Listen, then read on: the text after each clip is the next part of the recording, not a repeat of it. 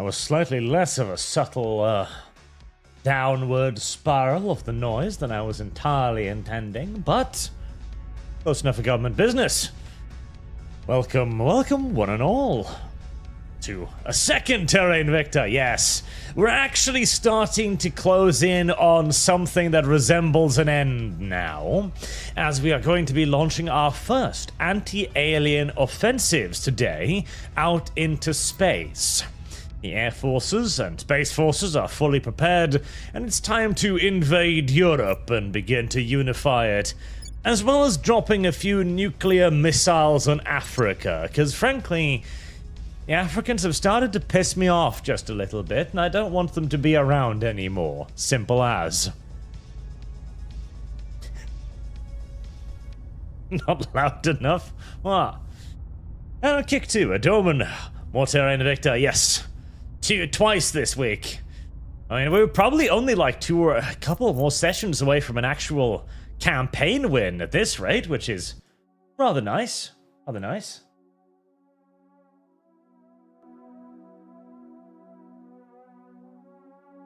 Yeah. And of course, happy 4th of July for the Americans. Happy Freedom Day. Escape from the British Empire Day.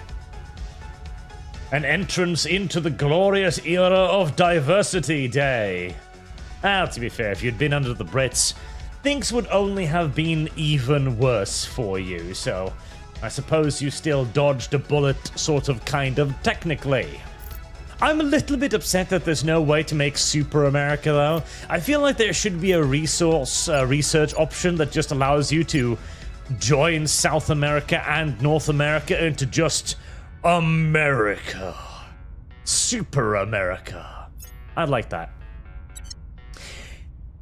I'm not entirely sure you'd want to do that, mind you, as, well, it would derp America's fucking military score into the dirt if you did. Because remember, America is the big stick, which is why its armies are now all using, you know, fucking hover tanks and shit. Like this thing here. And so,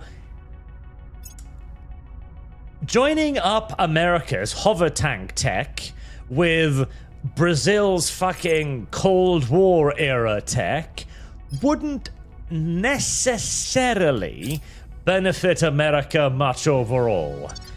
Nor would the addition of the various economies down here either, honestly. The American economy is 34.2 billion. Brazil is 4.2. Policy direction complete. Yeah. But for now, it's time that the rest of Europe realize that there is a new boy on the block. Alright, we shall begin invading people. Belgium. Mission complete. We hate Belgium. We're going to declare war on Belgium. We're going to declare war on Switzerland.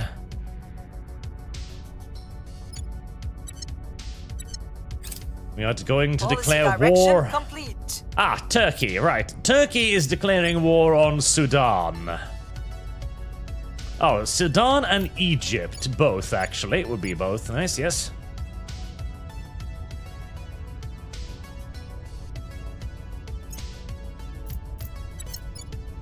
Here we go. Also, Sudan. Ethiopia, Sudan. Rival. Yeah, it's already a rival. Wait, am I already at war with you? I'm not? Now, sadly, I can't nuke Egypt, which is unfortunate, because the Egyptians have built enough orbital defenses to make nuking them impossible, which is, well, that's frankly downright tragic, but that's where we are right now. Also, before I forget, Snootnoff, I bet the evil invading Americans will steal all of Arch's pastries when they do into their invading. They love pastries almost as much as Arch. See, I will tell you this. It would be a tragedy for Norway to be invaded by America, because I've I've seen how the Americans behave in other countries, and it's not necessarily a good thing, I will say. Deploy nuclear missile bait, as I fully expect that there might be some nukes flying during all of this. Norway? Yep.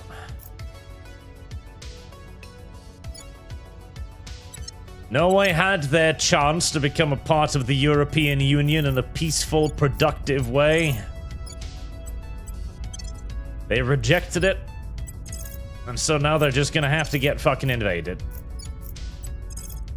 That's kind of simply just how that works. Too bad, Norway. Policy direction complete. What else we got to declare war on around here? Sweden? Yeah, I hate Sweden. Definitely declare war on Sweden. Mm-hmm. Absolutely. Why wouldn't we? Can I nuke Sweden? Can I nuke Sweden?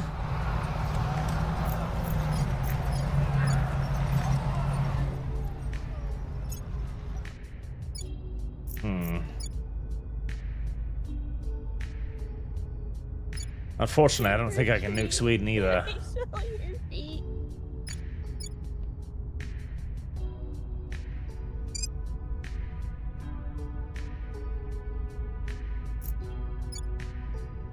I can nuke Sweden.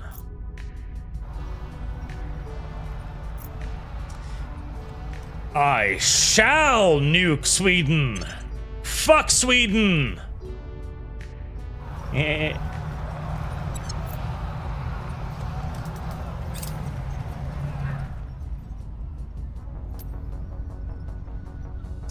Ah, that's one servant killed in Stockholm.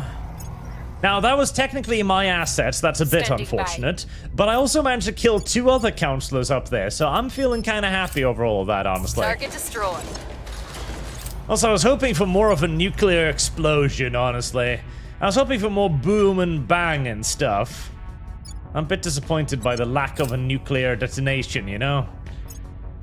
Oh well, at least I got to nuke Sweden. I enjoyed nuking Sweden.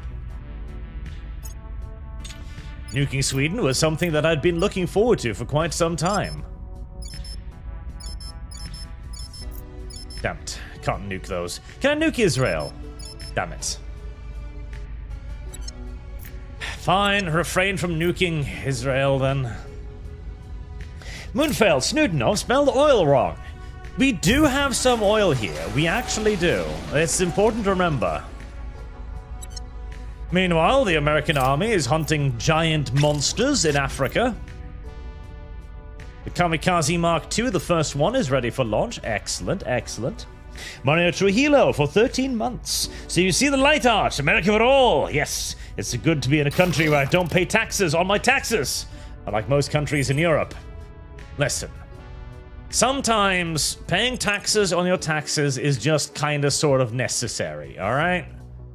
Sometimes it's good for you. It teaches you a valuable lesson that you don't own anything.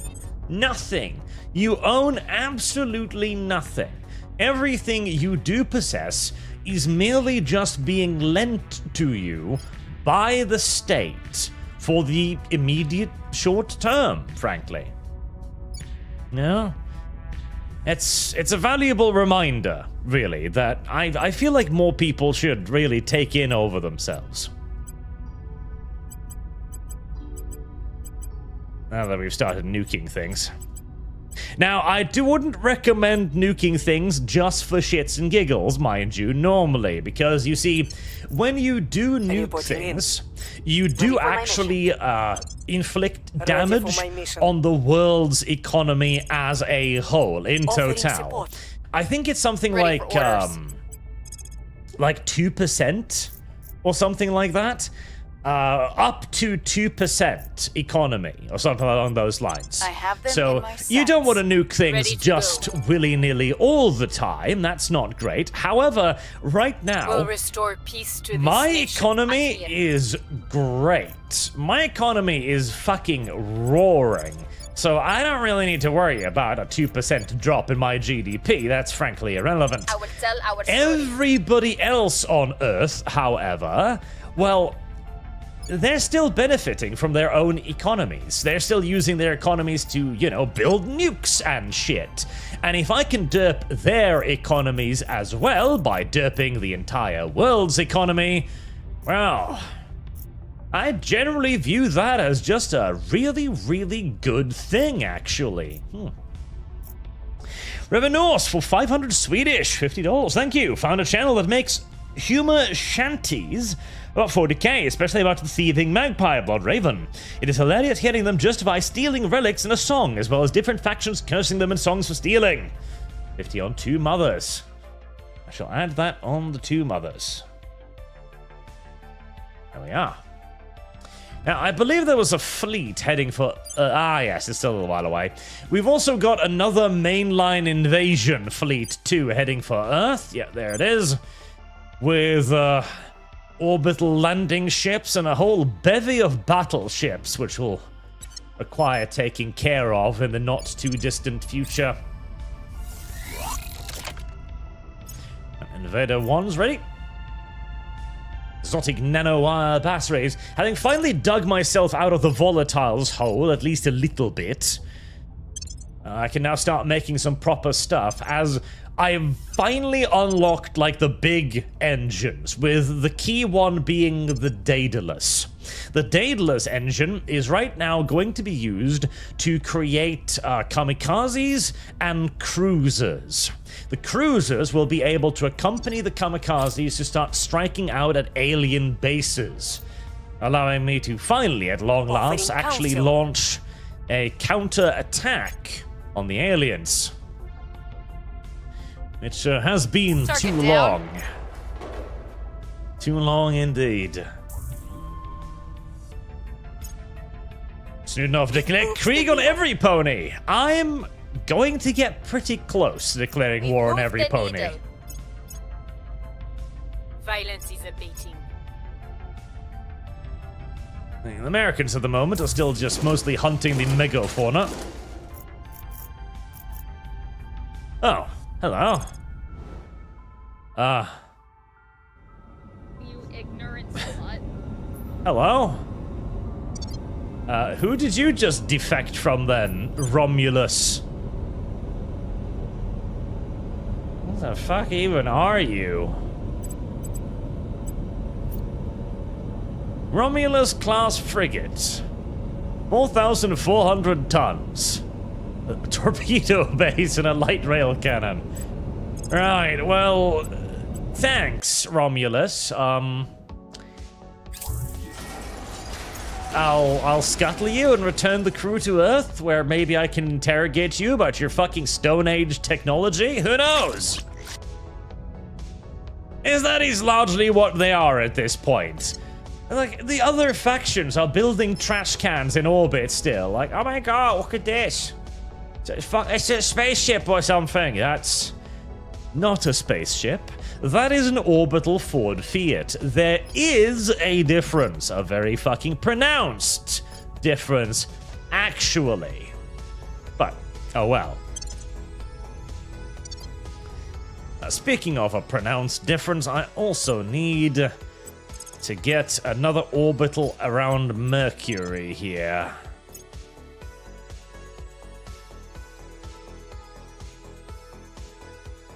Gotta get another orbital up around Mercury.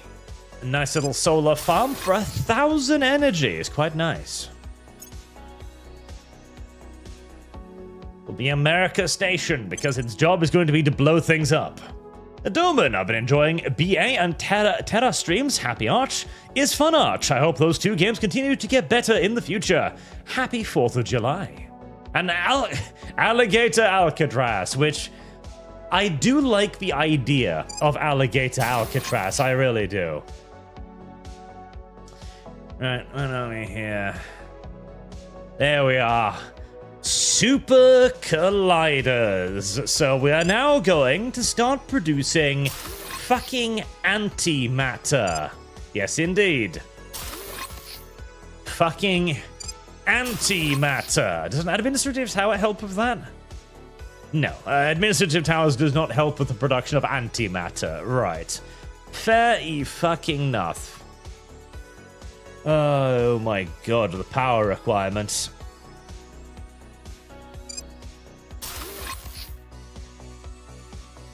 Power requirements indeed. Right, that's all I can afford for now. In fact, I can't even power that. There we go. 4 super colliders to start producing antimatter. That burned the majority of my base metals. Jesus. No, Egypt. Oh, we're going to keep being at war for a while longer. No, Switzerland. There will be no surrender for Switzerland. There's only slavery for the Swiss. Until we can ascertain some means of overcoming the aliens' chemosensory-based mind control, we are ultimately doomed to be in their thrall. Needless to say, this is highly undesirable, but armed with the knowledge that ferrocytes are not a mere chemical signal, but in fact living cells, we have been able to formulate a treatment that shields humans from their effects. A vaccine, as it were, albeit one which requires regular booster shots in order to remain effective. Economy contracts, just a little bit of nuclear fallout. It's nothing to worry about, nothing to worry about at all. Have no fear.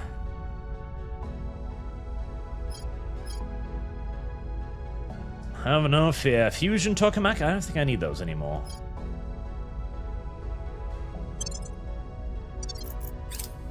Mission complete. Declare war on Sweden. I mean, Turkey has already pretty much declared war on Sweden at this point, so it's fine.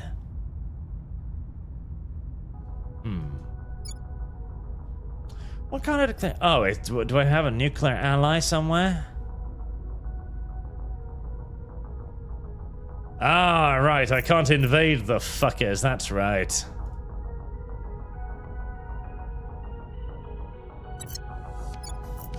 God damn it. I even built nukes here for no reason. I can't nuke the Egyptians, which annoys me tremendously. Hydra bio-warfare. Targeted plagues that strike out only against Hydras. Very, very nice.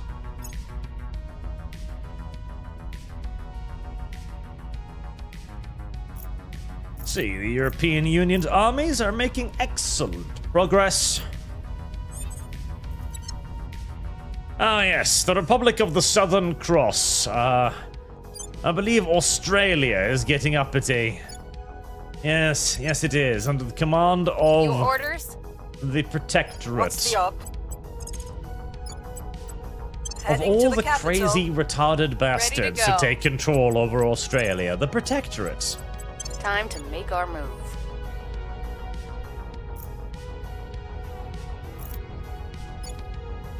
United Kingdom, I'm afraid you must end your alliance with Spain.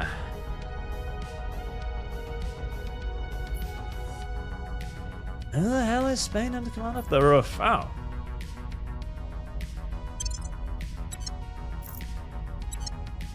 There we go. I'm sorry, Spain, but you're gonna have to join the European Union on a somewhat more permanent basis, I'm afraid. As yet another slave power. Switzerland is a funny little place. Switzerland has somehow managed to retain its independence despite the countless challenges to it. Silly Switzerland. Dispatch the European armies to Sweden. It must be claimed.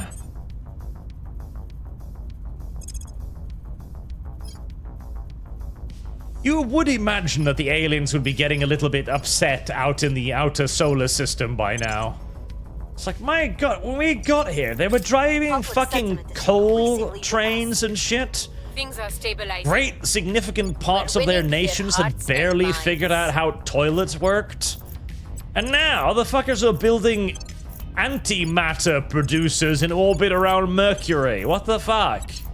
What is even going on? The elders told us this would be a cakewalk. Mission complete. Well, it turns out oh, Serbia! Yes! Let's bomb Serbia again. I've always been fond of the idea of bombing Serbia. It's one of the few actually decent wars the European Union ever actually waged, okay? Because the Serbians were basically eradicating the Kosovo Albanians, which, you know, in hindsight turned out to maybe possibly have been a good thing, but details. I didn't say that, YouTube. I regret it. I regret it. But it was a bad thing. It's like, you can't do that. You can't just kill people. And so the European Union bombed them. Okay. Well, there was a decent justification in that. Yeah. The European Union got to be kind of the heroes for once, rather than just incompetent bureaucrats. It was a brief moment of almost glory for the European Union, and NATO, more correctly.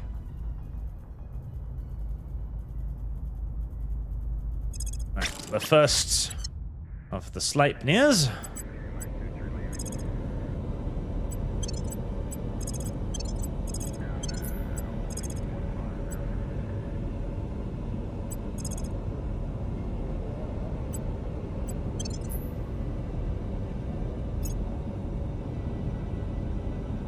Ah, yes. Yes, the first little counterattack fleet. The first, hopefully, of many. Right, you can set a course for Red 1, which will take you 5 weeks. I love having actual fucking engines to put on my ships. Good God. Alright. Get me another couple Sleipnirs. Escort the second kamikaze. Ah, yes. An alien fleet is about to arrive. What do we got here?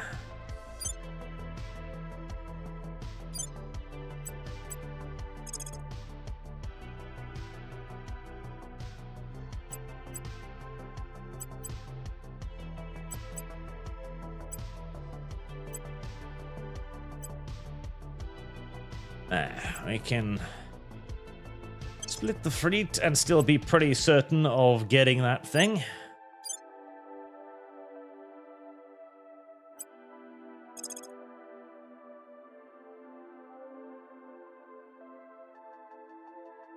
Uh, 3 kps. Oh, have you?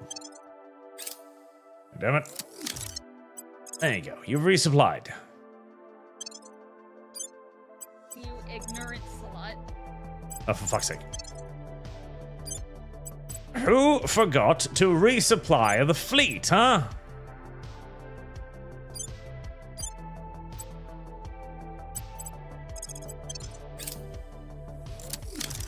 Listen, when you dock at port, you're supposed to take on propellant.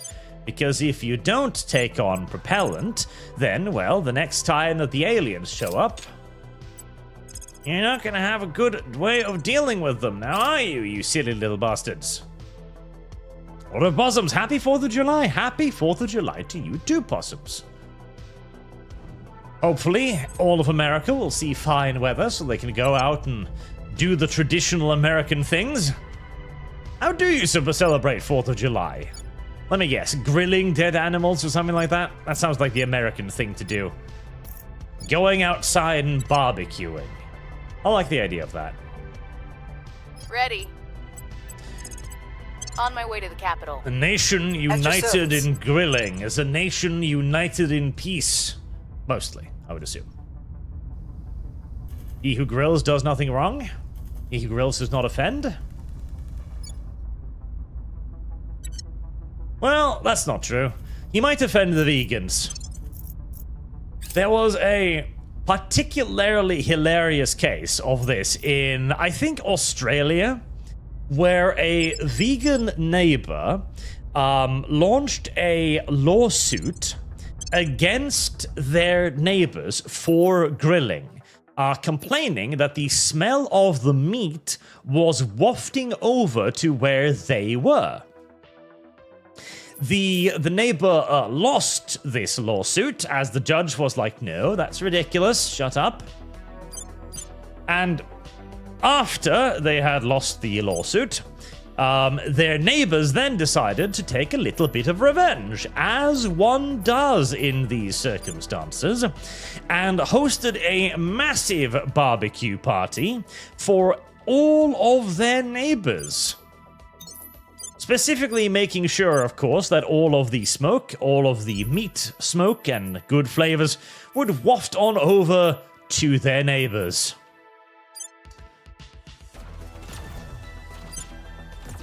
It's one of the few times I've genuinely been a fan of what Australians have done, frankly. It's rare. I rarely have a whole lot of good things to say about Australia as a country, but that one was good. Look at my new boats. They're bigger than my previous boats. They're not Titans yet. We still haven't created a Titan pattern, although we are working on that. But we do have a few dreadnoughts now. It's quite adorable.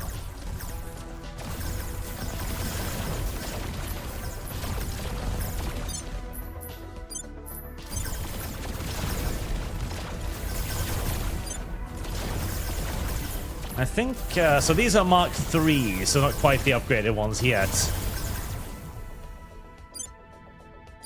Make sure the Gunganiers are pointed towards their targets. For now, shall be that.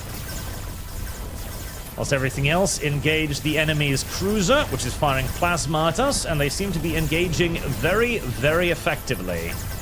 Which I do love, of course. We love to see it. We love to see it.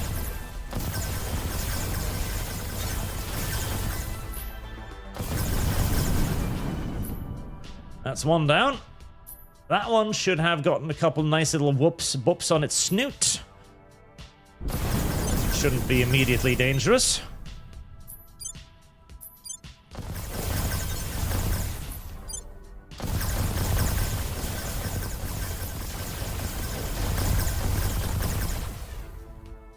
Oh, never mind. Something just hit this one incredibly hard. What is hitting it?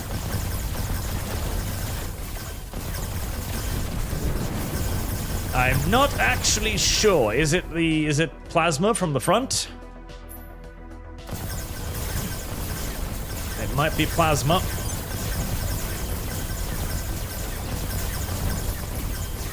Divine Concord class, maybe.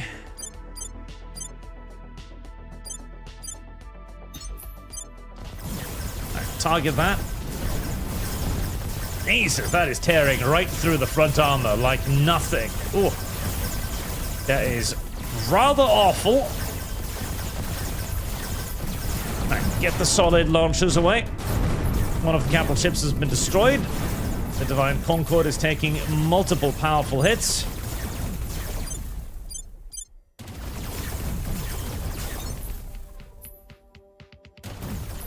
Right. Go for the Cold Void class and its plasma.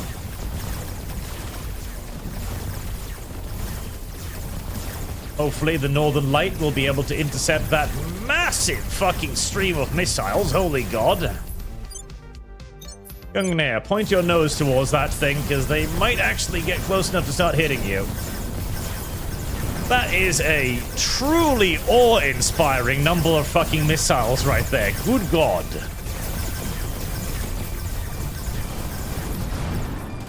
Oh yeah, that was too many missiles, even for my PD network.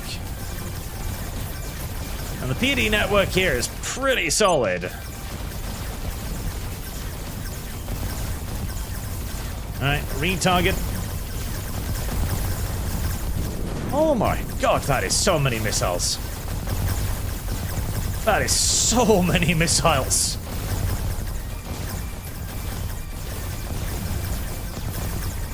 Right, we're gonna need even more PD. At least the resounding Concord there is getting beat to shit.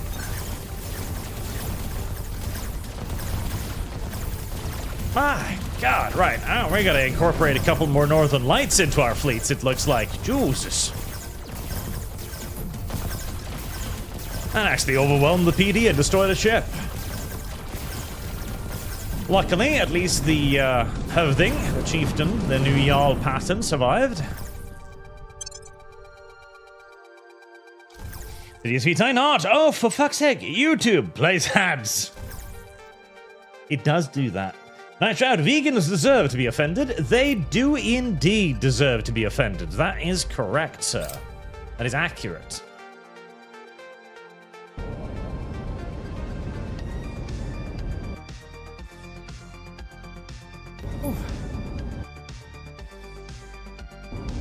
Right, more PD.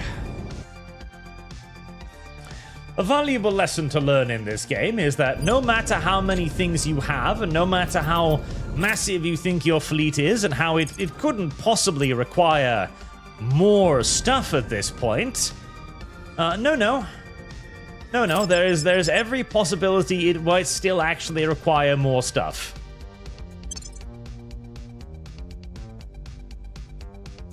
I very much so doubt we're gonna need to worry about that fleet. Alright, what happened to the beaten up one?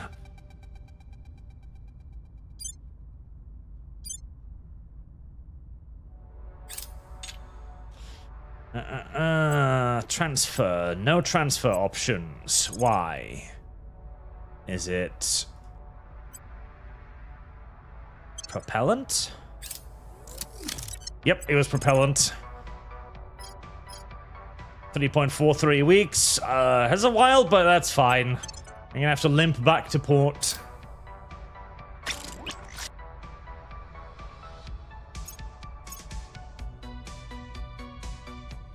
Space science research, that's fine. Right, okay. We apparently are going to need more defensive ships. Good God. Alright, what we got here then? More Northern Lights is probably what I'd want.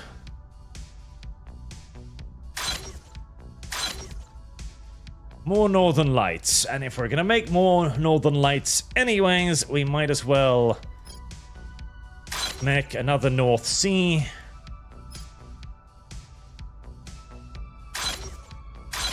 And a couple more Gunganiers.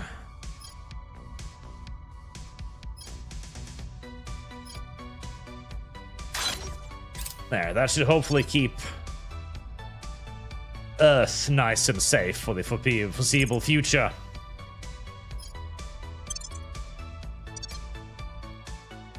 Greater India project.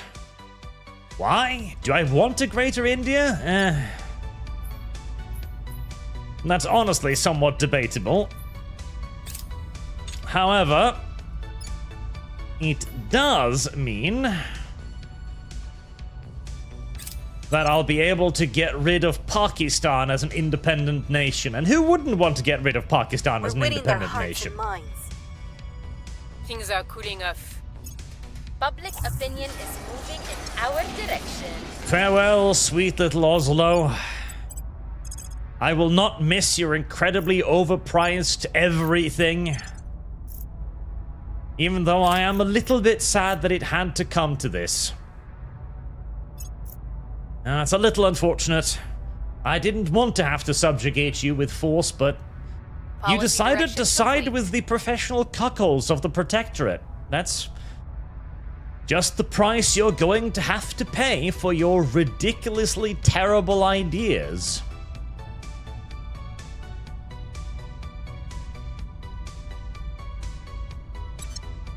Spain. You were always basically just a vacation colony.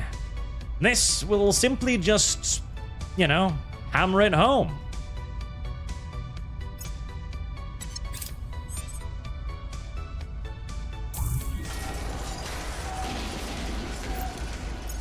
Fucking swamp Germans. Swamp Germans, are they even human? That is a question that we all should be asking ourselves. Are swamp Germans people? I have yet to see a truly convincing argument for that. I really have not. Speaking of, I am realizing now that I am making incredibly expensive super colliders.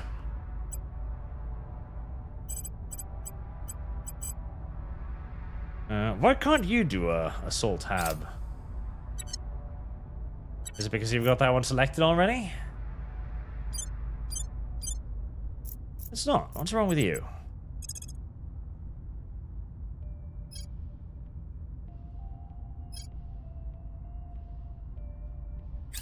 I only do one assault hab at a time?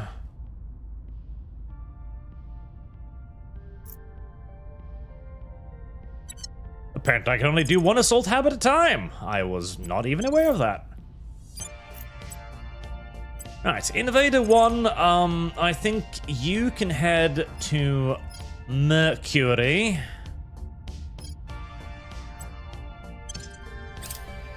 It would be nice to take over a bit more stuff there too.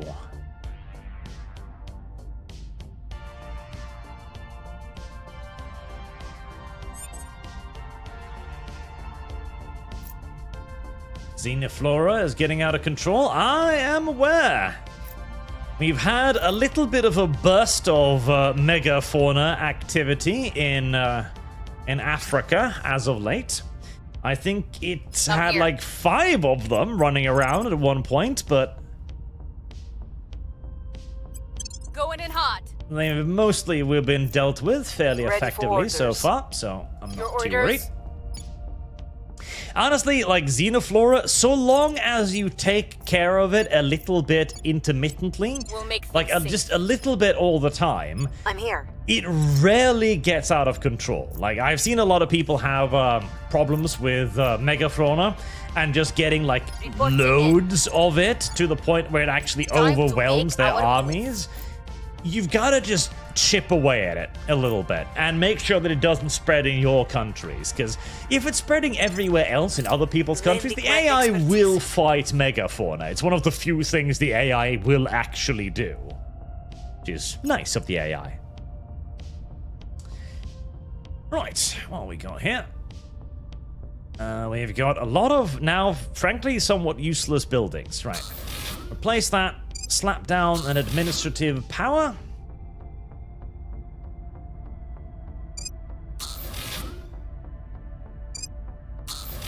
And get me some fusion reactor arrays instead of that outdated shit.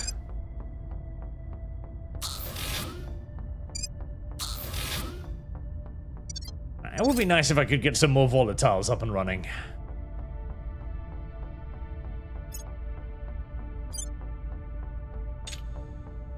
Miyako base. Oh, I wasn't attacked.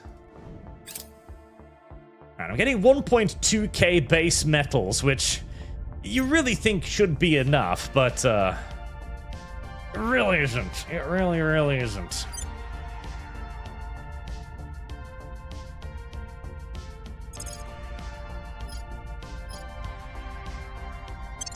Keep advancing that. Just make us as immune to the ferrocites as you possibly can.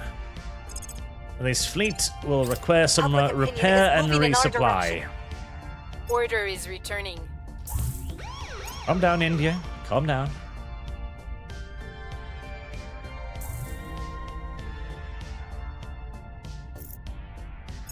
Rampaging. How do you control alien megafaunas here? I must look for that achievement.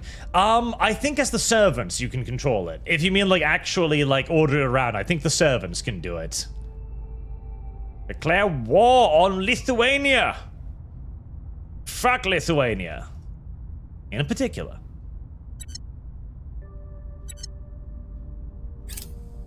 Mission complete. Now, we shall unify with Pakistan. Lovely, lovely, lovely. Greater India. Big old beautiful India. A nation united largely in their absolute belief that it is not, in fact, necessary to poop in toilets.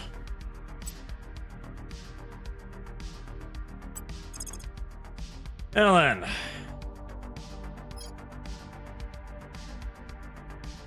We've got some alien stations somewhere.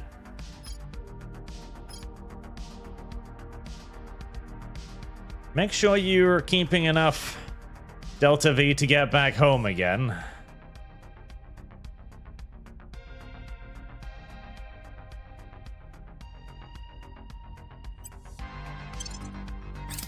By the numbers. Our first little counterattack has begun with Bombardment 1.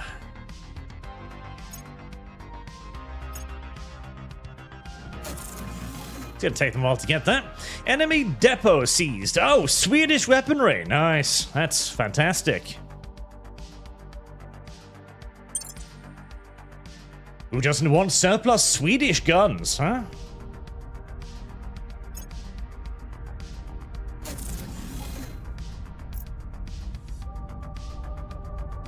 Yes, Belgium and Netherlands about to get screwed. Wormholes! The phenomena known as wormholes entail 2 points of space-time connected via an instantaneous quantum tunnel, most likely propped open by matter with negative mass. Though theorized about as early as 1916, they have never been proven to exist. Until now. Our deep space scans indicate a localized gravitational anomaly beyond the orbit of Neptune, which there were very much should not be one. Specifically, our registering gravity flow inwards from a point orbiting an otherwise nondescript celestial body in the Kuiper belt. Our reading appears consistent with that of a stable Elias drain hole.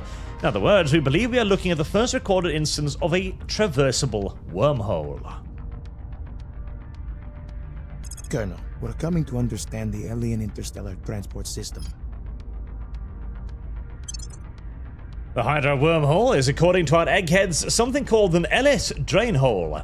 Up till a month ago, they were telling everyone these things couldn't possibly exist. Now they're telling us that they do. Science in a nutshell. Whatever, they have given a long techno-babble explanation which is totally useless from a tactical perspective. Long story short, they have no idea how it works, they have no idea how the aliens made it, and they have no idea where to start looking. The one bit of useful information they have come up with is that the two sides of the wormhole are unequal. Mass limits going back through the wormhole are much lower than mass limits coming here. Apart from that, all they can tell is more research is required. I hate these guys. Basically, the aliens are here to take our resources away from us. Pretty common, that. The aliens are economic migrants. Yes. I mean, that is basically what's going on here. The aliens saw all of the nice things we had on Earth and were like, yeah, we like all of those things. Ready. We believe those things should be ours. Hopefully we'll offer up more resistance against these economic migrants than we do against the majority of them flooding over the borders. What's the op? We can but hope, we can but hope. Is Bangladesh part of Greater India? It is! Imagine that. Imagine that. Oh, and they're already a rival. Well, Tsar. Heading to the capital. I think it's time Where for do you war in India. Offering counsel. It's about time. The Indian army has proven itself to be supremely useless so far. Having achieved diddly dick nothing and less.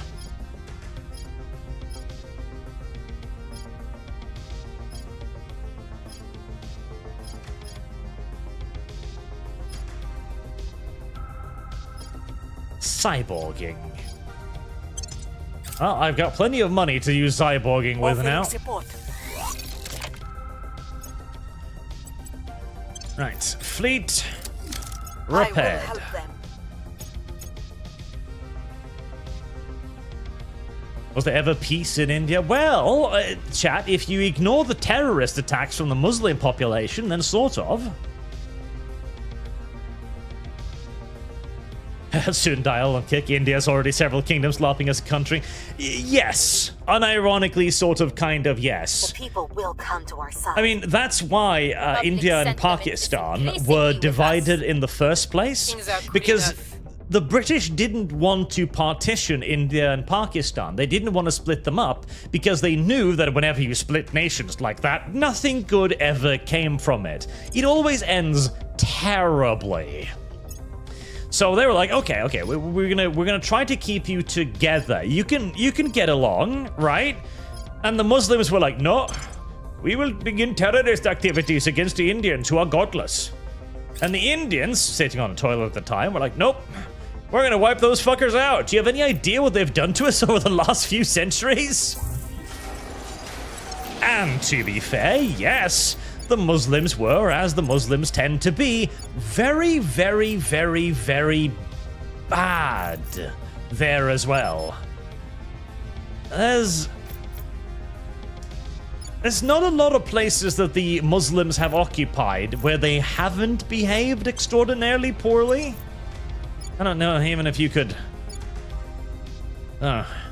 Is there such a place? Is there such a place?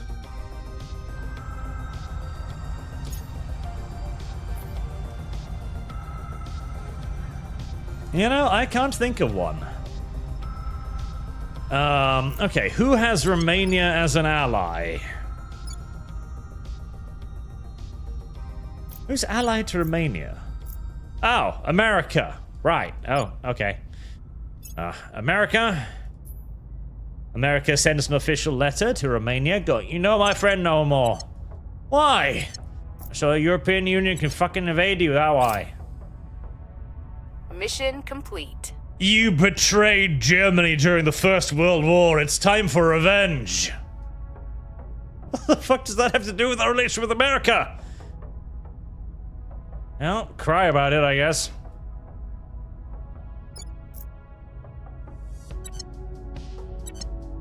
Come here, Bangladeshis. You have remained independent for far too long. It is time to be crushed underneath the incredibly primitive treads of the Indian Army.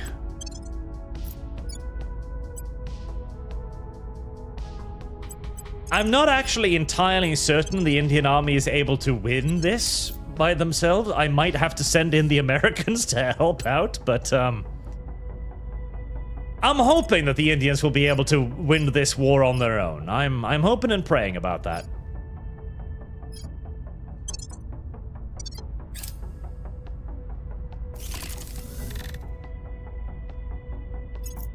Right. Our antimatter production will begin picking up in the not too distant future. Oh, right, Switzerland. I can't actually include Switzerland into the European Union, I just realized, so I guess I'm just kind of ignoring them up there.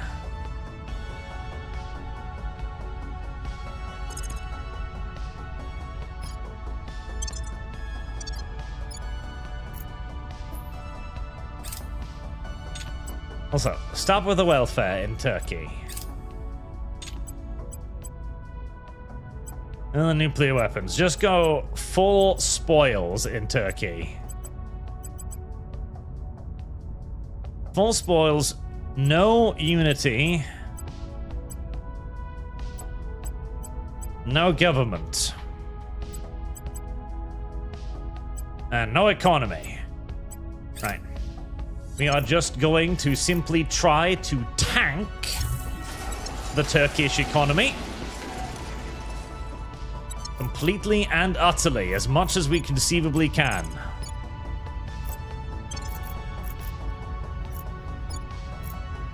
Oh, I haven't taken control of that yet. No, hold on. Continue subjugating the Serbians. They're still resisting. Make sure they stop resisting.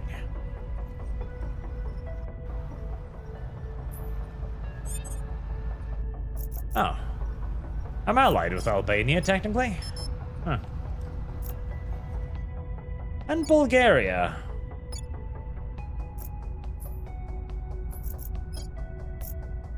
Listen. My only interest is in making all of this larger. Okay. So we are not going to be accepting any independent nations in this area. None. Netherlands, rival, yep. Argentina, Algeria, Romania, Ethiopia, Israel. Ooh. Maybe Europe should invade Israel.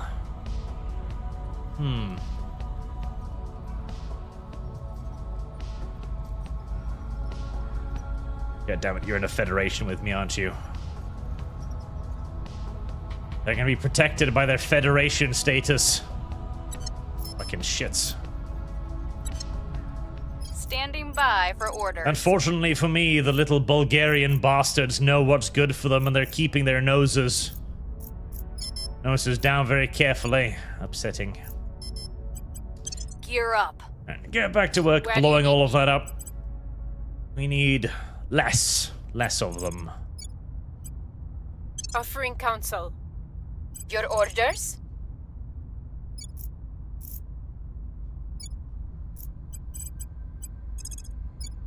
Heading to the capital. I think we can indeed have the British join a federation. Begin the invasion of Bangladesh. My toilet-hesitant hordes. Poop on them. Poop on them now. Adoman, is there a way to trade nations to other factions? Unfortunately, no. Offering I counsel. wish there was. I really, support. really wish there was. Offering Because support. I would love to actually make it so that you could give stuff to your allied factions, because I didn't want to take over the European Union because the European Union was owned by the Resistance. I wanted them to keep it, if at all possible. However, the Resistance then lost control of the European Union, and I wasn't going Public to let opinion is the moving in our aliens direction. have the single largest army, well, non-American army anyways, on Earth. So I had to take it away from them. The problem is right now that the AI for the humans, the human factions, are way weaker than for the alien factions. That's the big problem. Policy direction. And that's because, of course, the alien factions have the aliens on their side. The aliens are an absolutely massive force, as they're going to put agents down on Earth, for example. Agents that can basically take whatever province they want and then simply just hand it over to the alien, the pro-alien human powers. And so it is very, very, very difficult for the Resistance or the Academy to do diddly shit in the face of alien agents. They basically just gotta buff the other human AIs a bit. They've got to buff the human AIs a lot.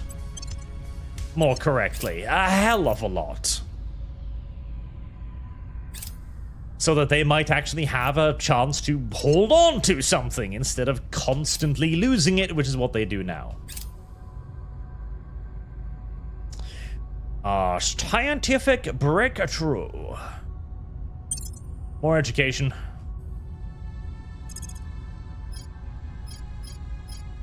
I also wish there would be a way to give them resources too. Like, more stuff to allow you to aid your allies would be very, very, very nice.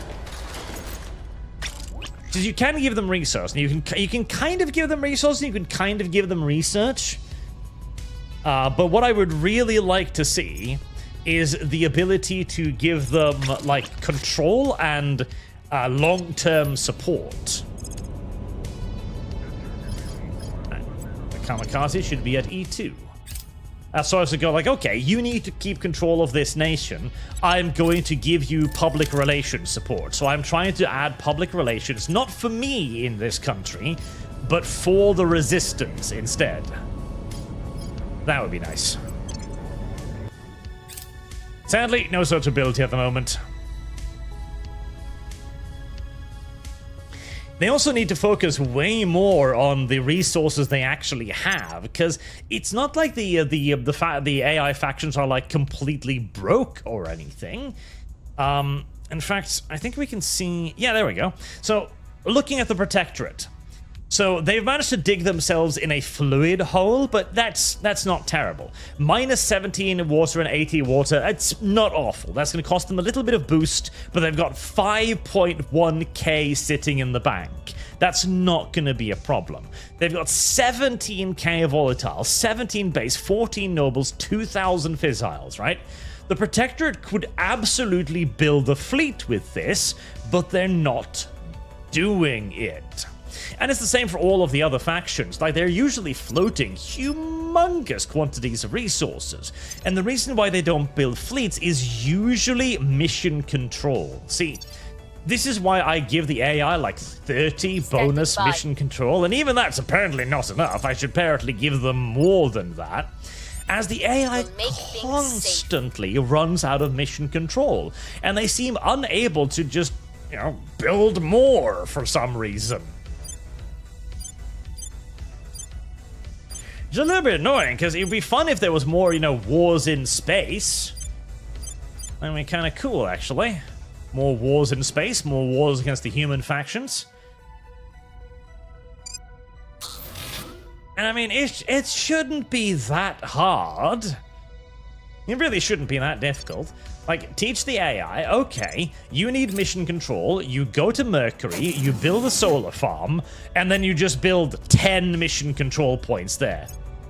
Voila. Offering assistance. Offering assistance. How are the Indians doing?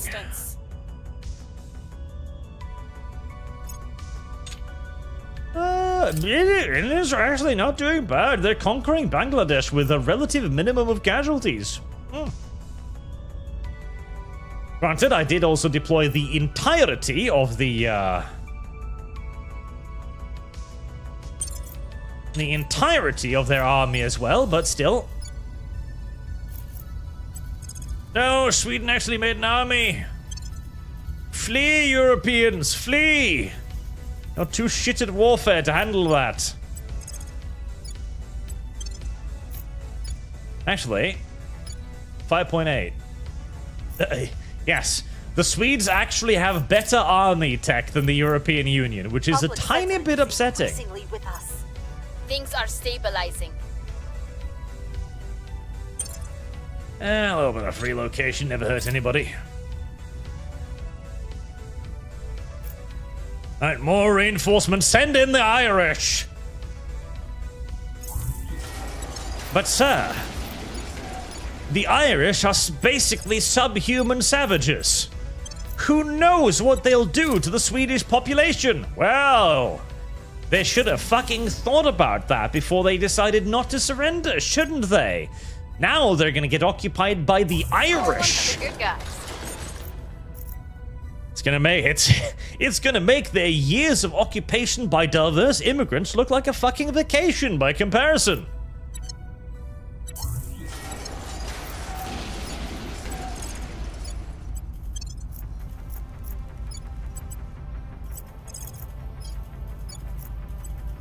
Good. Occupy Romania next. Take these home away from him.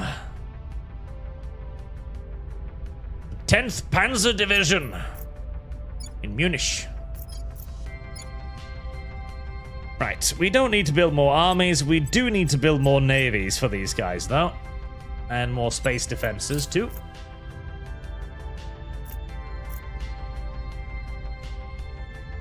The potato N-words are coming. Hide your women. Hide your children. Fuck, hide your menfolk and your uglier farm animals. Nothing is safe. Nothing. In fact, it is anti-safe. Merely existing in close proximity to the Irish can be extraordinarily dangerous.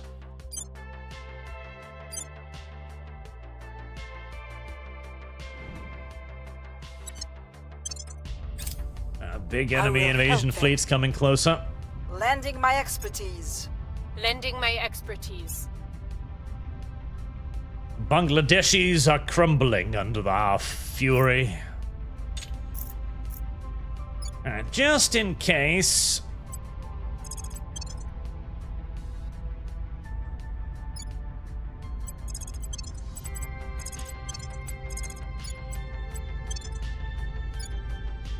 Just in case the aliens manage to land,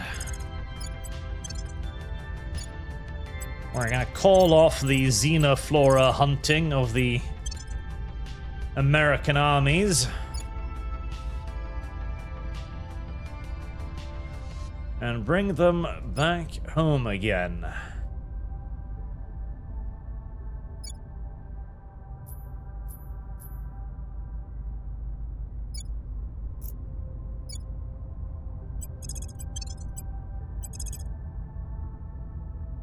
They might be needed.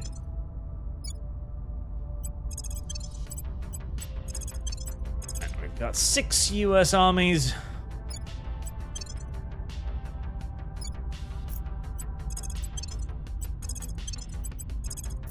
That ought to be more than enough.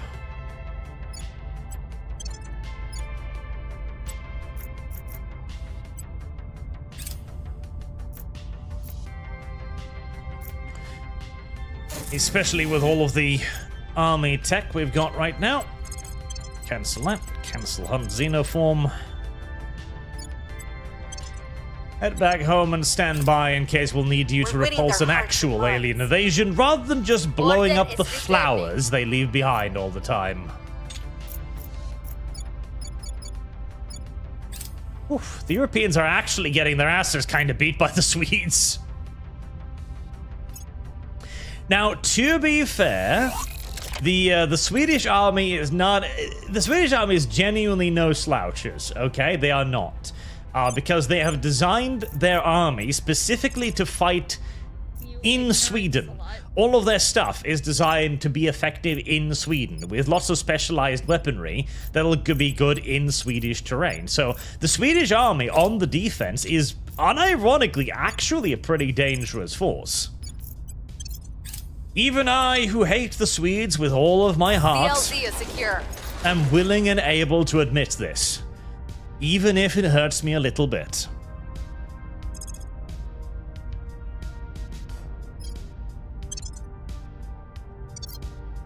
Now, Shroud, there's a mod I added that makes all the alien enthrall missions harder. It's a good buff for anti-alien factions. That might not be a bad idea. See, on the one hand, I don't necessarily think that the enslave missions need to be harder. Because you can definitely handle the enslave missions by researching the necessary stuff to make it difficult for them to do it. But the problem is that the AI is too retarded to do all of that, and so end up never doing it, and so end up getting completely and utterly overrun for the umpteenth time. So it might be worth it to simply install a mod to make it more difficult for the aliens to do that to them. Because it is genuinely annoying that near the mid and end game, every time there's just no resistance left. The resistance is just wiped out. It's just protectorate and servants everywhere.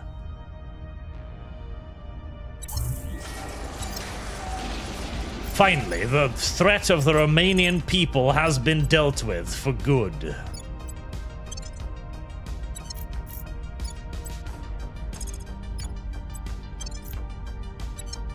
Now, invade Spain next. I don't like the Spanish.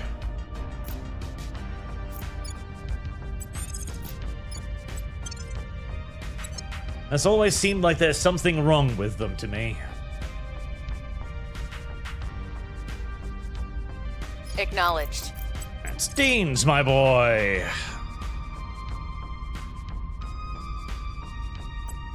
Taking it to them. Standing by. We should start doubling up on Gear up. the alien extermination missions. Right, August. The hostile fleet should be just about on us by now. Yep, there it is.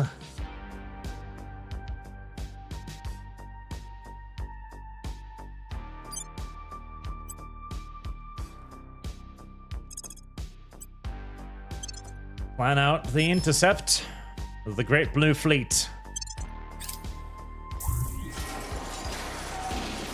Ah, finally, Swedish resistance is beginning to crumble. V has been kicked, says Kick. Yep, V has been kicked. Officially, finally, once and forever, you can't commit atrocities against the Egyptians. They're Egyptians. They would need to be human beings with human rights and stuff to have, you know, to have rights to be violated.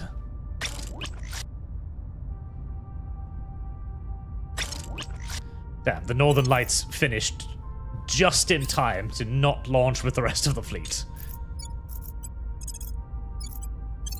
Right. Just in case. Just in case we're about to get nuked, I'm gonna start shifting some of those units out of there. I'd be very surprised if Egypt decided to nuke Sweden to defend it from the Europeans. But I have seen stranger things in this game, so we're just gonna spread out a little bit.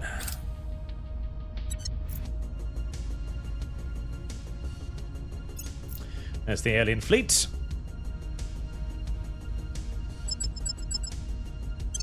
Engage, and they're willing to fight. Good.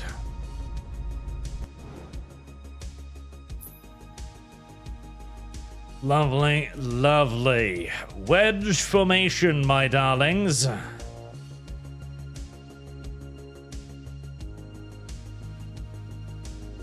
Now, the Herving is straightforward. We're gonna shift that up to the rear. I do believe, yep, there's the Northern Light class. We're gonna put that back there. And North Sea classes to the front.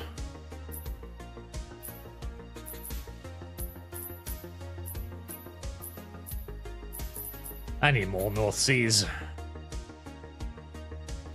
Right, big old alien fleet. Divine Concord class, right? Everything with solid weaponry, Hugins and North Seas. Target that thing. Keep your guns locked on it.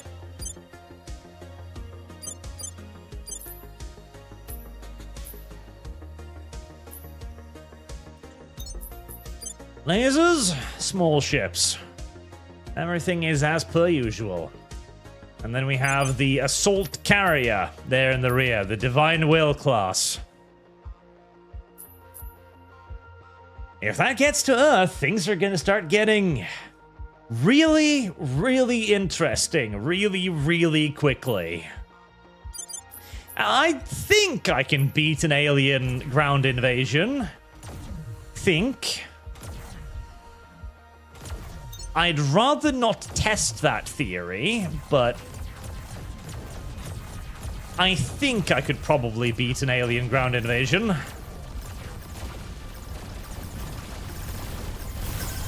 Again, not a theory I'm eager to test. Gunganiers are effectively engaging. Good. Excellent. We're taking plasma fire. That was to be expected.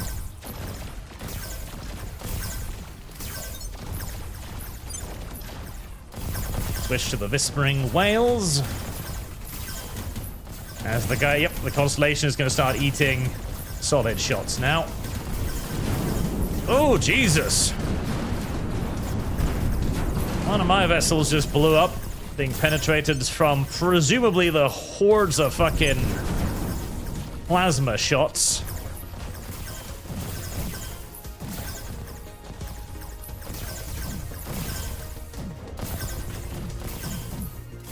That new plasma is fucking horrifying.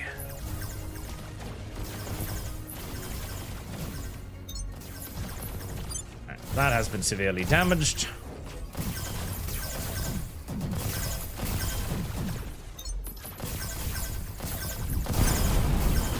That new plasma is just terrifying. Right. Start to spread out the fire a little bit. Let's see if I can get solids impacting on multiple ships.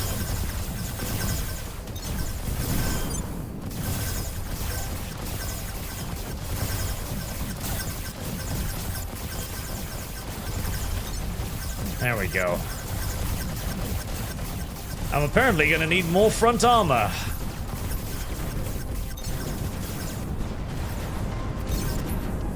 I thought I had quite a lot already. I did not have enough. Not even close, as it turns out. Most of the front line has been dealt with.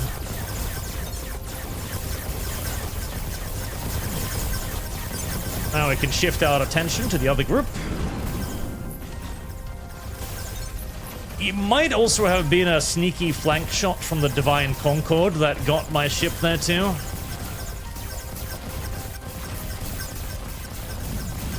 As it was somewhat on my flank area.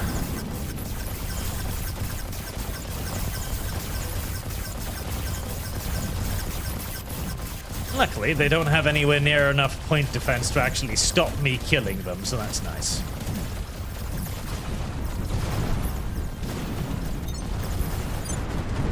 Right, everything targeting on the assault carrier.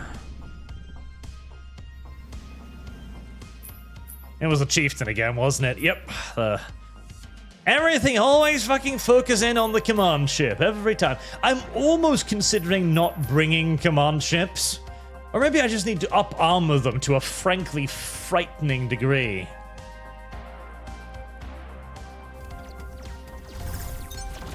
Please target that one. Go. The assault carrier does have some weapons of its own, of course, and it has a fuckload of point defense. But not enough.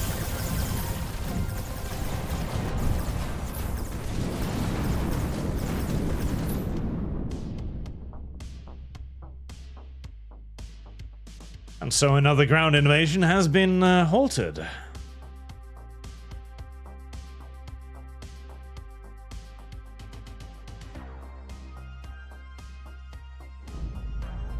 With the loss of the Hovding yet again. God damn it. They sure do like blowing that thing up. Right. Back to port E1. Now then, ship class. Hide obsolete.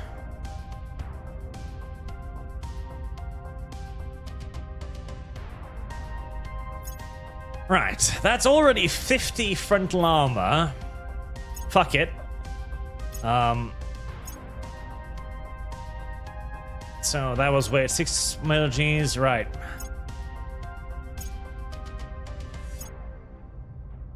Fuck it. Dump the adamantium armor, give it exotic armor. And give it ECM, I guess?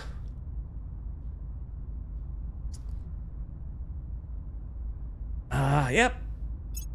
Give it ECM. Give it ECM, repair teams, additional armor, up armor it yet further. Maybe give it... Can I... Yeah, 6 milligs. There. One more flank. So, the flank armor is the big bastard, because...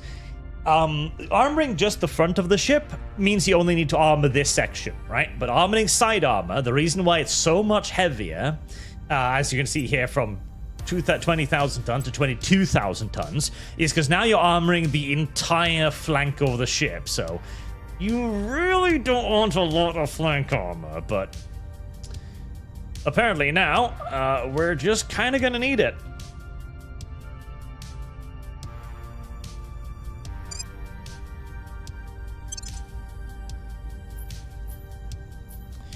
Right, a Mark II Hovding then. With even more armor.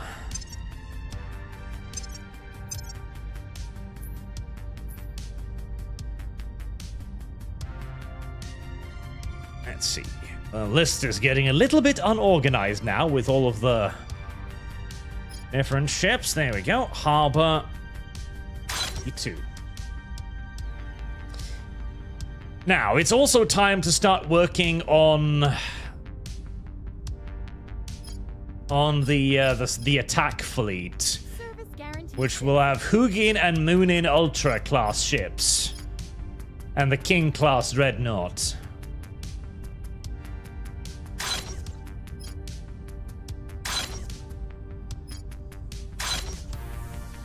Oof, the fucking base metal costs of these things are a little bit ridiculous. Just a little bit insane. Just a little bit insane. Alright, Invader 1 and 2. Grab me some more habs. I'm gonna need more metals. Even more metals. Florence Nightingale Base. That's a lovely, if somewhat homosexual name for a base on Mercury. Target destroyed. Target destroyed.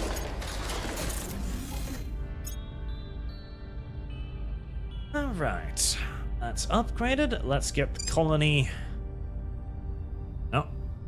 Am I lacking something? I'm probably lacking base metals now, aren't I?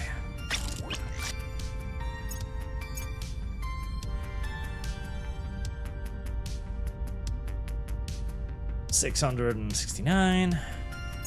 Right, Eiffel base. That one's also destroyed.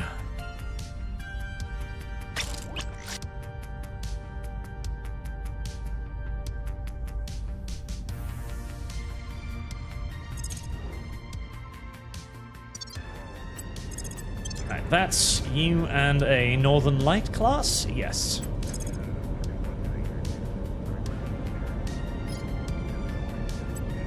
Head over and join the main fleet.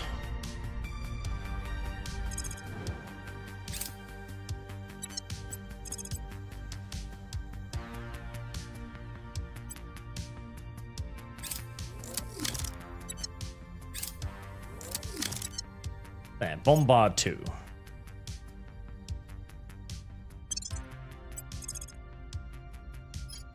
You are going to go out looking for more alien bases to destroy.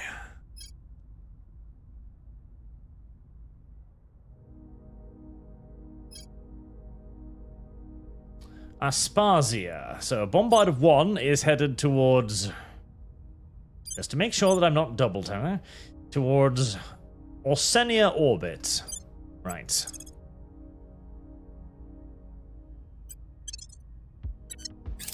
Time to start taking some resources away from the Gribblies, too. Charles the Beagle, read your Sun Tzu, Clausewitz, and Machiavelli. Sun Tzu is usually bullshit, in my opinion. Sun Tzu is usually nonsense. Machiavelli is better, of course, because he also adds in a little bit of politics into it. But my favorite is Clausewitz. Clausewitz is the best of the old masters when it comes to military tactics, no doubt about it. In fact, the sci-fi setting I'm working on is named after a Clausewitz quote, which is "by other means." I quite like Clausewitz. Lithuania, right. I was planning to invade you.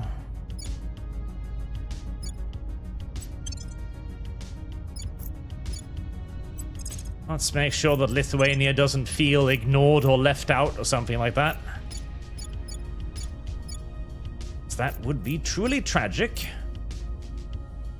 if they felt that they too weren't being bullied. What's the up?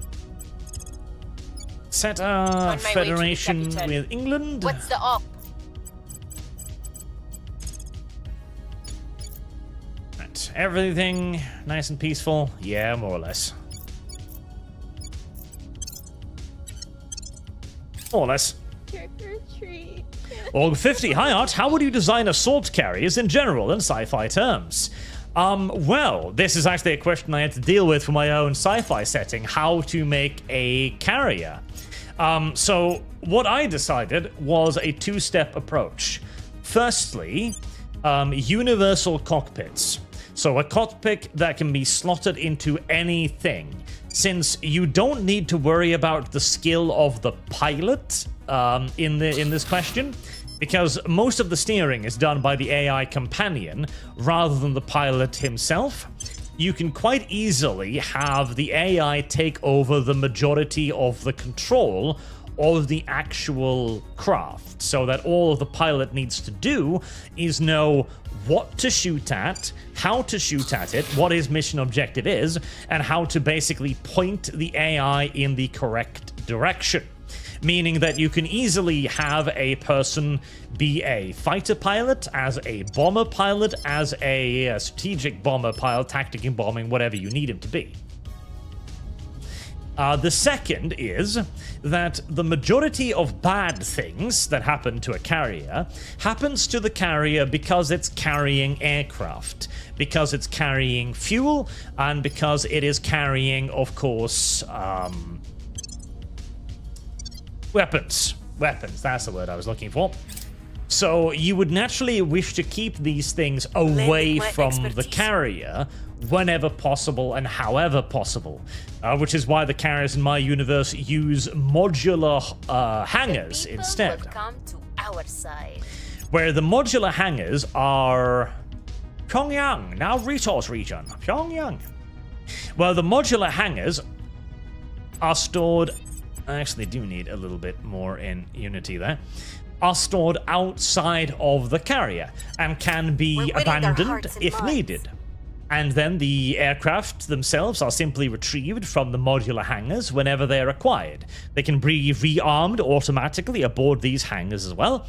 And the only fuel and ammo that is stored on the main carrier is what's immediately necessary for strike operations. And of course, given as much in the way of protection and safeguards as possible. All right, 2 more laser guns up and running. Perfect.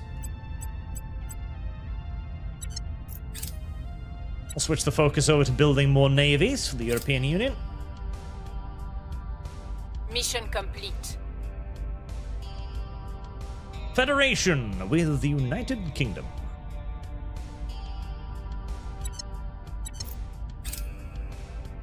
Right, with the eventual takeover now of Spain as well. Hide the numbers.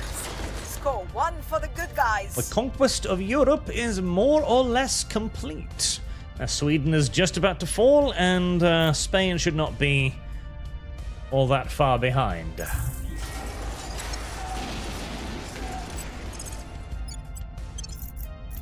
Earth is finally free of the scourge of the Swedish people. It has been many hundreds of years. But finally, the trial is over. Alright, Greece. I almost forgot about Greece. Now, make sure we don't send any Italian armies to Greece, because we remember how that worked out the last time the Italians tried to invade Greece. It was almost as embarrassing as when the Austrians invaded Serbia. Almost. Almost.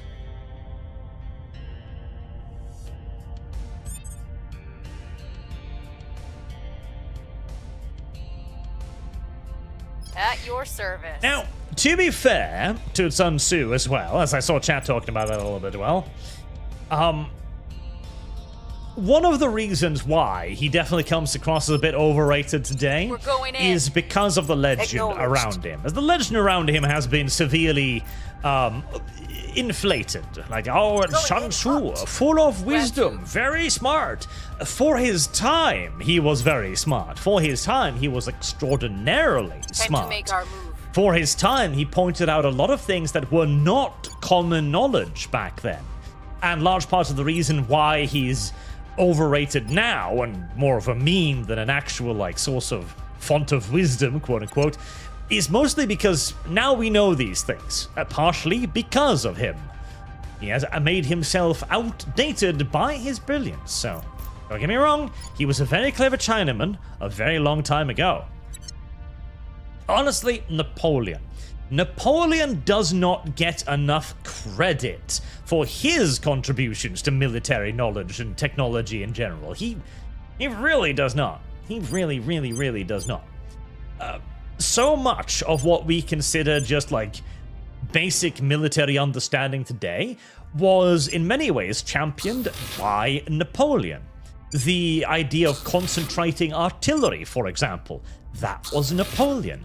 Before that, artillery were largely viewed as not as like, how do I put it?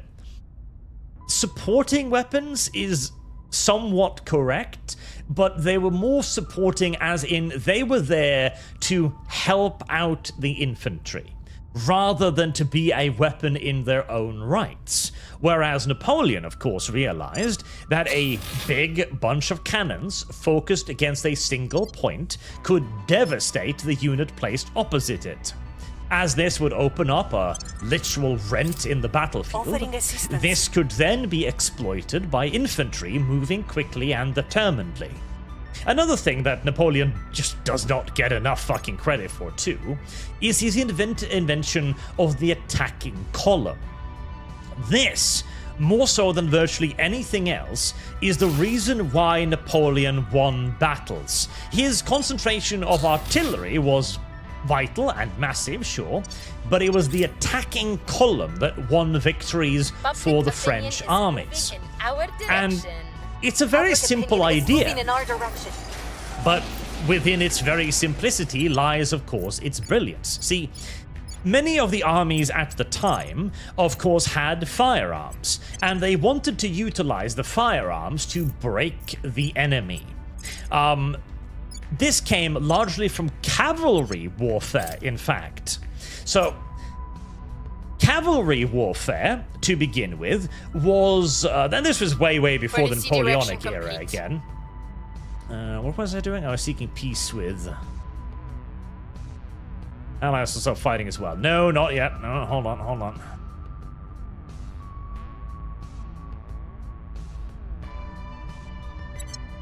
Yes, give more territory to the Chinese. So, this was during the time of Duke Marlborough of Britain, right? The idea of cavalry then was cavalry used pistols. So, cavalry would slowly approach the enemy at a trot.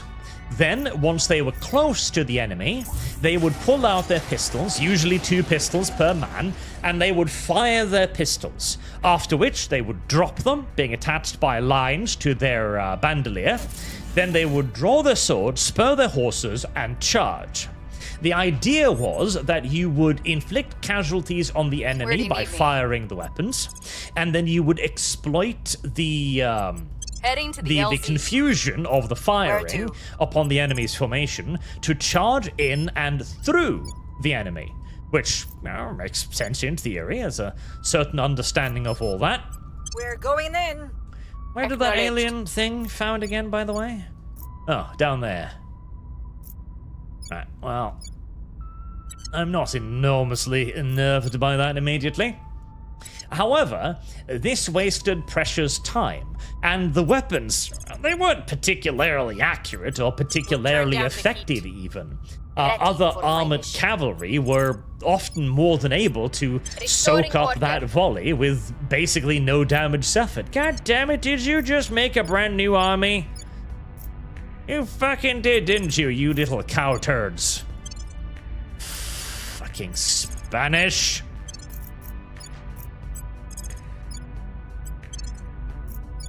King Spain.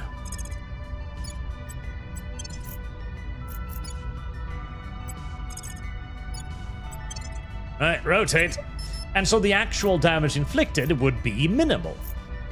The Duke of Marlborough therefore decided, okay, fuck the opening volley. Instead, we have our units approach the enemy as per usual. Then We found the weapon that can win this war, Colonel.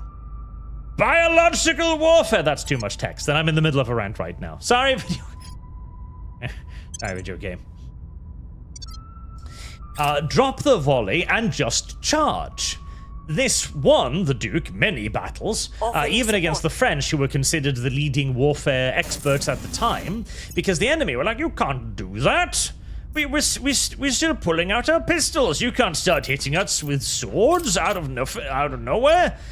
It turns out they could. Turns out it was very, very effective.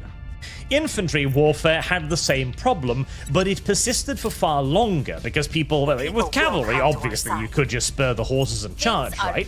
But with infantry, this would be more difficult, so obviously you wouldn't use infantry for this kind of tactic. Instead, the idea was that the enemy would be engaged by skirmishes and then by massed volleys until their formation was disrupted, and then your infantry would charge their infantry. Napoleon got away with the middleman again. He would send out skirmishers and they would do what they could. If they managed to disorganize the enemy, then great. Or he would use the artillery to try and disorganize the enemy as well. But the attacking column actually predates his focus on artillery. The attacking column was the idea of the charge, where you massed up men in a huge assault column, and in many cases they even took away their bullets. Go like, no, you don't fire your weapon. Don't shoot. We are going to make sure that you are not even tempted to shoot. You simply charge. And in a massive, overwhelming wave of men, the French would then smash through the enemy lines and then begin attacking the other formations from the flanks and rear. And it turned out to be very effective. Napoleon needs way more credit is the point that I'm getting at here.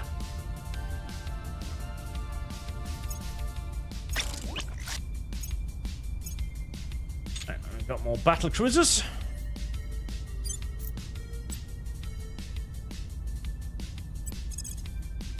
Send them over to 41.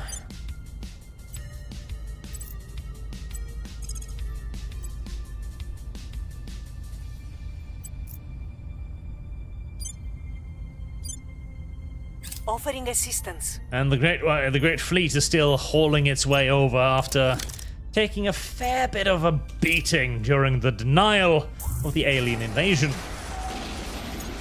There we go. More dead Spaniards. Good. More dead Spaniards. Could there be a better start to the day? No, I do not think so. Public sentiment is increasingly with us. Things are stabilizing.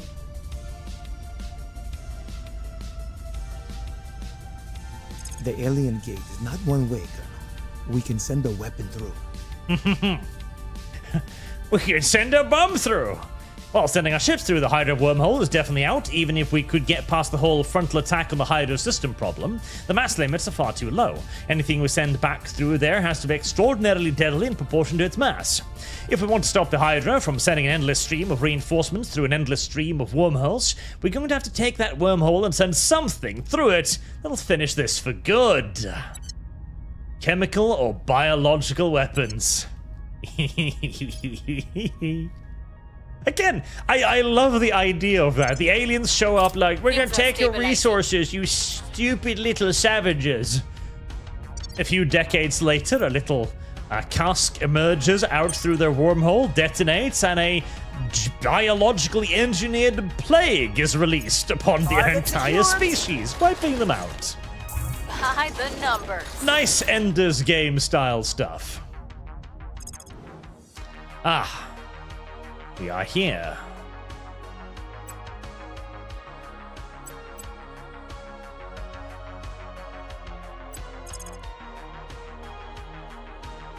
Right, our target, Shattered Tower Base.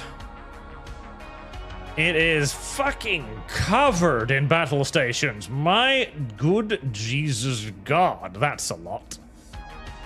Fucking covered in it. Right. We're splitting off the kamikaze.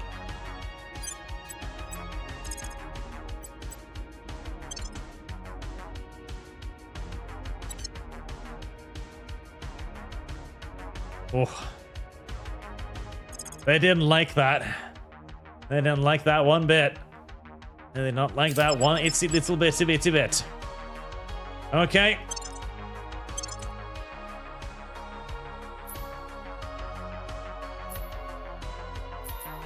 Let's see now then. So the kamikaze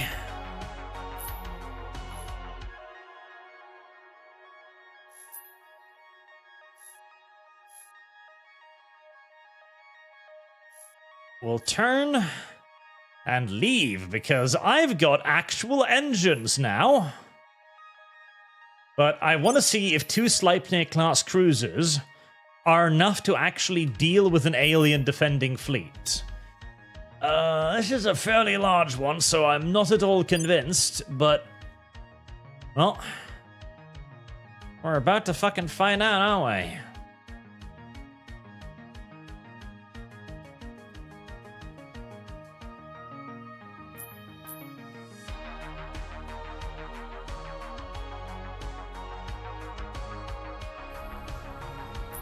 Ah, look at that. We've got ships that can do maneuvers now. Holy God. We've got boats that can actually do maneuvers. I'm so happy. All right, you are just going to try and disengage the 2 Sleipnir class cruisers. We're going to see what, if anything, they can pull off.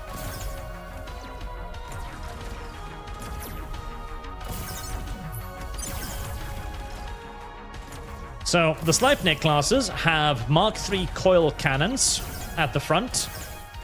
The Mark III coil cannons have a very, very, very, very good velocity.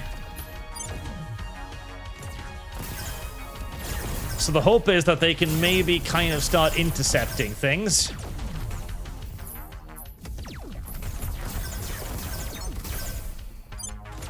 Oh, taking too much damage already.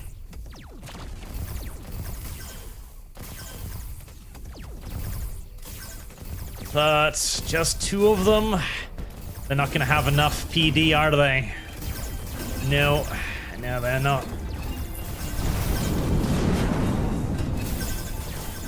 Well, unfortunate, but not necessarily surprising. Yeah. I figured maybe just 2 quick ships as escort would be enough. No, I'm gonna need more than that. I'm gonna need more than that if I want to start bombarding this stuff. Oh, sadness. Samuel Leddy for $50. Thank you very much, sir. Take Europe, the world, the solar system, and then the galaxy. Very fun. Okay, you should... Wait, no. Disengage, darling, disengage. You're not supposed to be slowing down.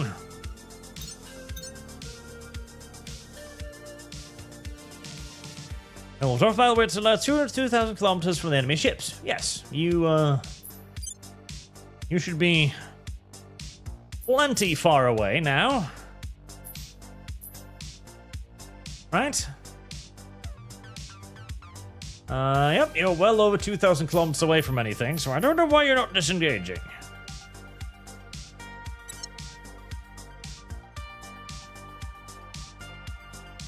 I don't even know if the aliens can even catch you.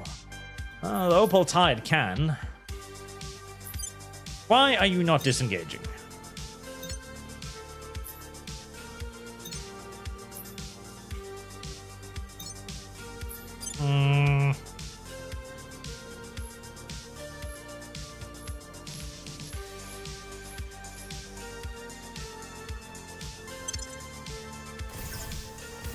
Oh, you waited too long. Now they're actually going to catch up to you.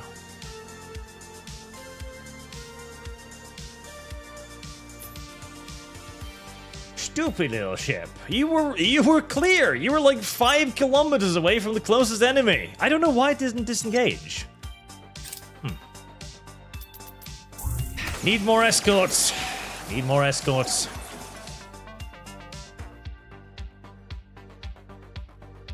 Right, well, one of our first major vessels have entered production. Let's see. What about a Titan? What about a Titan? What about a Titan? Trick or treat. Right. Can I smell your feet? Titan. Do I need to research anything else before I go for the Titan? The Firefly. I might want the Firefly. Let's wait for the Firefly, because I might want the Firefly. A lot of people used to think the Firefly was like the best drive in the game, but then they started realizing the sheer fucking drive mass that you needed to operate it, and people stopped thinking that. But if you're going to shift a very large Titan, the Firefly might be one of your only actual viable alternatives. Standing by. So, I might need a Firefly Gear up. I'm here. if I want to move a particularly Heading to the brutally LT. massive At your Titan. service.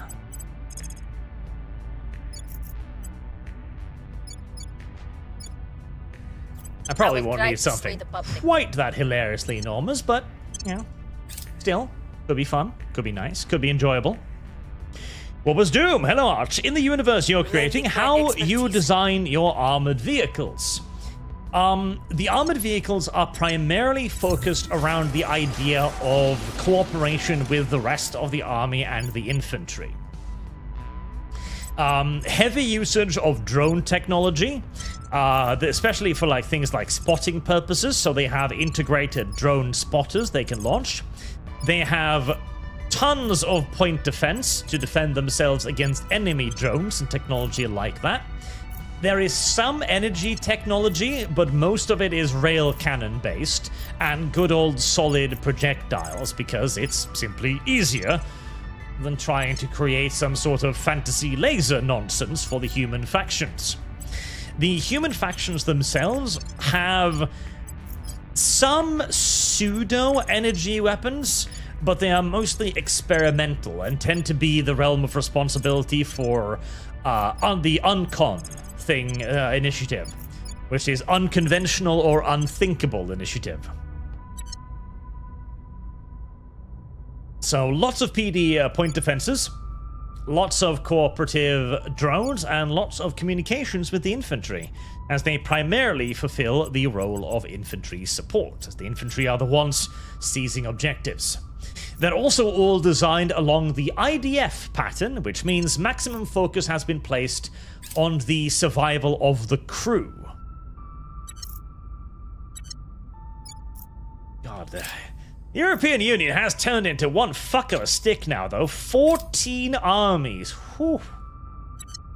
That is a lot. That is a lot of armies. needle. That is a lot of armies. Public opinion is moving in our direction. Violence is abating.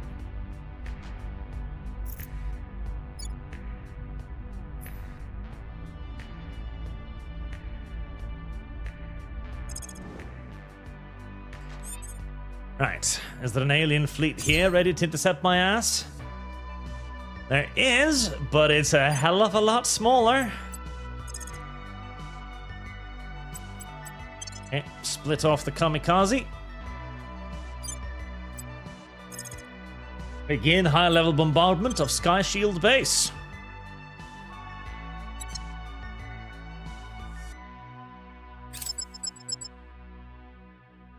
Or maybe not. Maybe that was the exact... Wait, no. No, this is a different fleet. Destroyers. Okay.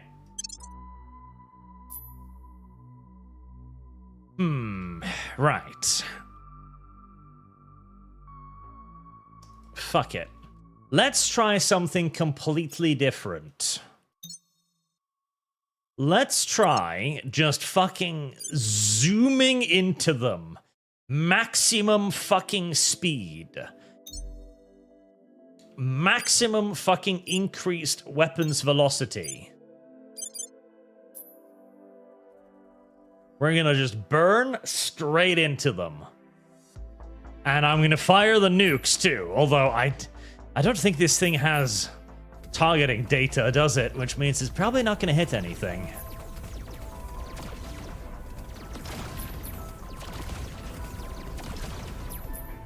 Here comes the plasma.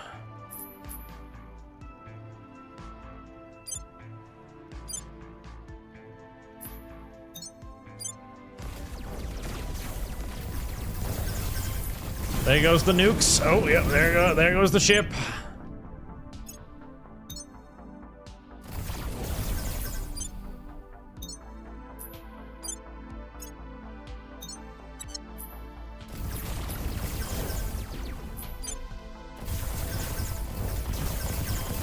Oh, God. Nope. Oh, yeah, I need more escorts. The cruiser escort experiment has proven to not work very well at all. The idea of a small infiltration group didn't work out. Did not work out very well. LZ is secure. Did not work out very well at all. The LZ is secure. How about plasma? How about plasma? So the cruiser didn't work. Now, it was trying to use solid weapons. So solid weapons can be intercepted. Since solid weapons can be intercepted, their ability to do damage is somewhat derped. Okay. How do we fix that? Well, plasma weapons can't be intercepted. Maybe that way I could even stay at maximum range, kind of moving away from them.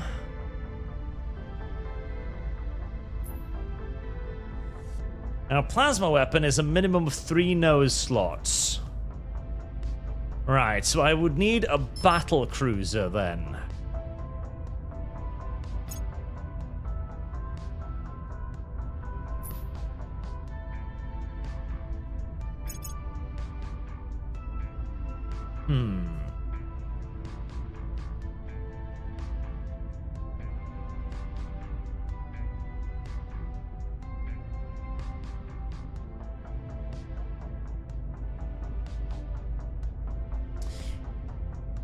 Destroyer leader. A battle cruiser. Oh, it's a destroyer. It's a small escort vessel. Well, you know, I tried the other small escort vessels and they didn't really work out all that well. They didn't really work out all that well at all. In fact, the small escort vessels were all just fucking suicidal, basically, so we've given up on the small escort vessel and we've decided to go for something a bit more heavy duty instead. Yes, that's how that works. Targeting computer, ECM, muon, spiker, tin droplet, quantum battery. Now, Helion Nova Fusion would get me 1G combat acceleration, an assload of Delta V, but I'm gonna need like 30 frontal armor and 3 mid is probably enough. 9 milligis. With 6 engines, that's 21 milligis. That's not bad. That is not bad at all. Helion Nova.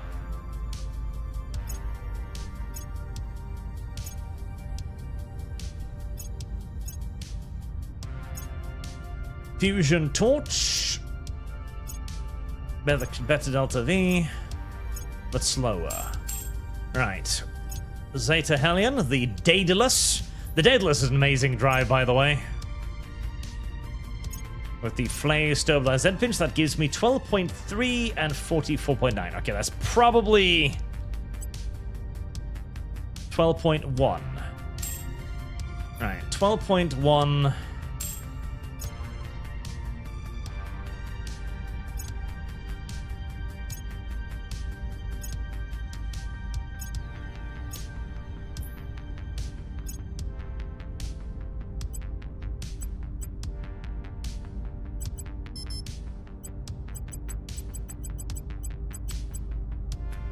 Right, 17 fizzles per tank, which actually isn't that bad. Not for ships that you expect to go out there. 135.6 milliGs, 5 Gs combat acceleration. That's pretty nippy.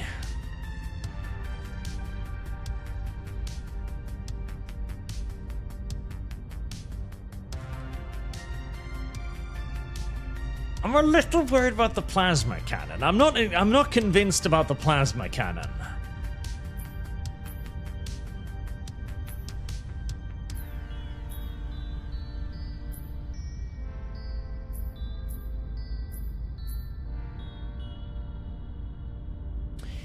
Okay, 135 and 4 with the Helion Nova Lantern.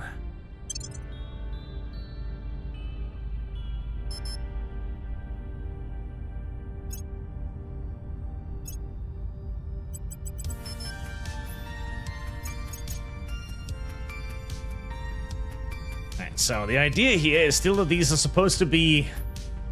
These are supposed to be light ships. These are supposed to be light escort ships. I'm using battleships for them, but they're supposed to be light escort ships. That's the theory. If reality does not even remotely closely bear out that theory, then, well, fuck reality is, I guess, what I'm saying.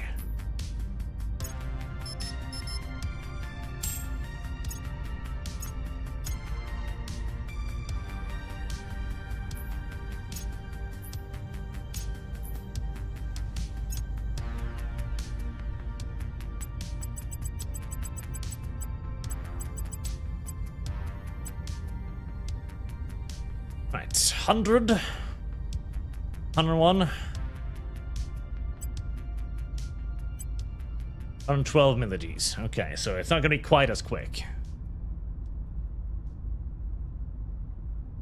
A destroyer. This really doesn't feel like a destroyer to me. This really doesn't feel like a destroyer. An 11,000-ton space destroyer.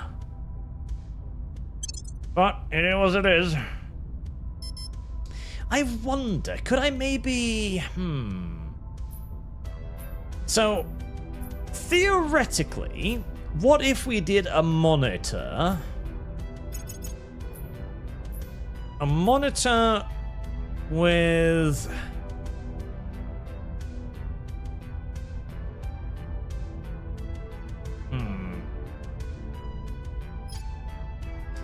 Antimatter torpedoes. I don't think I could even afford that, unfortunately. So we could have a plasma battery and 2-point defenses. Right, with that and ECM on it, and the muon spiker.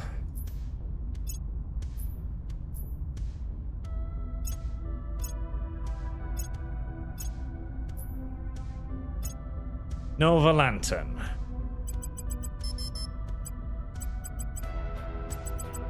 Okay, so that would be fast as fuck, but would that be able to defend itself against anything? If I gave that 60 frontal armor, that's still...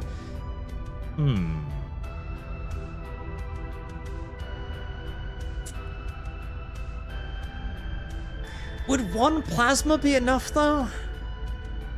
I feel like that one plasma is just never gonna work its way through whatever it's shooting at. It is speedy as ever-loving shit, though, which is nice. Also, I probably don't want exotic armors, honestly. That's probably a little bit too much.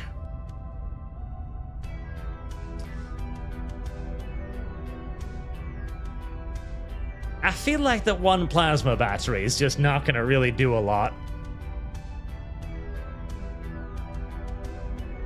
Not unless I've got like 5 of them. At which point I might as well just make a proper ship.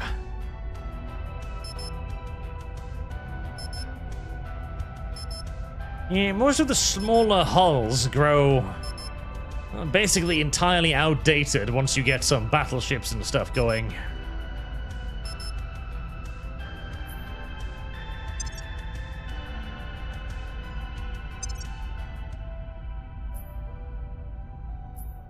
Right, let's try the new pattern then.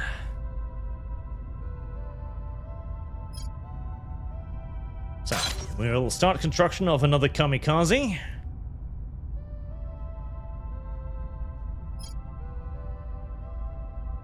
And we'll escort it with 2 destroyers and a destroyer leader. I am probably wasting a lot of resources on experimenting with small fleets here, but it would be great if I could be able to take out alien bases with a small fleet, rather than with literally just everything. That would be nice.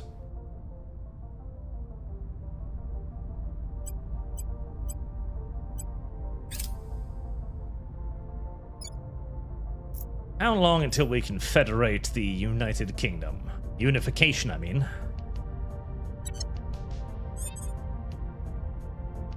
March 24th.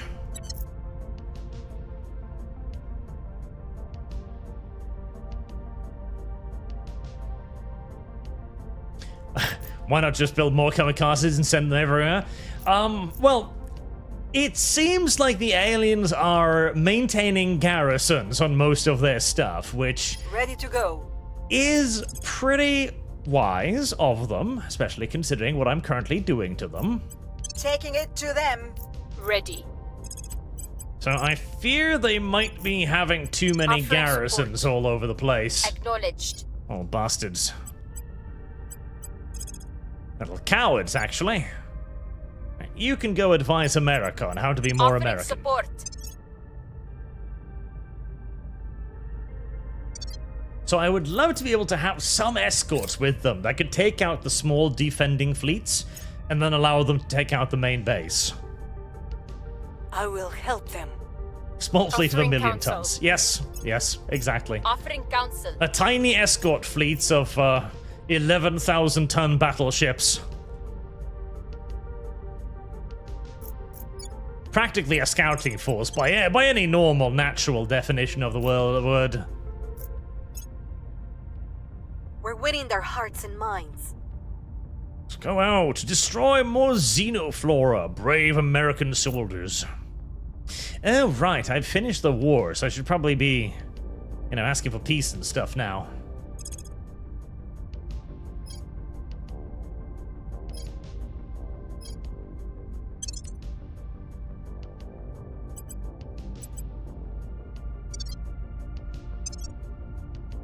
Right. What would a Titan look like then? So, Titan.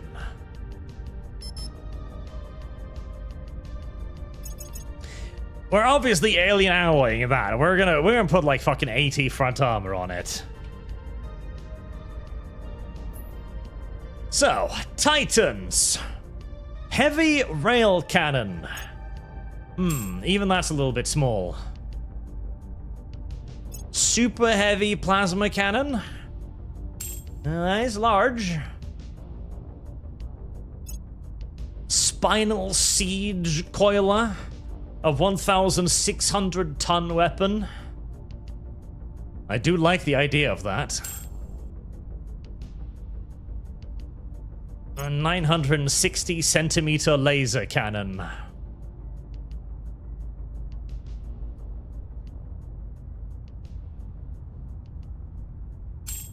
You're going to be taking on capital ships, so Spinal Siege Coiler it is.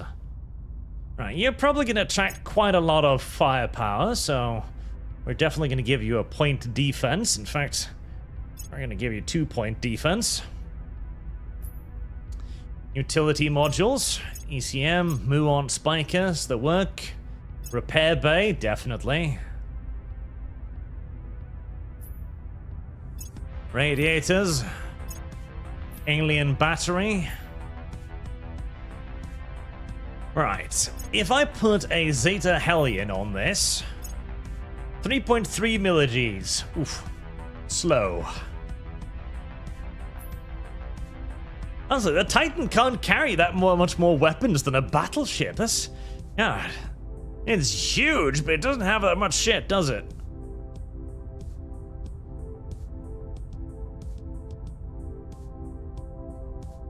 Heavy coil gun battery. That's all it can. That's all it can carry. Damn. I'm somewhat disappointed, honestly. 3.3 millig's. Slow. Right. What about Helion Nova Lantern? 10.2. Better. The Firefly. Yeah.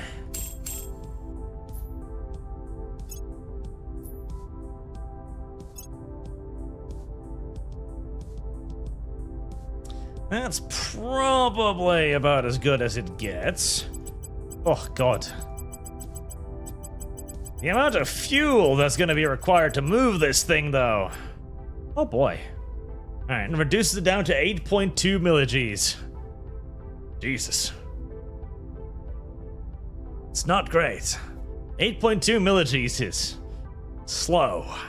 That's a defensive monitor ship right there, if ever I've seen one.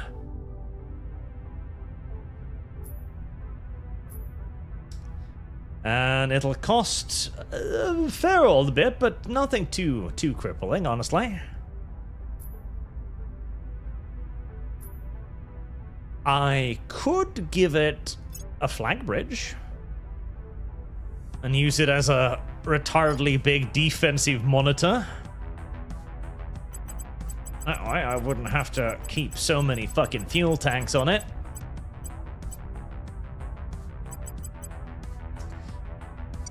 Yeah, the Titan is not... The Titan is not supremely useful, tragically. Score one for the good guys. It's just big and dumb, and it doesn't have enough guns. It needs more guns. It needs way more guns. Doesn't have enough guns. Alien administration annexes Uganda.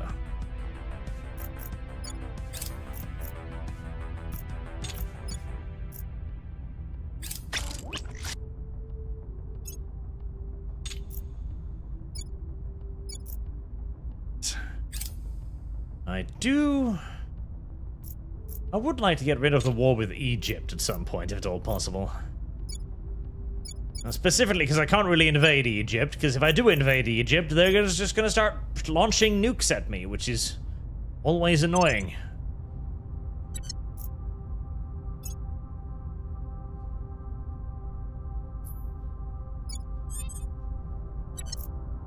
Reporting in. You continue Going in destroying alien growth. Standing Local by blood for brain. orders. Time to make our move. Standing by for orders. Heading to the capital. We might as well get rid of some of these silly little wars. You at war with somebody? You're at war with Britain. Where Why to? are you at war with Britain, Russia? On my way to the capital. I don't remember that. Offering counsel.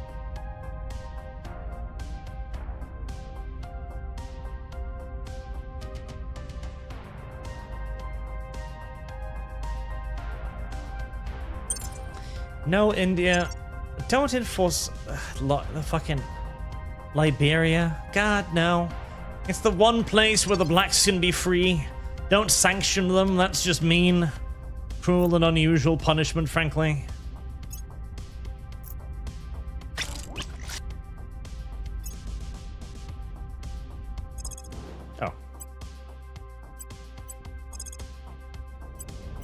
Yeah, don't mind the little kamikaze. He's not there for the defense fleet. Mission complete.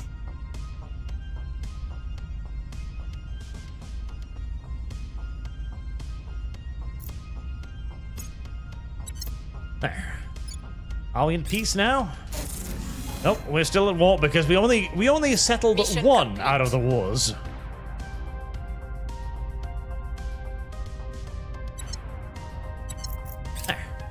Mission Now everybody's complete. happy. Yes, declare peace with England, please. There's literally no reason for Russia and England to be at war with one another right Target now. destroyed. Target destroyed. Literally none.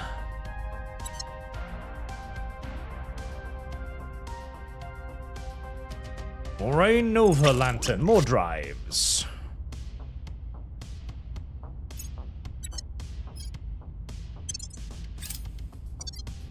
Is the Great Blue Fleet back yet, or is it still... Nope, it's laboriously dragging its wounded bulk back through the warp. Oh, not the warp, but... just space in this case.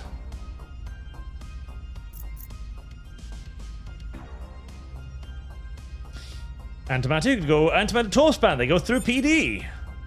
Yes. Yes, I do think I might do that. Reporting in. For now, I just need more metal to start making the giant capital ships, which are already in production. We're going in. Standing by.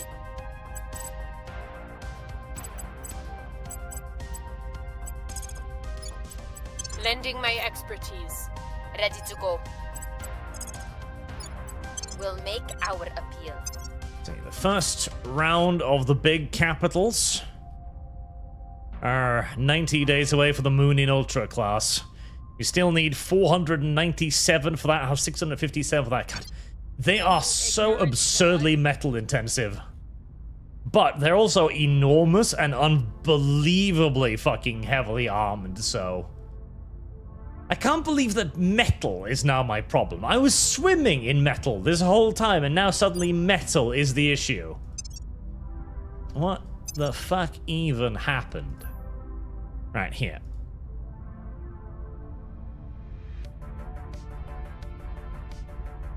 Oh god, I don't even have enough boost to bring it up to them. God.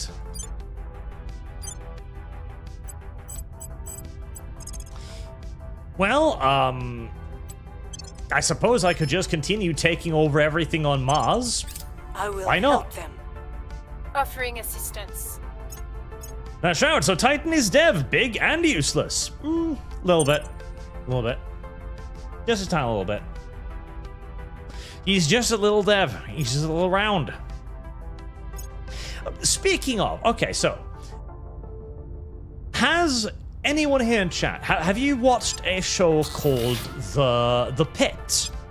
It is a medical drama show about a emergency room called The Pit.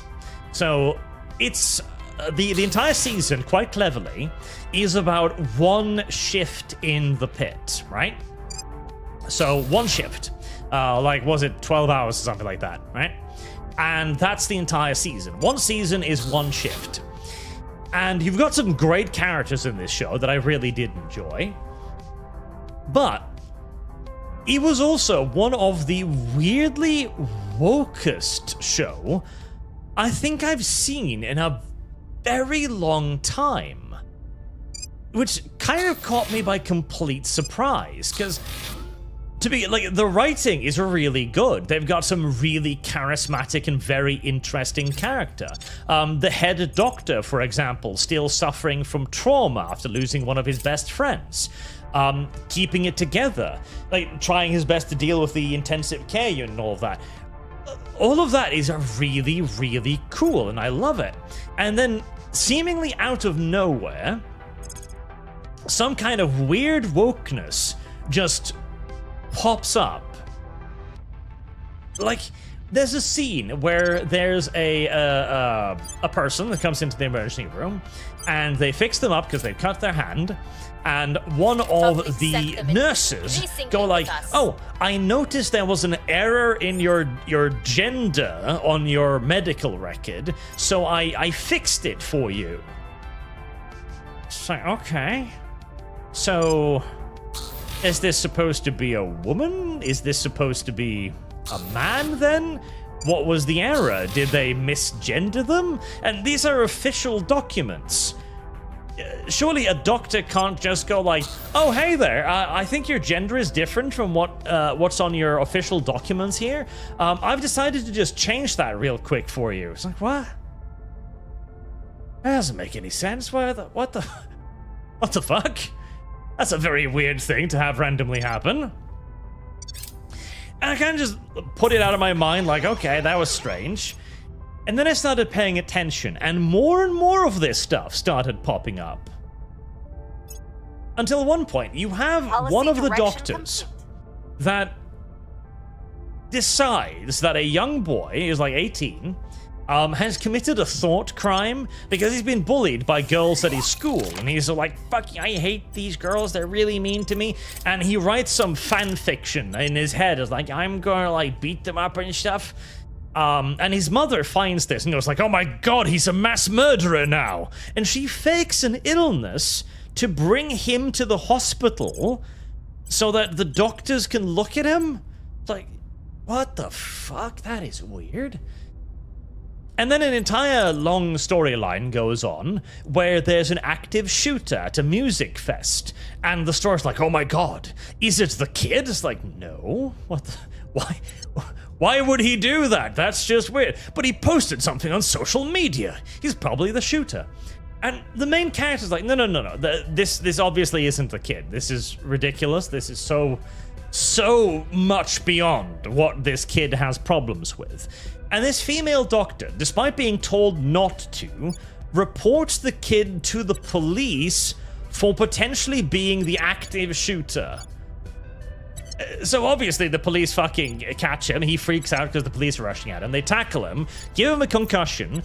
They lock him up for like 72 hours. They force psychological care on him because he didn't do anything. He did literally nothing wrong. And this doctor who did this is just like, listen, I know you're scared right now because, you know, I sent the police after you and I've called you a shooter and a murderer and I'm telling you to get medical aid and I'm not going to let you see your mother and I'm going to confine you for 72 hours. I guess you're afraid, but listen, women are afraid all the time, so fuck you, male. What the fuck?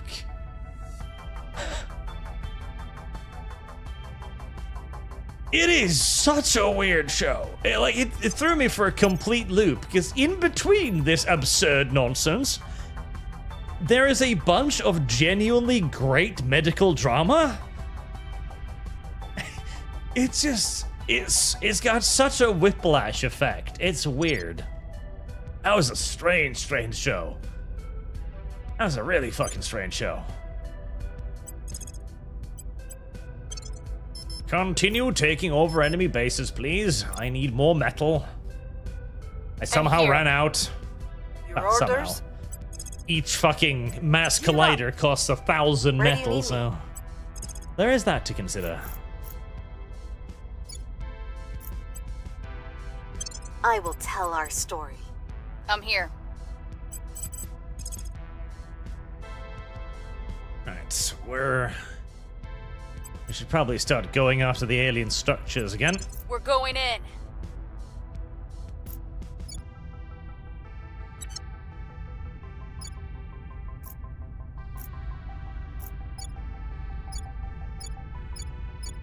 Now, unfortunately, I can't actually get in there to kill most of this megafauna because it's rampaging in territory that isn't actually my own or that I have access to, which is unfortunate.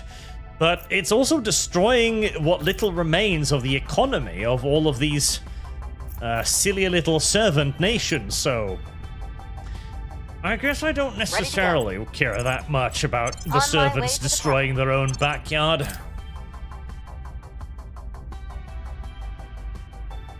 Lending my expertise. Offering support. Random document can't change that on. That's not proper procedure. Yeah, no, that's what I figured. That was just weird. Like, So I'm sure lots of people have heard of or seen the show Grey's Anatomy, right? So Grey's Anatomy is this also kind of like how do I describe that? It's a show that has been around for like ever, right? For just absolutely ridiculous amounts of time. And it's still going, and it shows no apparent signs of ever ending. It's just a show that seems to be permanent. A permanent fixture in reality now. Okay, fair enough. Many of the first seasons are actually really quite good, and I enjoy them quite a lot. And slowly that show, you notice... Jesus, I just had a 2% fail on an invasion there. Nice. But that show too gets slowly more woke and gets worse and worse over the years. Until, I remember during COVID, they're still airing this medical drama, and the main character gets sent into a coma from COVID. A coma that like 3 seasons later they still haven't recovered from. We're winning their hearts and minds. It's like they genuinely thought that COVID would be this really big deal thing and really dangerous like all of the other people. And then it didn't. It was a wet fart in essence that mostly just provided people with a wonderful lesson as to how tyrannical the government can be if you let them. And the show seems unable to move on from that. It's like, no, it's totally still dangerous. Please, guys, give the disease a few more months. It's just a little tired. It'll become dangerous again. Trust me.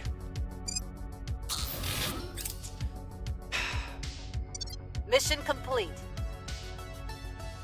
Can I unify with... Right, do I need to declare war on anyone? Yes, the alien administration.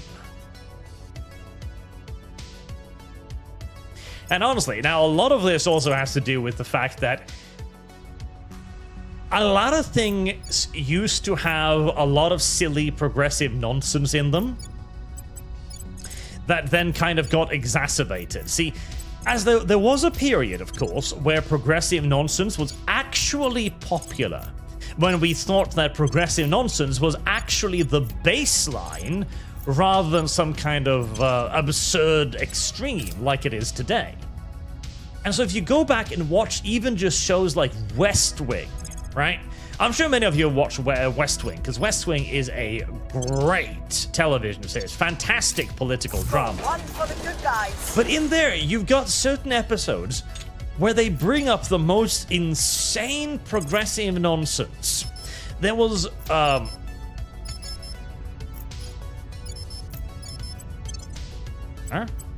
Oh, do you not have navies attached? You don't have navies attached, don't you?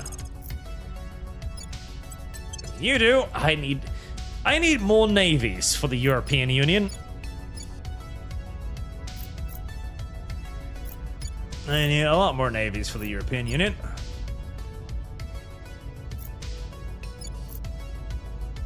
Right, now we've got 2 more navies there, right? And again, they've got 14 fucking armies, so I suppose that's not too surprising. But there's an episode where they're pushing forward the idea of letting children vote. For the good guys. And they're bringing out one of their clever characters, one of the smart guys, to go like, oh, children shouldn't be allowed to vote. And then he doesn't make any arguments as to why not. And then the fucking 14-year-old bamboozles the clever character. So he's like, oh, maybe children should be allowed to vote. It's like, what the what? And looking at it today, it's like, that's obvious nonsense. What the fuck are you on about? A child has no commitment to the system. He doesn't pay taxes. He's never encountered the government.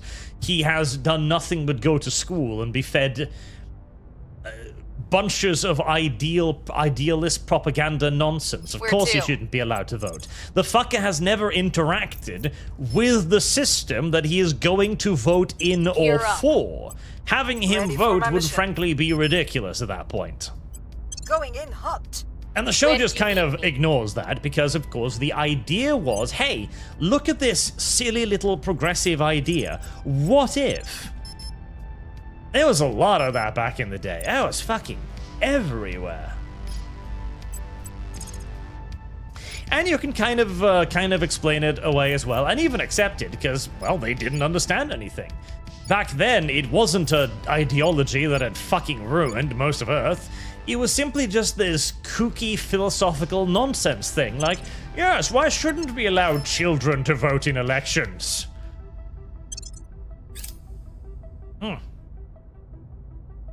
Offering support. I will help them.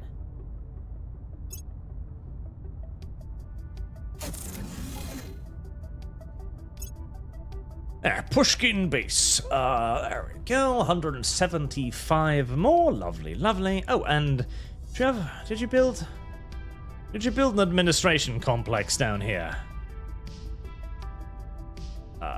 Yes, there it is. Derp. I'm just blind. More base metals, more. Purnulu base. Purnulu base. That is quite the name to give your base. Purnulu base. Yeah, that's more fitting. Hands up in chat, anyone that remembers or knows what that name is about. And you'll carbon date yourself. Venezuela has detonated a nuke now. Good for Venezuela.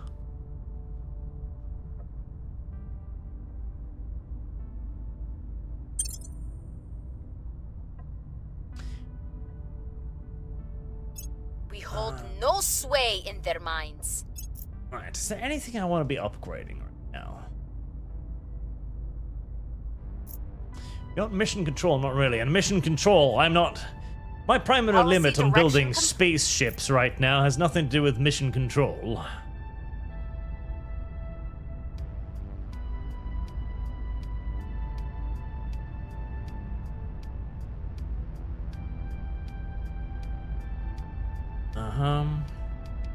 Yes, disarm some nuclear warheads, please.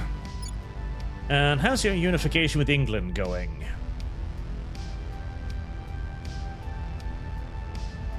European Union. 20th of April. CLZ is secure. Time to start getting Target fucking remains alien factories operational. destroyed too.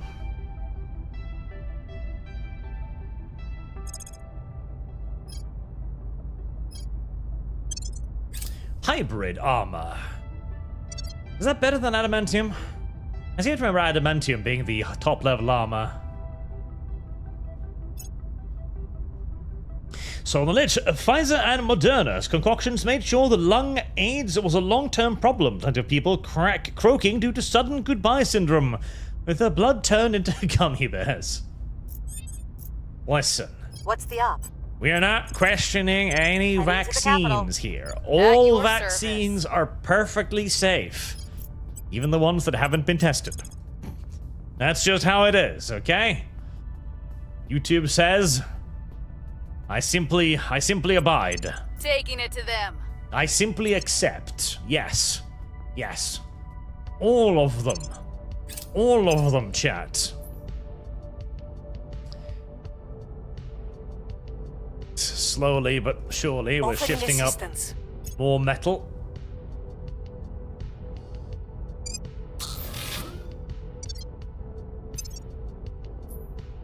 Lending my expertise.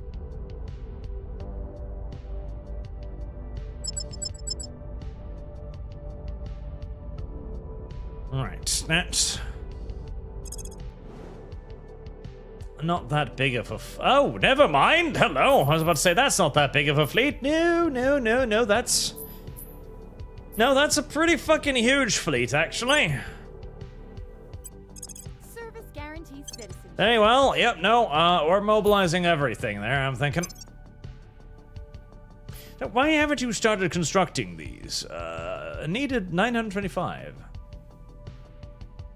925 more? Jesus Christ.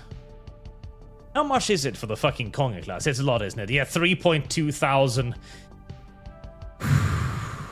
Yeah. Those are expensive fucking ships.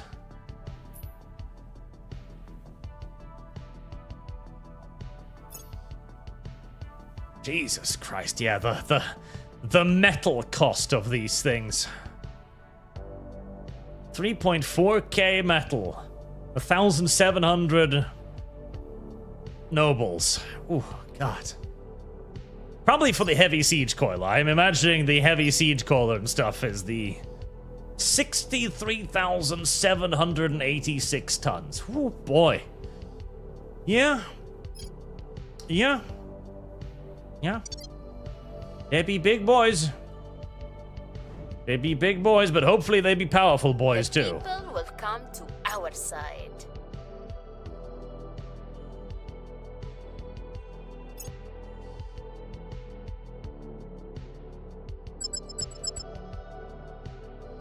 Oh boy.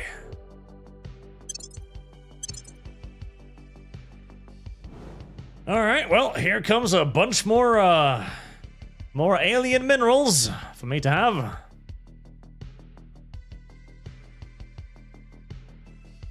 A bunch more fucking minerals for me.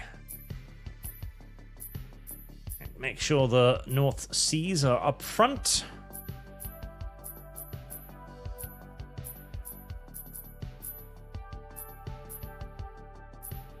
And there should be a commander class in there somewhere.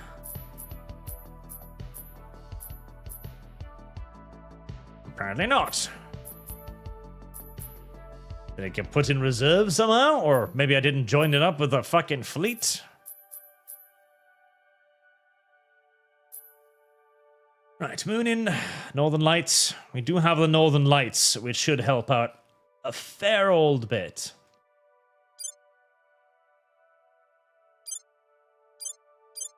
North Seas and the Hugins, all target.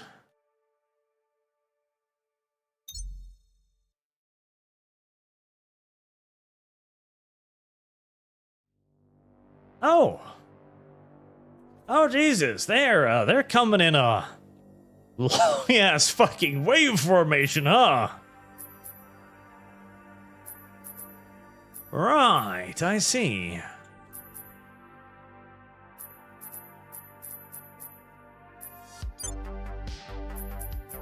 Right.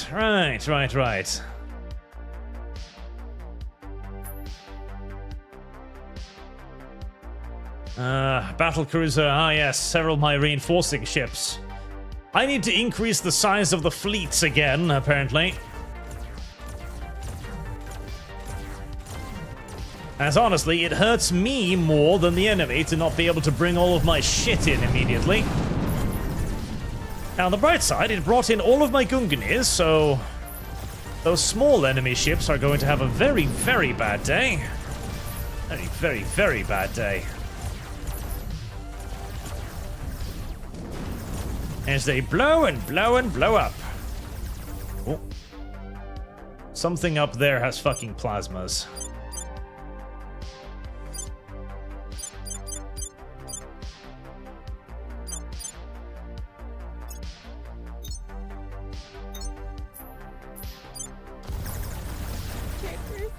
Ah, that's the one. Paul Mountain class. You nasty little things. Right. Engine damage. Loads of engine damage. Switch to the other one. And the last one. I'd rather not have any plasma impacting on my flanks, please. That one might just be too fucking far away.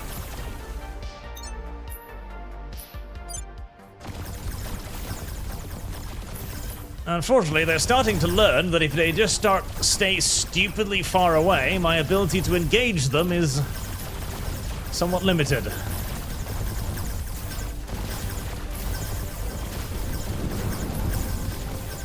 Luckily, all of the shit to my front has pretty much been able to blow up nicely.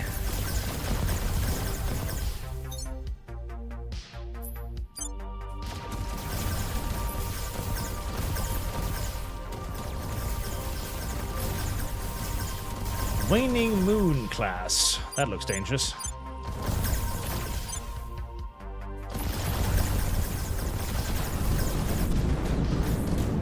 Most of the enemy's small ships have been knocked out. That fucking plasma thing over there, though. Which is so far away, I can't actually even get it.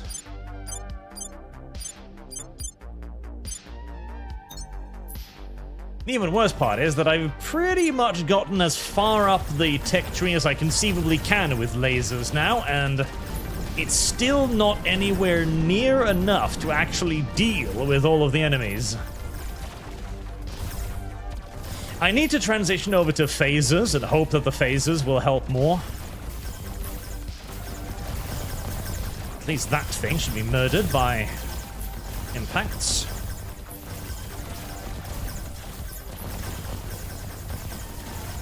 Unfortunately, that thing is simply too far away to be engaged effectively. Smaller thing that we can actually hurt. Screwing with its navigations at least, so it's making it a bit more difficult for it to fuck with me in return.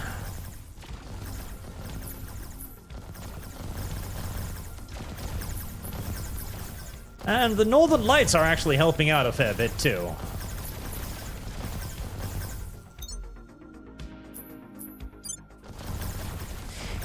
I might need some plasma cannons, because plasma, I don't think, gives a shit about range. It's just working their way through the enemy armor, that's the problem. So possibly a nice big ship carrying assloads of plasma could be a good answer to those ships that are kind of hovering outside effective range of the lasers.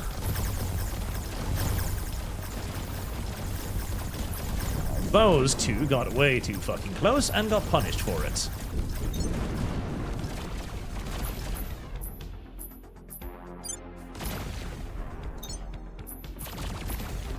Turn the guns on those.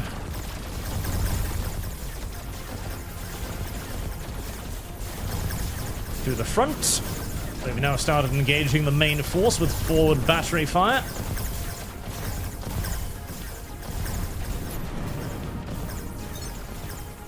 Our mountain class is coming in for another run. I should probably turn the lasers on that before I get some plasma shoved up my rear.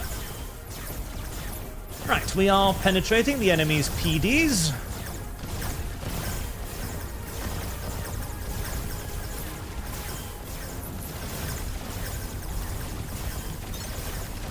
And now we're close enough to actually do damage to the thing.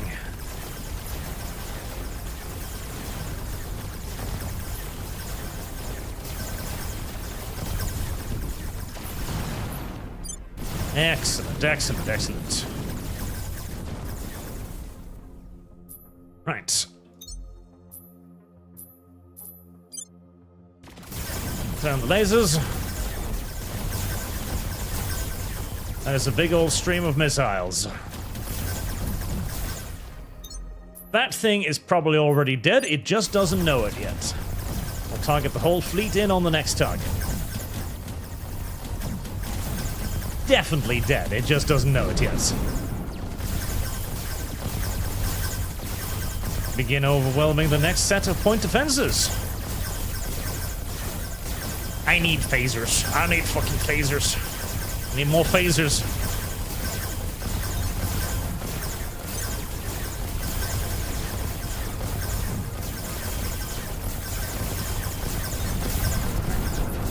Change the target.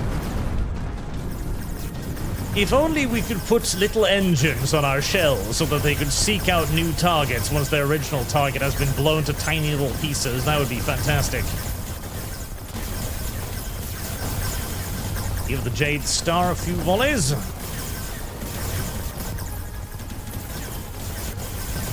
And once that has been convincingly silenced, get on that fucking plasma boat.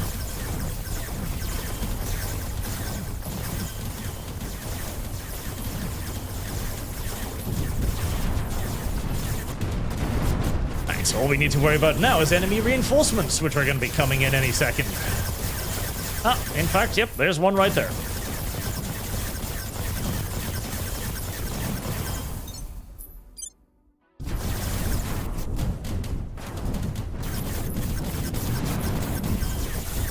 That's what you get. I'm really upset that my lasers still can't penetrate the front armor of enemy ships. I feel like at this point they should. I've got so many laser engines and so many upgrades. I feel like they deserve to be able to do more damage than they do. Cripple them all. Don't worry about destroying any single ship right now. Just beat the fuck out of them until they're not shooting at me anymore. I'll worry about actually destroying them shortly thereafter. Right. Now we worry about destroying them because they're about to ram my ass.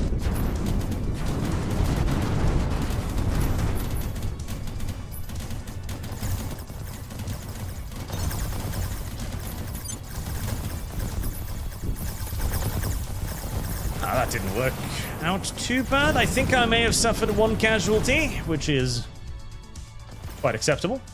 Dr. T. Moneybog, Dog, have you seen the show Blue Eye Samurai? Has some decent characters, lots of violence, and NTR subplot. Worth a watch. I have not seen that one. No, I might check it out. Moonfell, yes, Arch, produce more antimatter. Export strange new worlds and bang the hot green chicks. Will humanity flirts allow the hot green alien chicks live? Flirts? I mean, as I've always said, if the first alien life we run into is hot, I didn't lose anything. Oh, fucking brilliant. Nice. Loads of alien materials.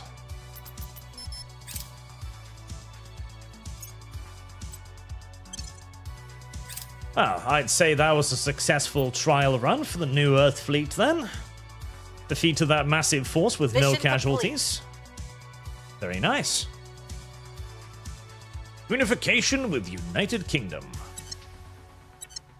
Finally, England will be able to enjoy the infinite quantities of pointless bureaucracy that the rest of Europe has been forced to endure for so very, very long.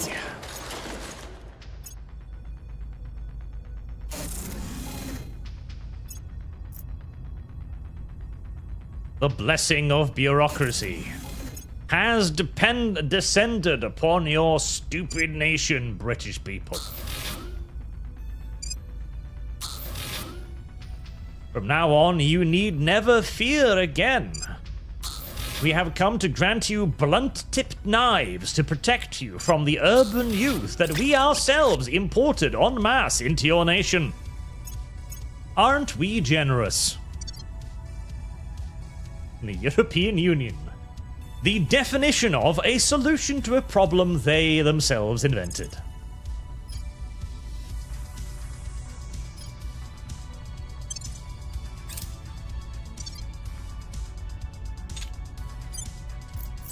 And now, Spartans. You're not slacking off, are you? We need more habs, more metals. It's never enough. We'll be out again in 10 years. Oh, you managed to get out once, but at what cost?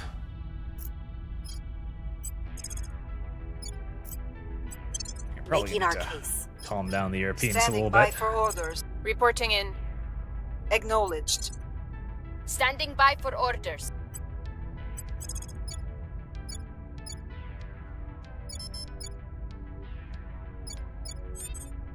Most things are actually pretty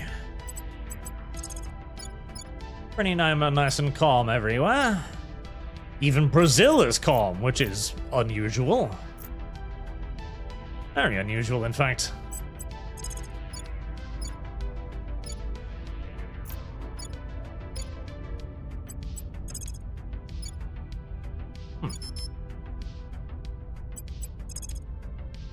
Well, We I can must do some public persuade campaigns in people. Turkey. Nobody is trying to take Turkey away from me. Probably because I'm just ruining their economy right now. Boosting their inequality as high as I conceivably can. Boosting their inequality, loads of oppression, loads of spoils. I'm just trying to destroy this country. Because if I destroy it, I'll never need to worry about it ever again. God damn it, Spartans. I keep telling you to try to not blow up the massive fucking mine shaft. But every time, somehow they manage. It's a mine Offering shaft. counsel. It's a Offering fucking counsel. 100-meter wide hole down into the crust of the planet, and yet every time, somehow, they manage to destroy it. I don't even know how that's possible. And yet... Right, this time I'm actually looking for a metal-rich asteroid for the first time ever.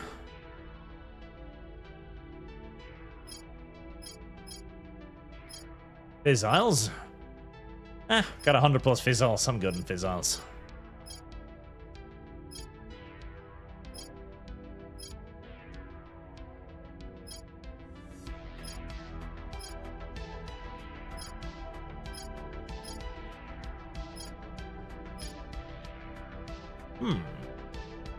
Yes. Yes, I think so. Give me that one.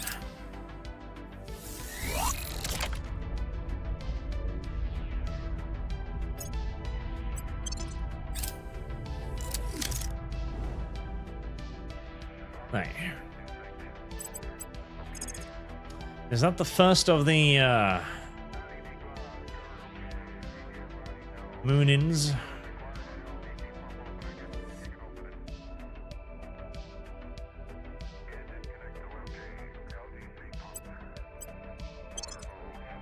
Yep, the first of the ultras.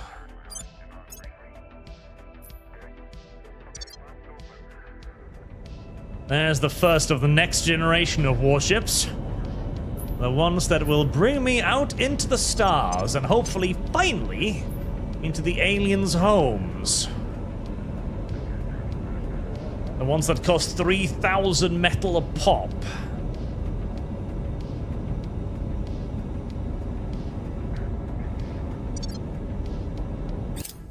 We've moved the needle. We've moved the needle. You ignorant slut. Damn, it took long to destroy leader. Fuck, the destroyer leader takes a long time to build.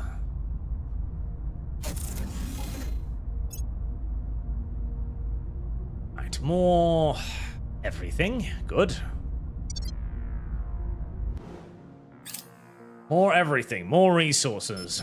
Now it's time to just start outproducing the aliens. Else is secure. Outproducing, destroyed. outmassing, outnumbering. Crushing. Mike Merchant, I think I know why the mineshaft keep getting wrecked. The little shits are testing nukes. They might be, yes. And this is a tactical nuclear weapon. Don't use it unless absolutely necessary. Oh. Well, we're very good at determining what is absolutely necessary, so don't you worry about that. We have an excellent track record in destroying everything we touch.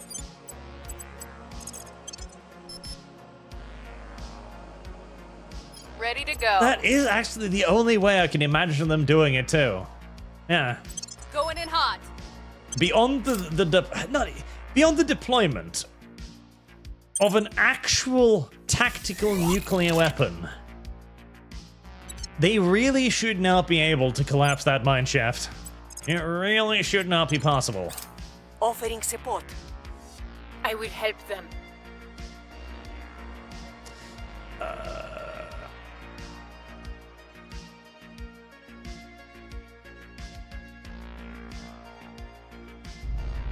Oh, is this in Africa?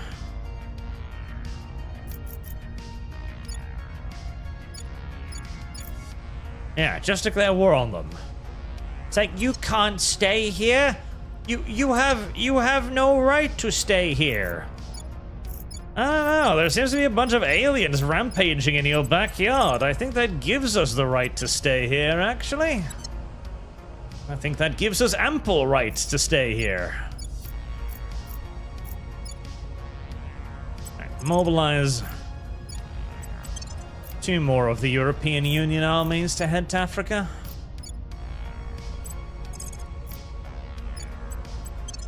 Apparently the blacks didn't learn the lesson the first time.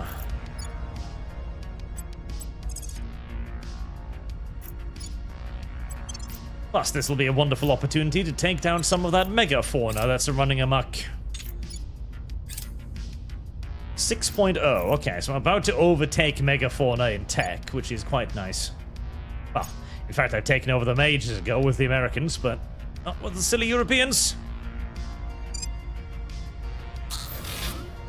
I don't need a space work there. What I need is simply just more and more energy.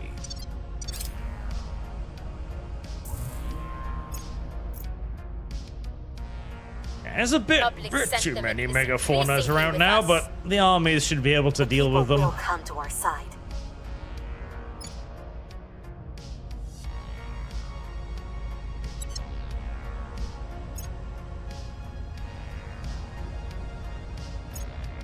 African Union time? Oh god, no.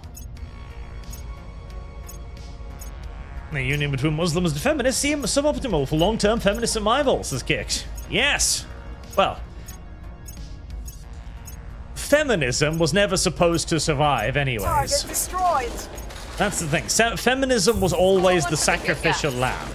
Feminism was something that was utilized by early progressivism as a means to advance their initial ideas.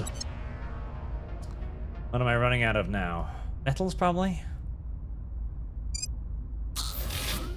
It was always intended to be abandoned in favor of more extreme progressivist goals.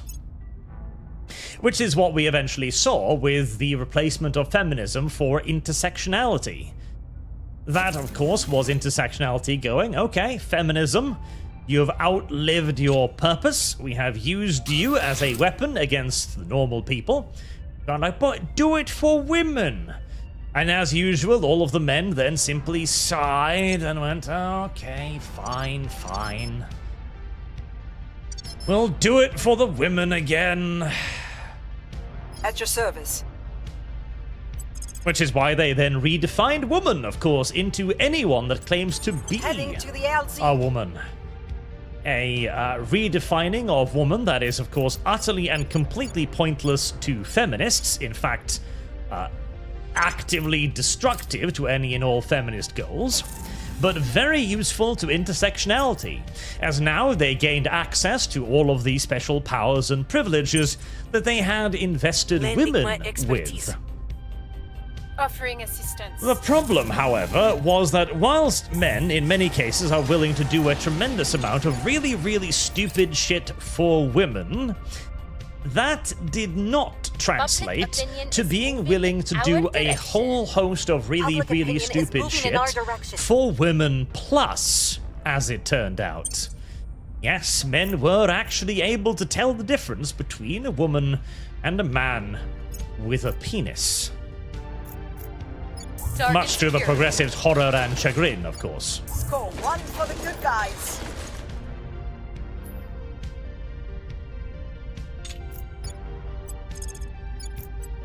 Let's make sure that we spread you out a little bit. Also, just so I can see when you actually receive your navies. There's 17 armies. That is so fucking many armies.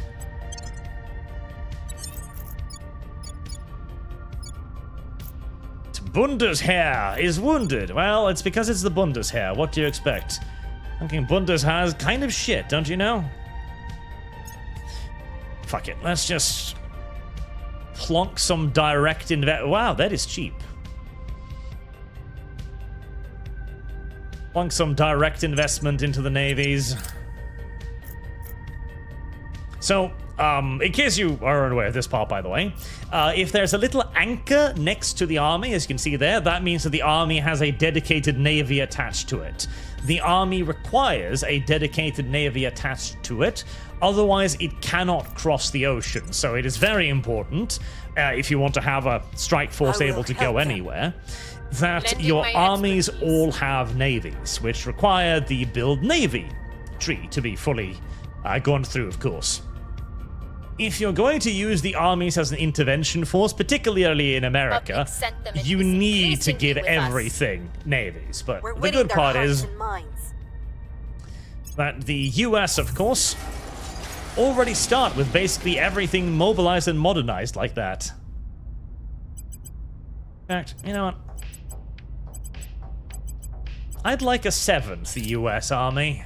Maybe even an 8th. The LZ is secure. I am losing faith in the Target European secured. Union's ability to keep Africa safe from the Africans. I might need to mobilize additional forces.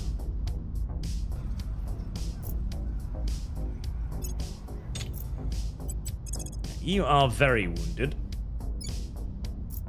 I'll send you back home. Come on, conquer Kenya. It's just Kenya, it can't be that bad. Another bit of extra metals, excellent. Give me more, give me more, give me more, give me more.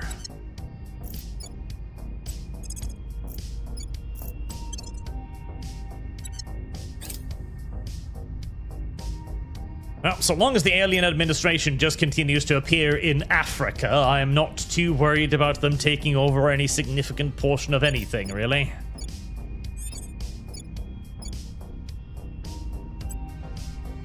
Right, you've almost conquered that region. Good. Ready for orders. Reverend Norse, Ready. you usually do your work in America, but I Offering think it's support. time for you to go over to the Standing European by for Union orders. and help them out with military advice, as, well, frankly, Heading to the the locals LZ. are kind of continuously fucking up this whole warfare thing, so if you could teach them where to shoot the aliens, I'd be very grateful. Oh, hey! For once, they didn't blow up the mine shaft. Good job.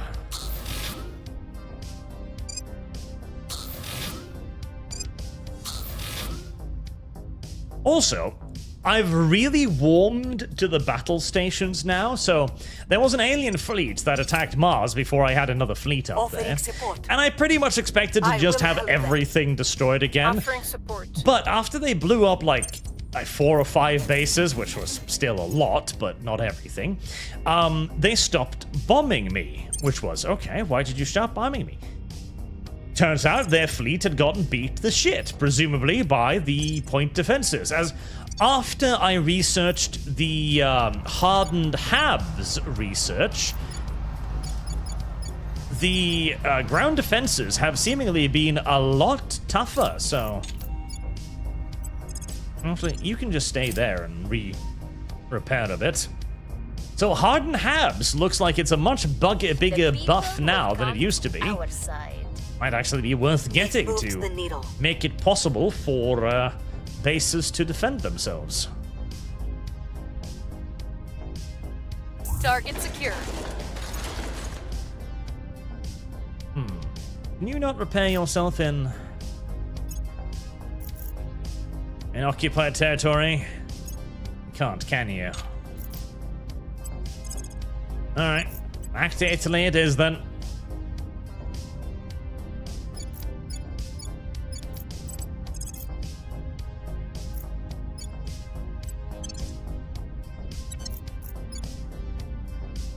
God, I still have 6 armies without navies. Fucking hell. Oh boy. Well, that's gonna take a while to make all of that amphibious. That'll take a while indeed. Alright, cut mission control funding for now. We just need to keep boosting their armies and getting some goddamn navies up so we can actually move the European forces to Africa. They'll be more useful.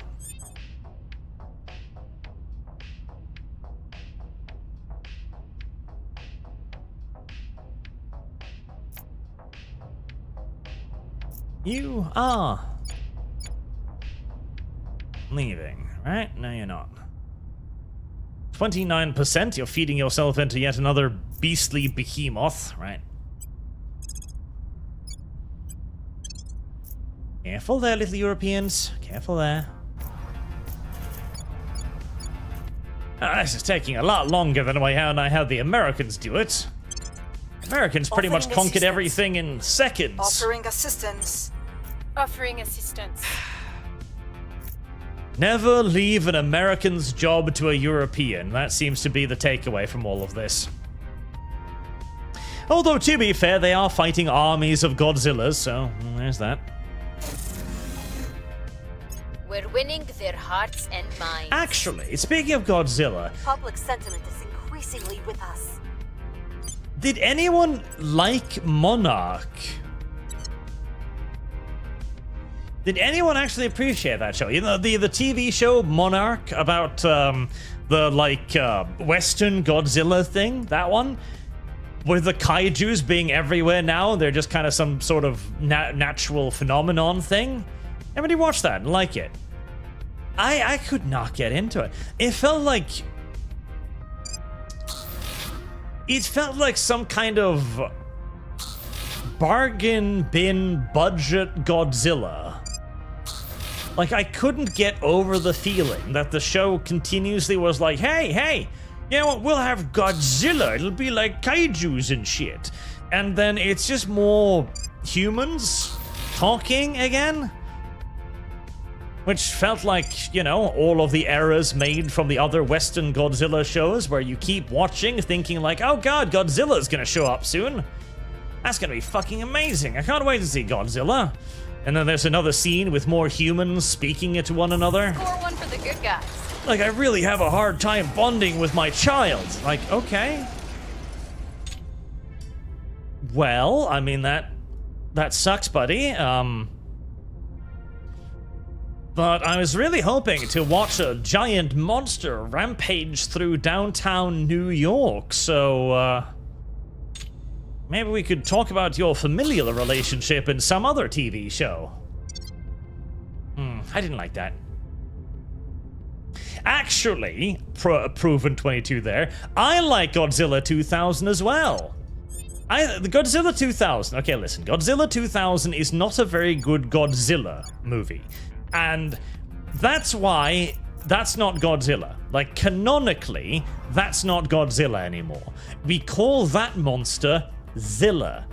Zilla has actually featured in actual Godzilla movies as a cameo.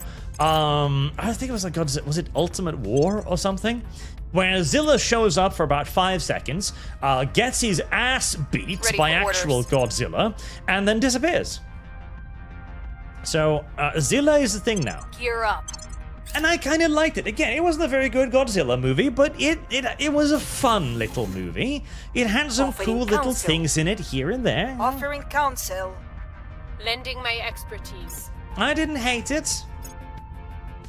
Alien War Dog. The body of the creature we have, in the absence of words, to better reflect this beast's frightful appearance, named a War Dog. Has been sent for further study. A pre-autopsy assessment has confined it to be non-sapient. The brain is small, encased with an unusually thick skull, and as with canines for which it's named, this appendage will simply not be capable of operating tools or weapons. The War Dog's corpse does display some visible commonalities with what we have absorbed of the primary aliens, suggesting that they may originate from the same world. But this particular creature bears all the hallmarks of a subservient race. It's clearly a natural-born killer, and perhaps even an apex predator, but trained to obey and attack. Wow, doggies.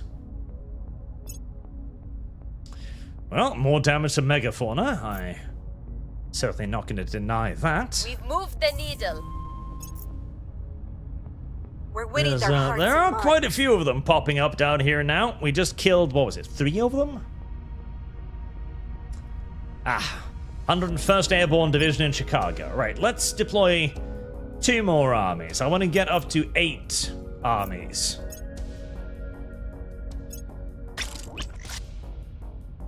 Konga-class Dreadnought, yep. That's the one for the Expeditionary Fleet. Target destroyed. Give the armies a moment to rest and catch their breath, repair a little bit. And we'd probably move on to take over, oh, the African Union! My god! The crazy little alien-loving cuckolds are actually going to try to make the African Union. I don't think they're going to succeed. I'd be very, very shocked and surprised if they succeeded, but still, it's a brave attempt. God, doing an Africa-only run in this game would be an absolute unfucking believable nightmare. Holy hell. That would just be terrible, terrible torment from beginning to end, and basically nothing in between. As the worst thing about doing Africa isn't that it's economically poor, because it can actually be quite economically powerful. The reason why Africa is such an utter absolute nightmare is because of its stability and unity. Lending my expertise. I will have Deans, them. I am ashamed to admit that I used to love Offering Godzilla counsel. 2000 as a kid. I constantly watched it on VHS as a kid. That's fine, because it's a great little movie, okay? Especially as a kid's flick. It's a fantastic little kid flick. Okay, I will admit, when I watched it for the first time, I was very, very confused, because you see, I had gotten access to the actual Godzilla before then. I'd managed to get a hold of, I don't even know how, I don't remember, but I'd managed to get a hold of Godzilla vs. Biollante. And watch that, and I was like just blown away, like holy shit, this is so cool.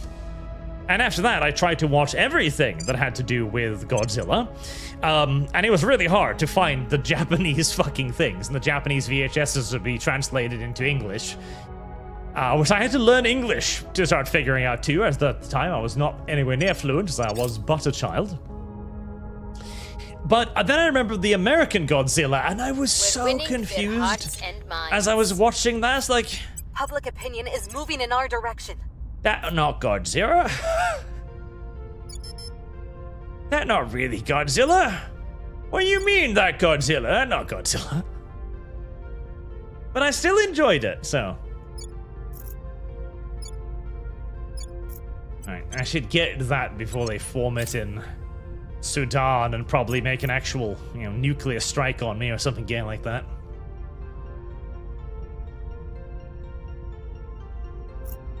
What was I on about? Oh yes, stability.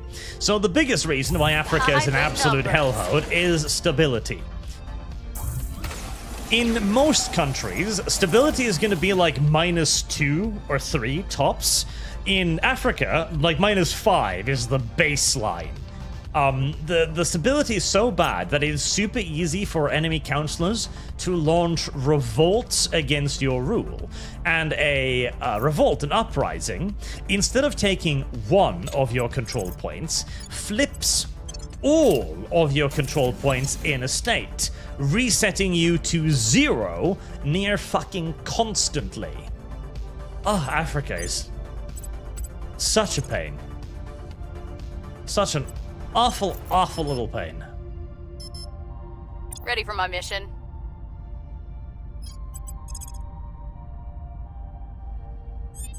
Going in hot.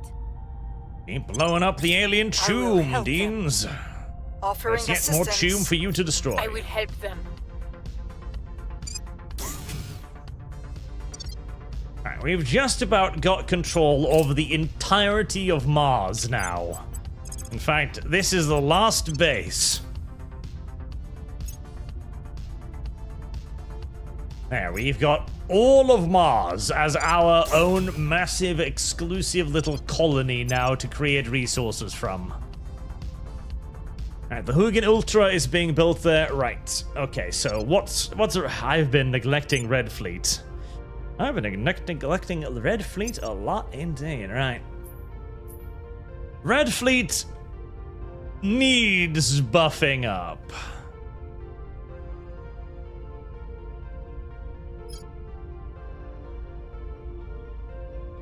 Right, 2 more northern North Seas at least. 2 more Mark IV Hugins.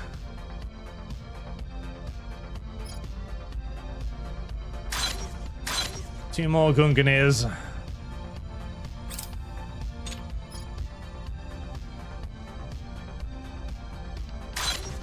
And a North Sea. In fact, 2 North Seas, I think.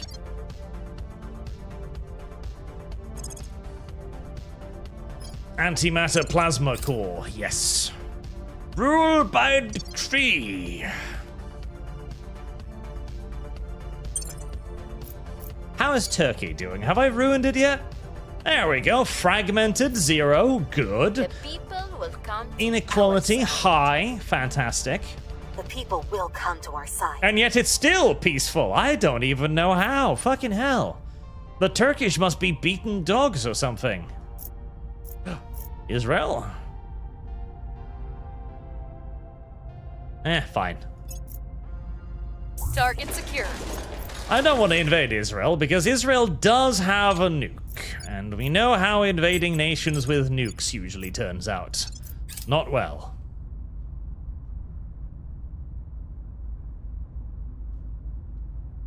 Containment breach? Uh-oh. An alien specimen has escaped containment at a Valentine station. The specimen in question was what our research dubbed a war dog. Oh, goody. Having been previously recovered from the site of one of our past combat engagement with the aliens. At the time, it displayed no neurological activity and was thought to be deceased. Thus, our researchers did not take the most stringent precautions while transporting it to Valentine Station for study. They discovered their mistake when it unexpectedly reanimated and savaged a nearby researcher, before escaping into a nearby ventilation duct. It's now lurking somewhere in the depths of Valentine Station, no doubt waiting to strike again. Despite this, the local HAB commander assures us the situation is under control. With the crew coming up with several options to deal with the creature. Well, I ain't got no Marines.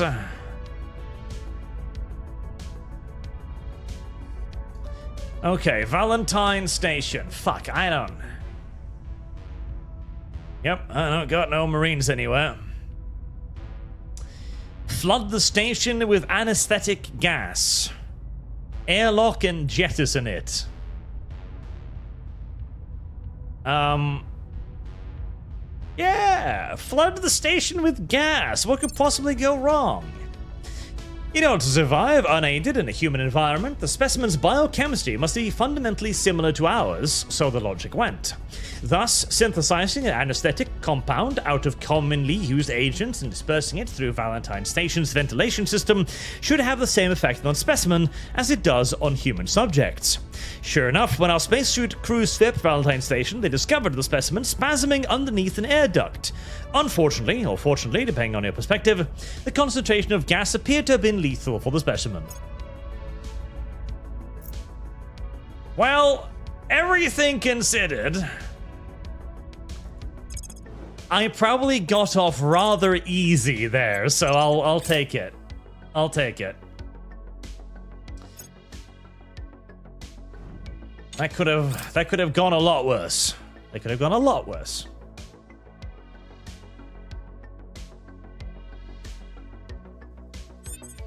Standing by.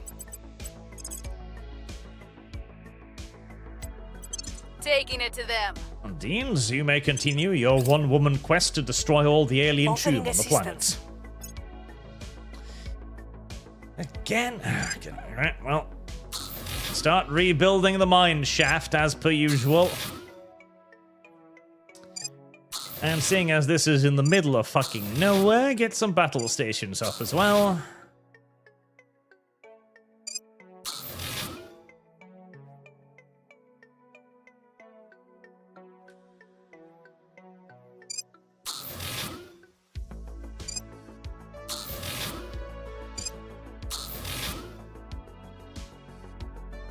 There you go.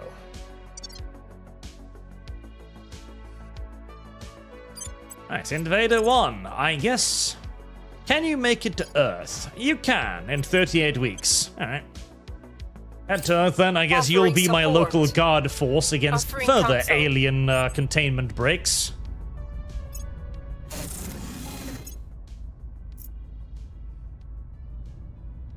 If it bursts out of contamination and containment again, at least we'll have some more Marines soon. Eventually. Public opinion is moving in our direction. We've moved the needle. Ethiopia, you got any nukes? You don't. Huh. Convenient. Oh.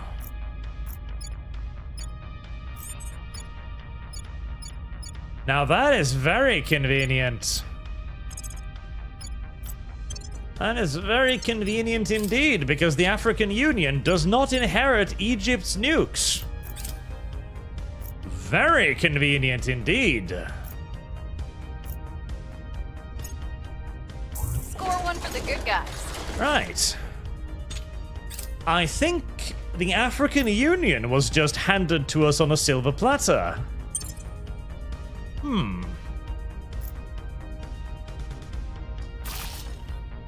Not necessarily sure how much that is worth, but...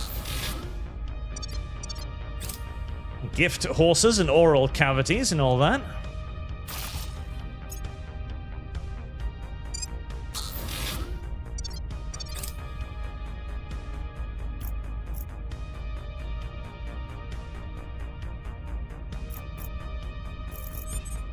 What was the capital of Ethiopia again? Addis Ababa. Yes, that's probably it. Ready. We're going in. At your service. And status. I'm on your side. Go Where and do you improve need the African I will Union's tell our opinion of me, would you? Acknowledged. They need to be must taught about the persuade them. superiority of humanity first. Council. Lending my expertise. Lending my expertise.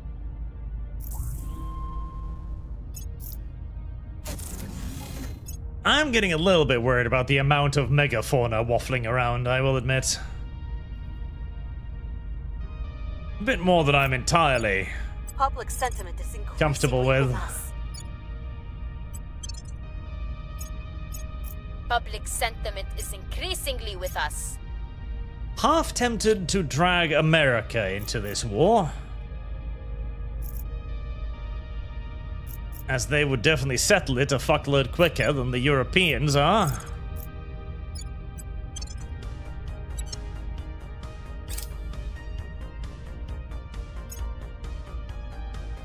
How are you on navies? God, you're very slow at making navies, you know that? Oh, I've actually finally started losing money at Target 113. destroyed.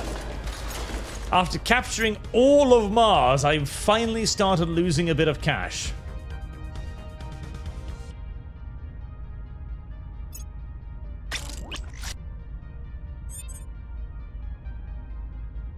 Ah, there's the destroyer leader.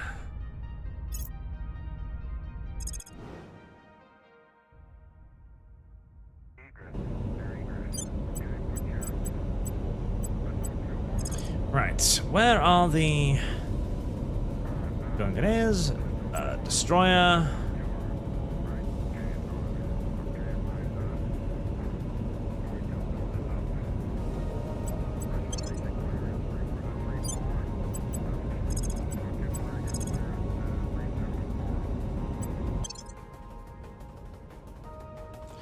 A kamikaze and a destroyer.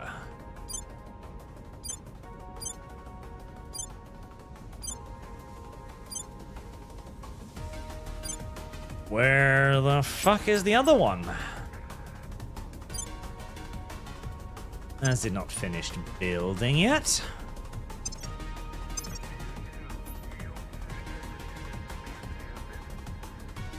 Ah, 9 days. Okay.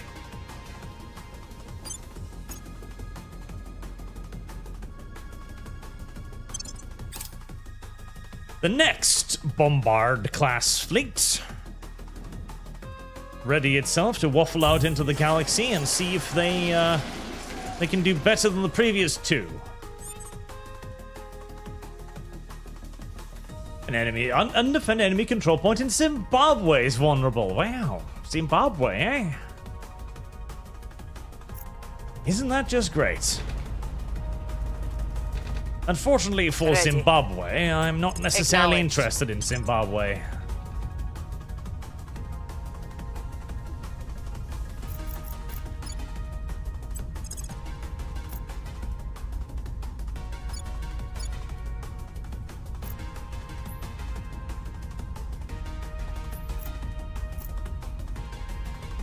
Alright, Sudan still has a nuke.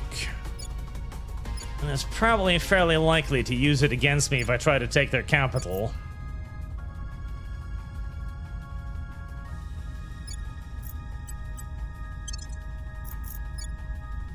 So we shall deploy just one little division to poke at their capital province.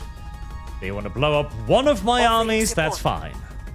I will help them. Prefer it if they didn't blow up all of my armies.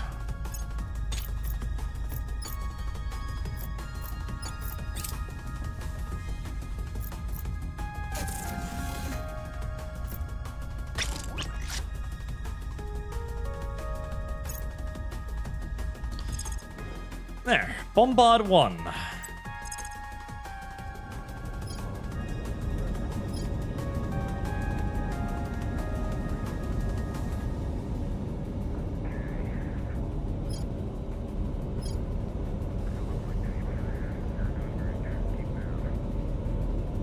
Ostinia? That was a closer base than that, wasn't it?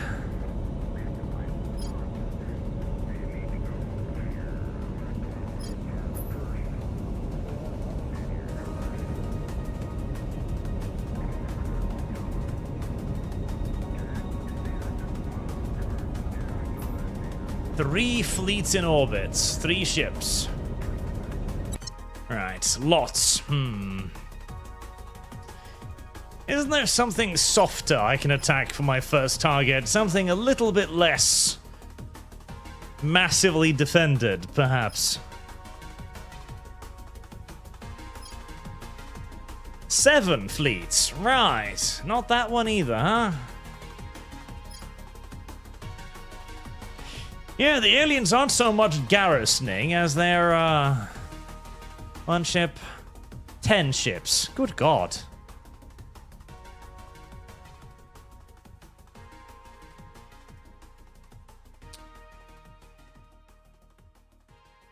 Good God, indeed. Right. I think I'm leaning towards giving up the idea of small harassing fleets being functional. I think, in fact, the entire idea of being able to send small fleets out into space was a terrible idea.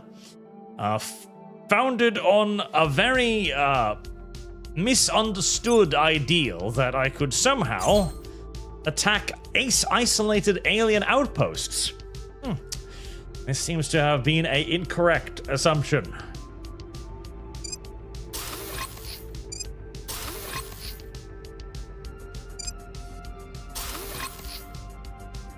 Let's build more spaceworks instead.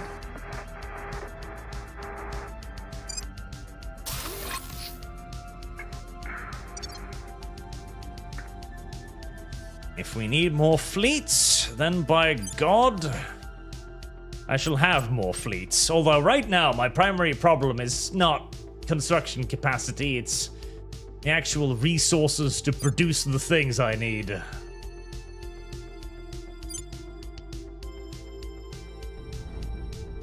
as the front line of warships are fucking expensive.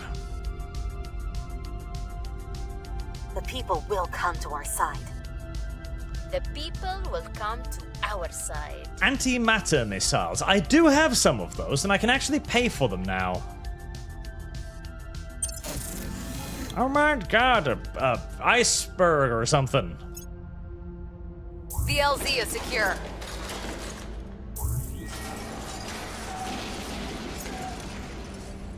Alright, I do actually need to worry about my cash flow now. As the arbitrary global warming thing happens and derps the economy. That and just the sheer amount of buildings I have now.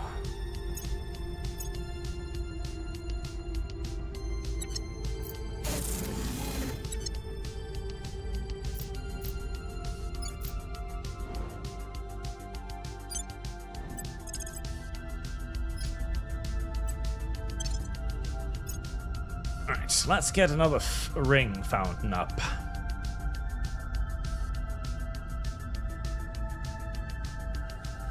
Agricultural complex.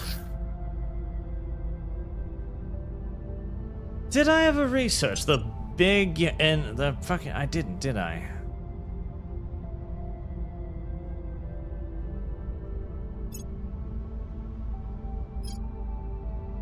Yes, heavy fusion reactor farm. That'd be nice. I could get some antimatter up and running, and I'm already creating a small amount around Mercury. Might be good to just have Your more orders? of that. Taking it to them.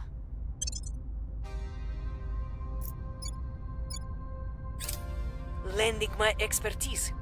Offering support. Offering support. Taking Sudan is going to take a while, isn't it? Yes, I fear it is. Impose the sanctions, derp their economy. Cause them pain and suffering whenever possible.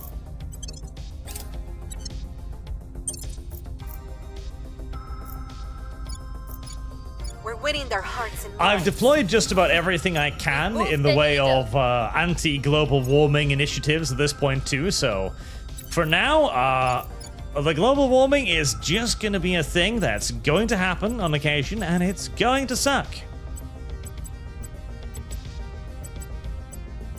We are not going to develop an atom bomb, we are not going to build armies or navies either. Our mission control. Make some boost, I guess, if you really want to.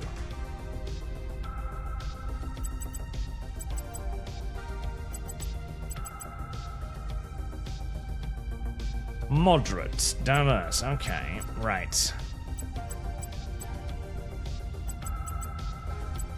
Maximum spoils. No unity. No military.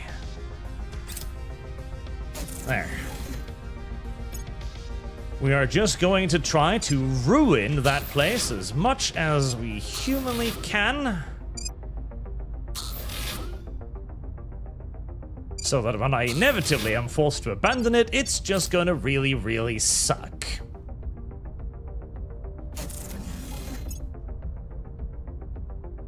And it won't be my fault. The place is ravaged by giant monsters every day.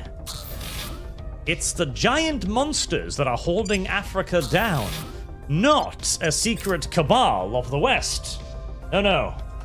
Despite all evidence to pointing towards that exact thing, that is not in fact the case. Yes, yes, economic contractions, yes. Make Africa shit again.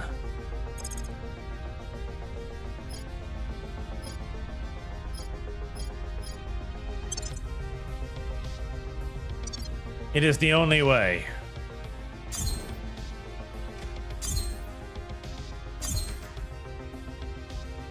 Right, now, where was that new station I was building?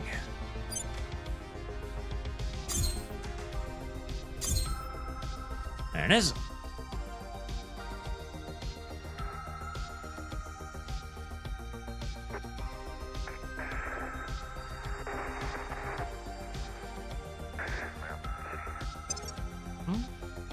Oh.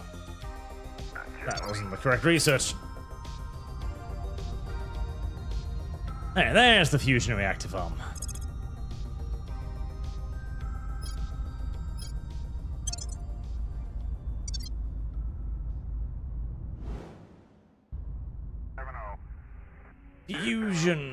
Heavy fusion reactor farms. There we go. 900. Excellent.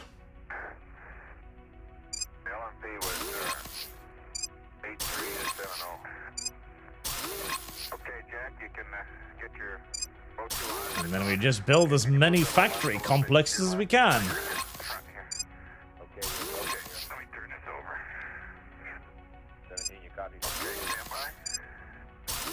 Not only is that going to give me a massive amount of cash to make up for the shortfalls of the enormous navy I'm currently constructing.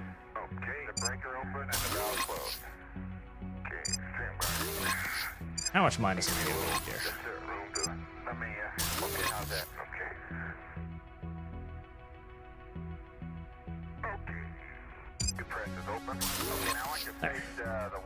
But it's also going to boost the economy of Earth in its entirety.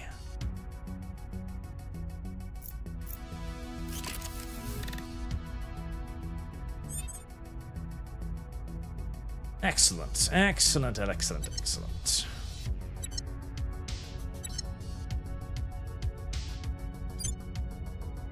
Alright, so 3 of my new major capital vessels are finished. That's probably not enough to go wandering off into space to try and find something to destroy, I'm afraid. Pretty sure they're going to be ridiculously heavily outnumbered if they go anywhere.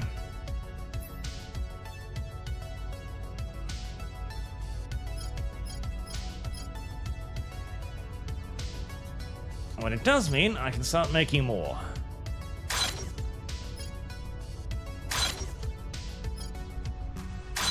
More dreadnoughts, costing 3,000 metal a pop. Where do you need me? Can you imagine how much that is? 3,000 metal. With this being mined from space and the enormous quantities of metal from space, each one of those ships is like 50, 60,000 tons of metal. A fucking output of a nation. Don't need to build more US armies now. Focus on getting navies up and running for the ones we have instead.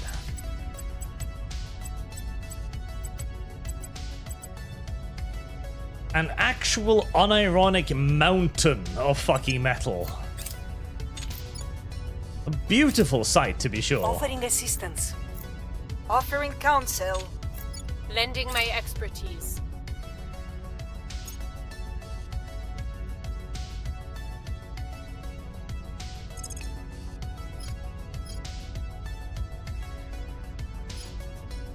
Antimatter plasma core. Get back to it.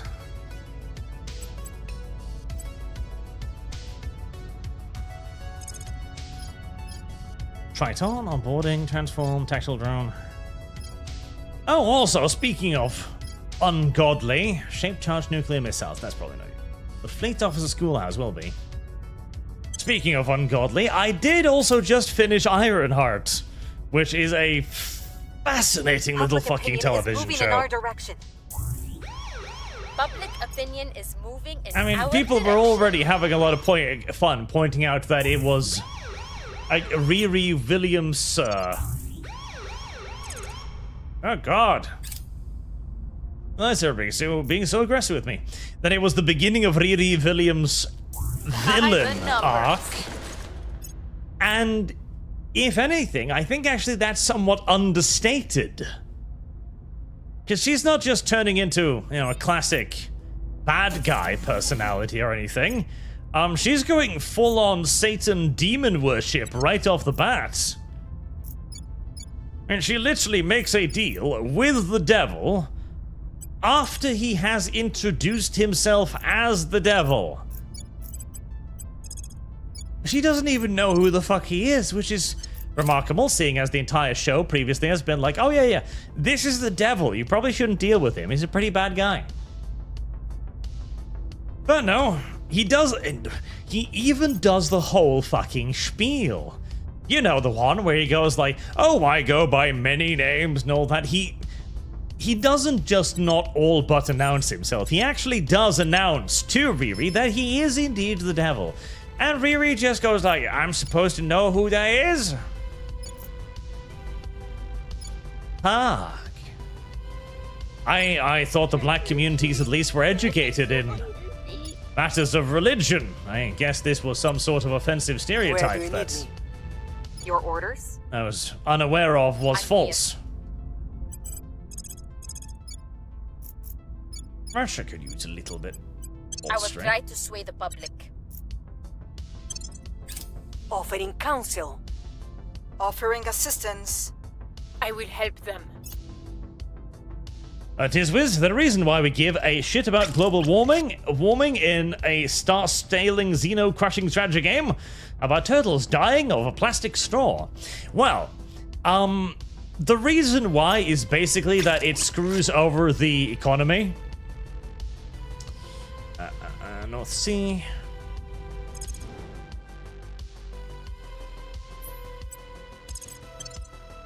What are these? Yes. It screws over the economy, basically. And it will screw over the economy pretty badly as well. I don't think there is a way to stop it. In fact, I'm relatively certain there isn't a way to stop it. There might theoretically be, but right now, like, I'm pouring practically everything I can into more environmental technology. Like, China and America are at max environmental tech. They literally can't go any further. But, and there's also the removal of various harmful substances from the atmosphere as well. But it's kind of like a pseudo time limit, I guess, although not really. It's not really a time limit, because by the time that Earth really starts getting bad, most of your economy is going to be in space anyway. So you don't really care. It's like, oh no, I am losing money on Earth. Okay, well, I'll just buy an enormous manufacturing complex in space. And that's pretty much. But I could bring that back into the African Union. Actually, that's fine. Target destroyed.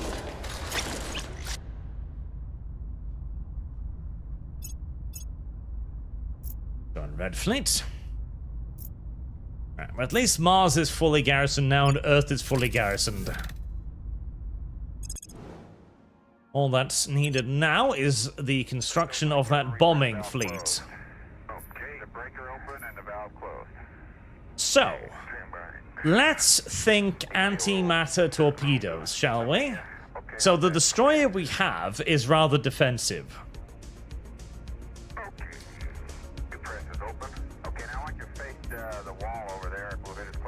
Antimatter torpedoes. Let's see, can bombard. Magazine 4, so 4 a pop, so very, very small magazines.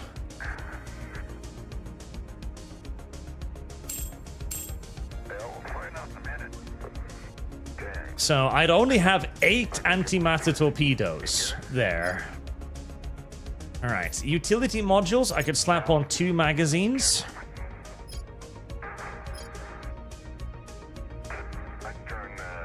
%50 ammo. So that would give me 8 missiles per launcher. Not a lot. Not a lot.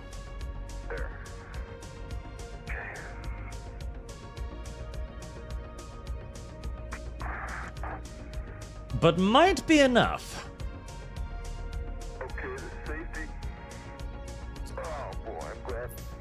I can't mount these in the nose, can I? No, obviously not. Coming down, Jack. You ready?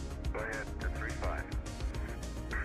I could go with more of them. I don't know how they interact with point defenses yet. Somebody said that it goes through PD, which I don't know if that's how that works, because I've never used antimatter torpedoes before. But at the very least, we might bring a small ship. What's the speed on them? Acceleration 7.5 Gs. 7.5 Gs. Okay, so I'd need something to distract from it.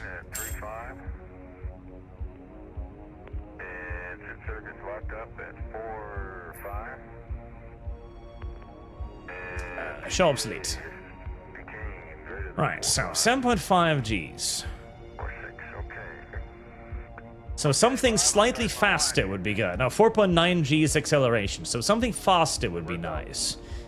Artemis torpedoes are faster, solidly so.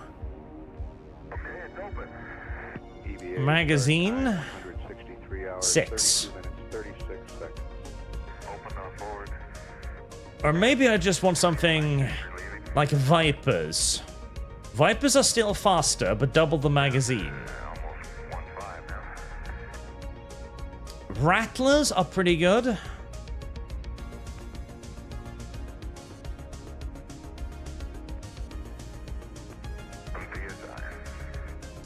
The Viper isn't going to do a whole lot of damage.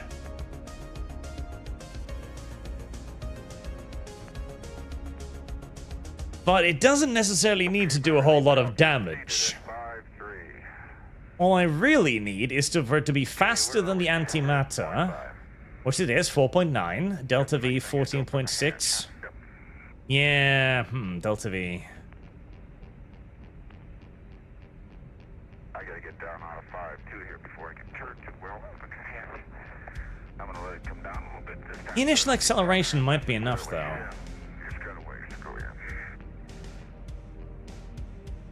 Or it's Artemis torpedoes.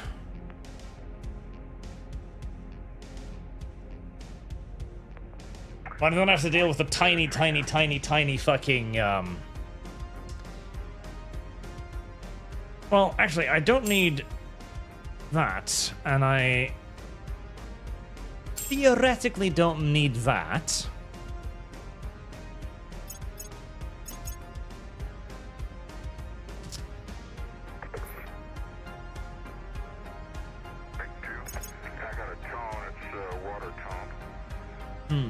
Okay, I'm gonna go after that hatch.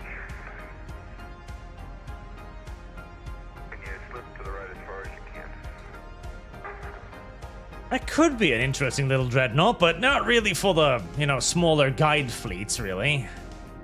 Got it. What about the, what do I got? Okay, so the kamikaze, of course, I could... All sorts of junk going out there. Nice. I could use that. Destroyer leader. The destroyer class. Okay, now. Okay. 112 millig's. Okay, Jack, we'd like to close Reg A, please. Okay, so targeting computer, absolutely necessary. ECM, useful. Muon Spiker, need. That only gives me 2 magazines. That's not an easy task.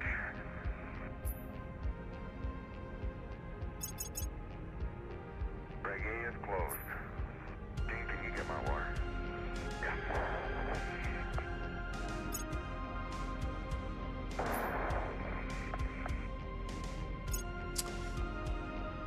Indeed. Alright, so antimatter torpedo.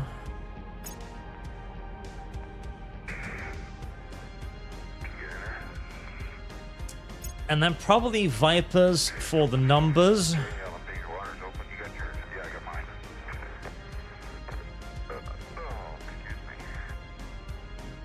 So I'll fire half. Yes, we'll try that. We'll try that on for size. I'll try that on just for shits and giggles. See what happens. Right, standard quantum battery, tin droplet radiator, the usual.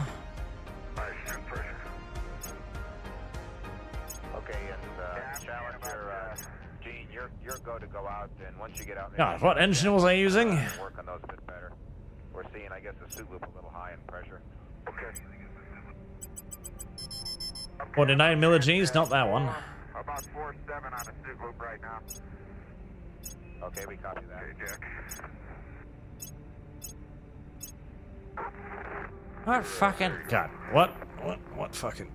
What engine was I using? What goddamn engine was I using? Destroyer class. 112 millig's.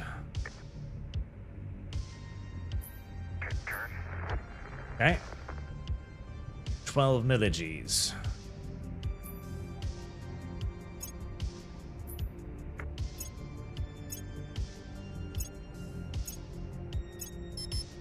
What the fuck was I using that gave me that acceleration? Is it too heavy? Does the missile make it? Do the missiles really make it that heavy? They might. Alright, what we do, just destroy a class, upgrade it, get rid of that.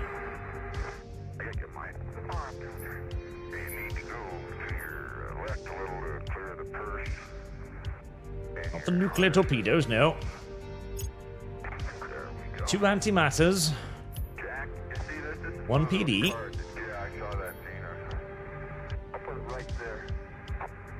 and two Vipers.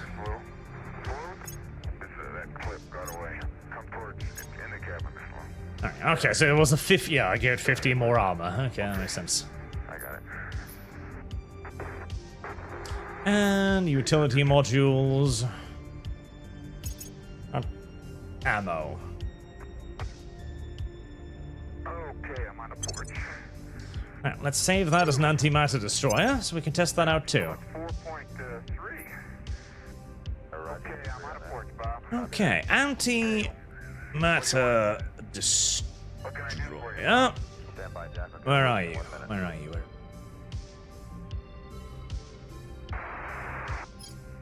Okay, Jack, and well, I guess I'll wait.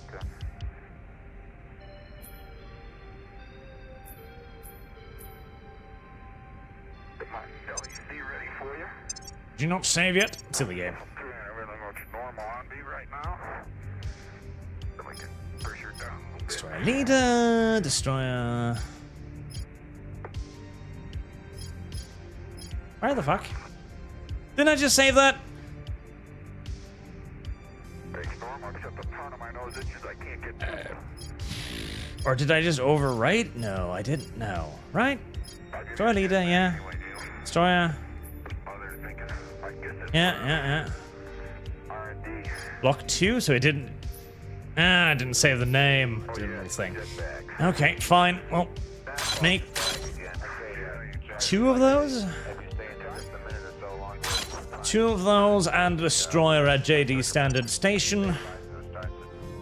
And we'll launch those to Mars. Ah, the Resistance wants Turkey, does it? And Switzerland too, okay, well. Paramilitary violence. Retaliate by funding our own paramilitaries, of course. Alright, well, if you want Turkey back, that is fine, because I've done everything in my power to fuck its economy. If you want it back, you're welcome to it. There shouldn't be a whole lot of anything worthwhile there anymore. You may have the Turkish people. I never wanted the Turks to begin with. Heading to the LZ. Reporting in. Reverend Orsa got herself a new portrait. Going in hot. I like that portrait less than the old one. They get new portraits when they become certain ages. I don't like that portrait. That can be Reverend Norse now. Right, I got 158 fucking XP. I should probably use it for something. But for what? Wealthy?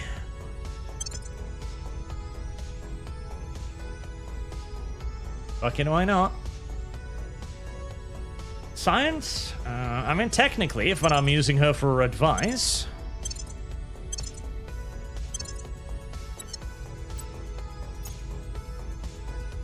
you. Persuasion, I guess.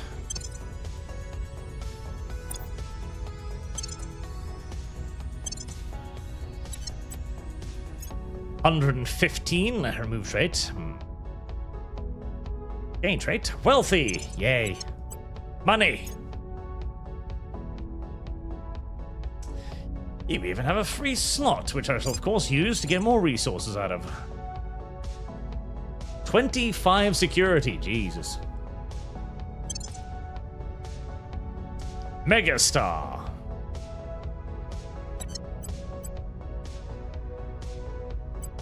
I mean, I guess I might as well just save for billionaire on everybody.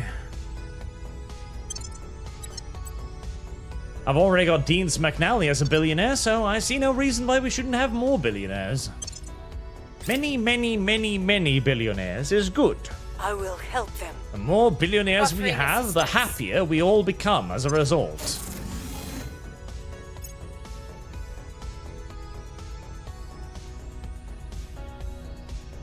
The future tech, by the way, so right now, we've researched everything that is to unlock, so now it's just future tech.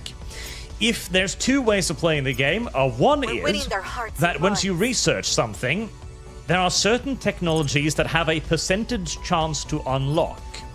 And if they do not unlock, then you simply don't have that piece of technology. It's simply blocked from you until you start researching future tech. Future tech allows you to begin re-rolling the result of failed science tests. The LC is secure. I tend to turn that one off because, I mean, the research game is slow enough as it is, without the risk of permanently losing access to potentially very, very important technology like engines and shit. It's like, I get why they do it, so that there's a bit of variety in the playthroughs and so on, but that just strikes me as an extraordinarily fucking upsetting mechanic that I don't want to play with. Like, I'm sorry, you wanted this ability, did you? Well, unfortunately for you, the dice rolled poorly, and, you don't get to have that thing. How extraordinarily upsetting.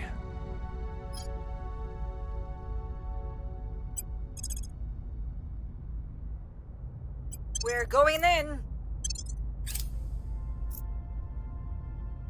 We're actually getting enough for one of the new massive capital vessels almost every month now, so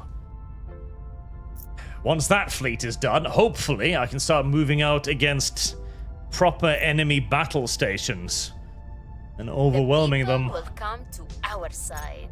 That would be nice. The people will come to our side.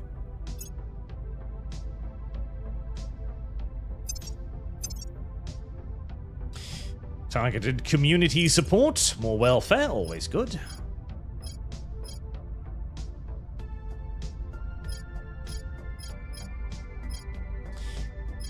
Unfortunately,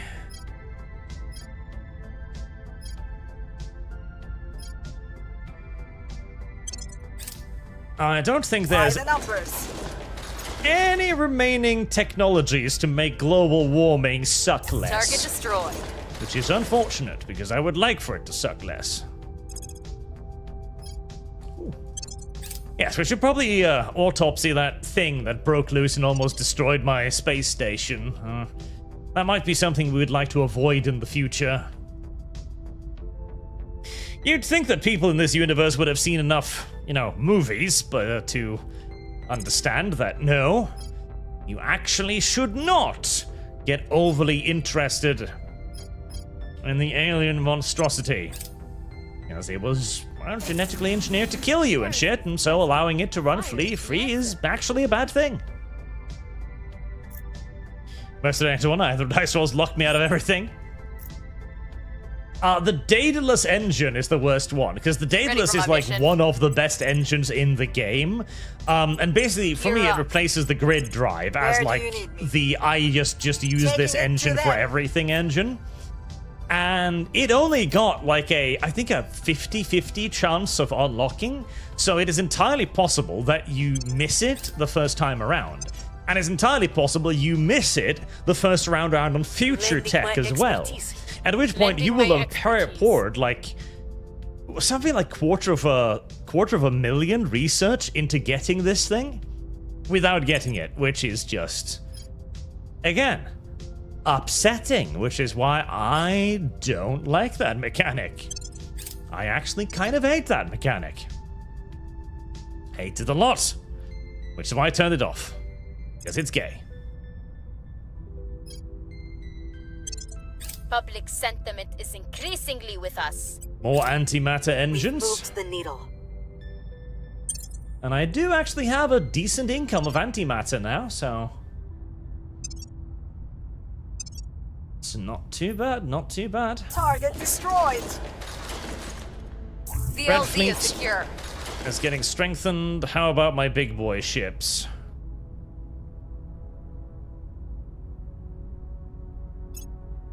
Big boy ships are all in production now. Right, continue producing.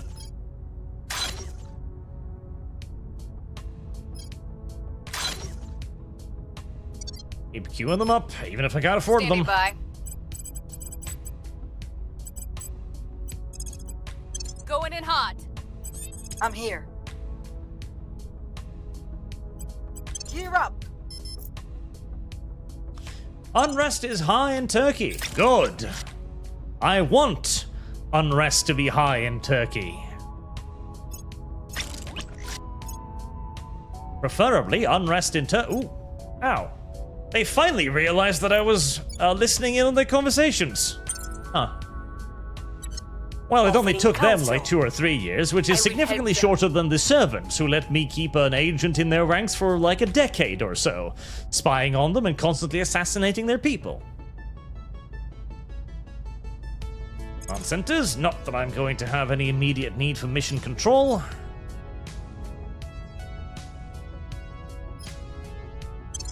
Public opinion is moving in our direction. Public opinion is moving in our direction. With those new ships, Red Fleet should be able to survive a pretty substantial siege as well.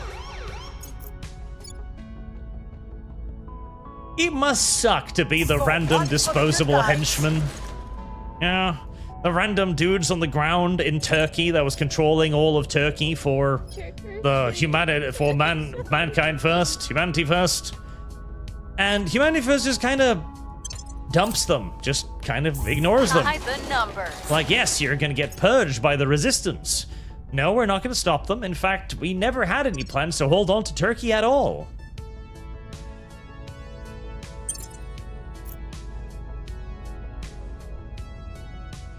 Okay, here's actually a good TV series that I recommend despite how incredibly cringe it is.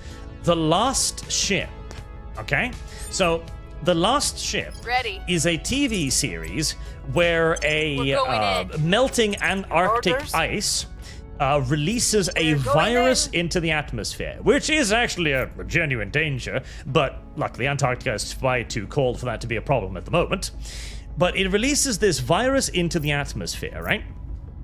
And the virus is enormously lethal, incredibly fucking dangerous, and starts just wiping the fuck out of humanity. And the only hope is the Last Ship, which is a American destroyer captained by McDreamy from Grey's Anatomy, whose name I forget now. And it goes on adventures fighting like Russian guided missile destroyers and like English super secret submarines and shit, all kinds of cool stuff. Now, it is very, very, very, very, very, very, very cheesy.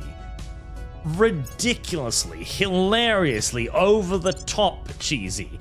And it stays ridiculously over the top cheesy throughout the entire fucking thing.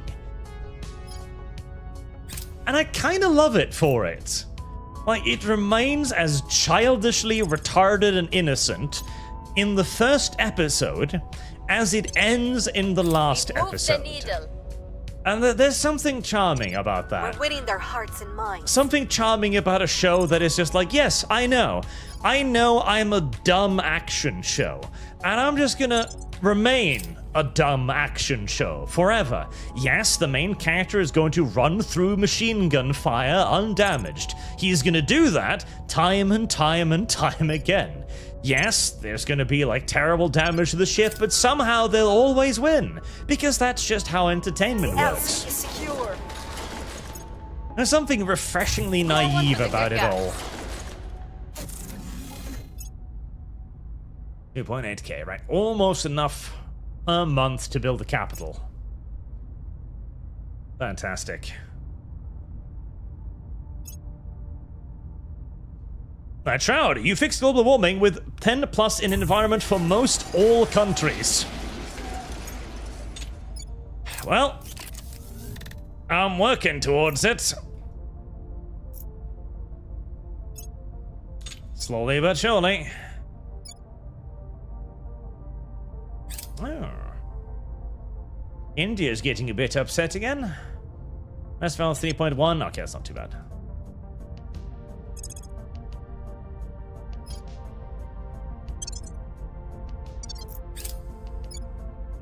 Also, I do love how in this game it's like the sea level rises by like 10 centimeters and 20 centimeters. I'm like, okay. That sounds horrible. Ready. Until you realize a couple of things. One, that sea level rising isn't actually something that's Ready for happening my most of the time. And I remember reading a lengthy explanation on why the seas haven't changed as much. Because there was a lot of people asking the question, like, okay, if the sea level is rising and global warming is very, very dangerous, where's the result of it? Why don't we see anything if you claim that the sea level has risen by like 10 centimeters? And it was like 5 pages of cope, and at that point, I'm not even disputing whether or not it's happening. I'm just thinking to myself, all right, nobody is ever going to get what you're doing here.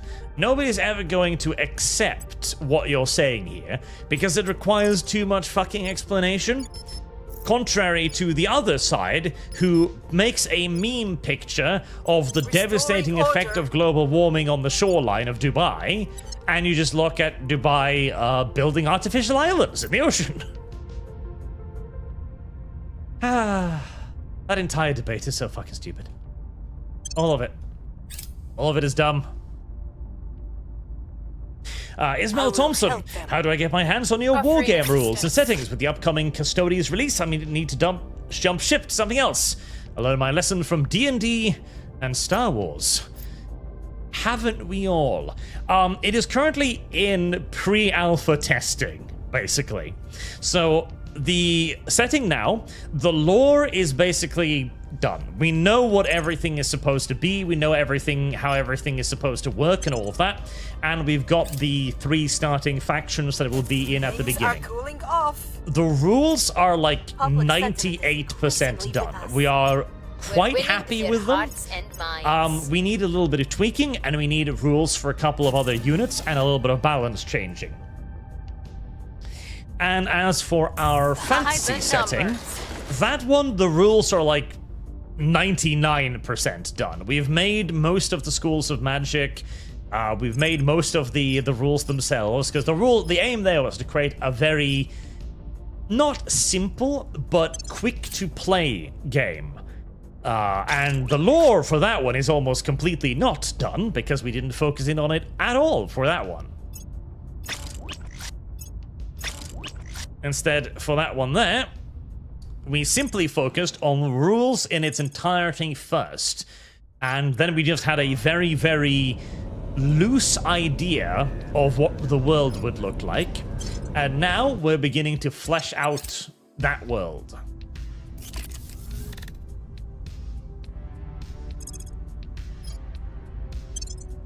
Right, so I'll have 6 warships in that fleet now. New navy. Good. I'll need 1 more, though.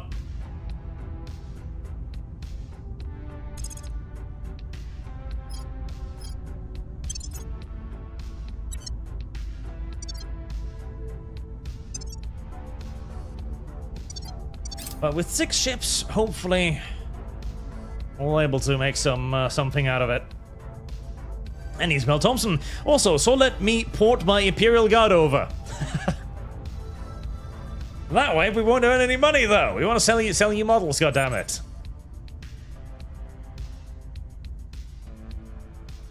Hybrid Confinement Fusion Reactor 3. Oh, we don't need that Stone Age fucking tech. We don't need that Fusion Reactor 3. Basically, rocks rubbing against rocks. Heading to the LZ. We don't need that. At your service. What's the up? Never knows. Heading to the LZ. Back to patrolling growth for you.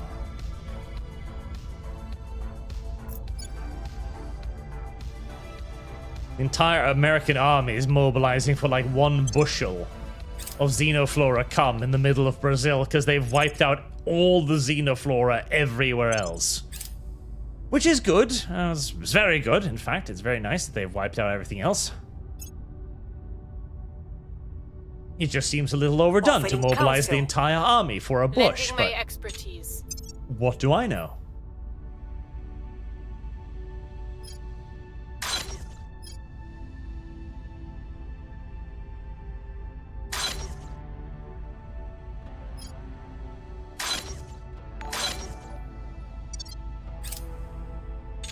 Actually, hold on. I can probably afford, maybe. Oh. That's how that works. Okay.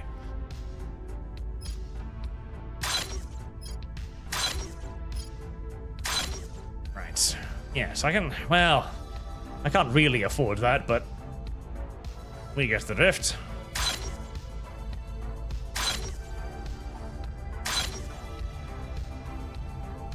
That will probably be a functional force for the capital vessels. Deans, would you consider doing lore videos in your setting once you've fleshed it out? Could be interesting. Oh, absolutely. We are obviously going to do lore on the setting once we've got it all fully worked out. In fact, the first piece of lore written is basically in the style of an Imperial armor book. That is the first UEC Gar War, which I'm intending to basically have be... Jesus, that's expensive. To basically be a sort of mini Siege of Rax. Very like an Amphileus project, like an early Imperial armor book. And then the hope is eventually to be able to actually produce proper Imperial armor book stories out of it. With some nice, well-known authors, hopefully. Which should be a tremendous amount of fun. Oh, alien abduction reports? The LZ is secure. What do you mean, alien abduction reports? Oh, landing site. One of those little sneaky shits has managed to get back on Earth again. Oh, that's downright upsetting. I thought I'd gotten rid of all of them. Apparently not. Standing by.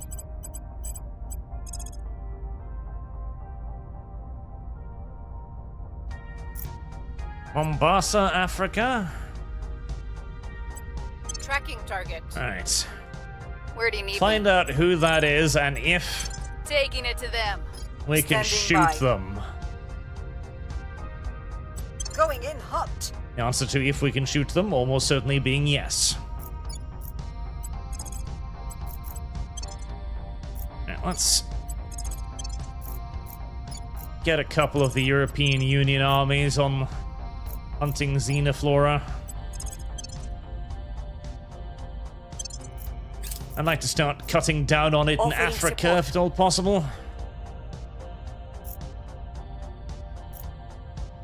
As we've already have several large-scale conflicts basically already Person planned of out. interest surveilled. And we just then need to basically get an idea of how we're going to do the larger lore series and like books and Public stuff. opinion is moving in our And reaching direction. out to talent who are good at writing creatively. Come to our our side. Because I'm decent at writing lore. I'm fairly okay at writing lore. But writing, like, entire stories, like creative writing of, like, proper book stuff, no.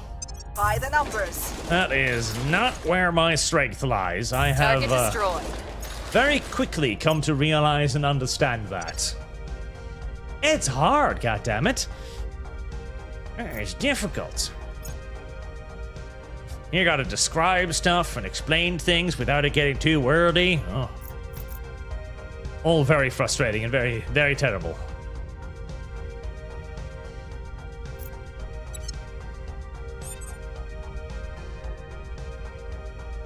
Your orders? No, I don't think we'll consider a stabilized mission in Turkey. Gear up. I'll have Ready to for research orders. that alien a little bit more. Taking it to them.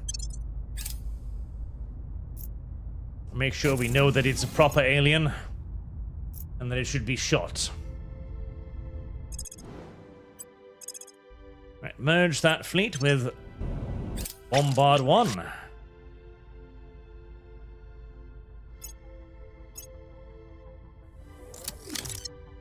Right, we have a fleet. Let's dispatch it into the galaxy to see if we can find something to mess with. That one is the one that has 7 fucking fleets, 16 ships, 14 ships, 9 ships, goodness gracious.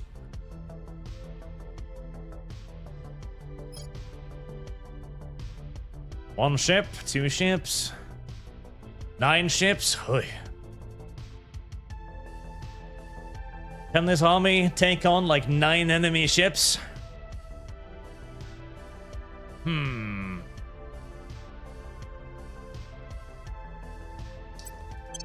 Possibly.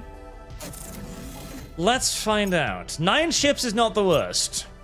Lending my At the end of the day, I'm going to need to take on multiple enemy vessels if I'm going to have any hope for these little escort fleets.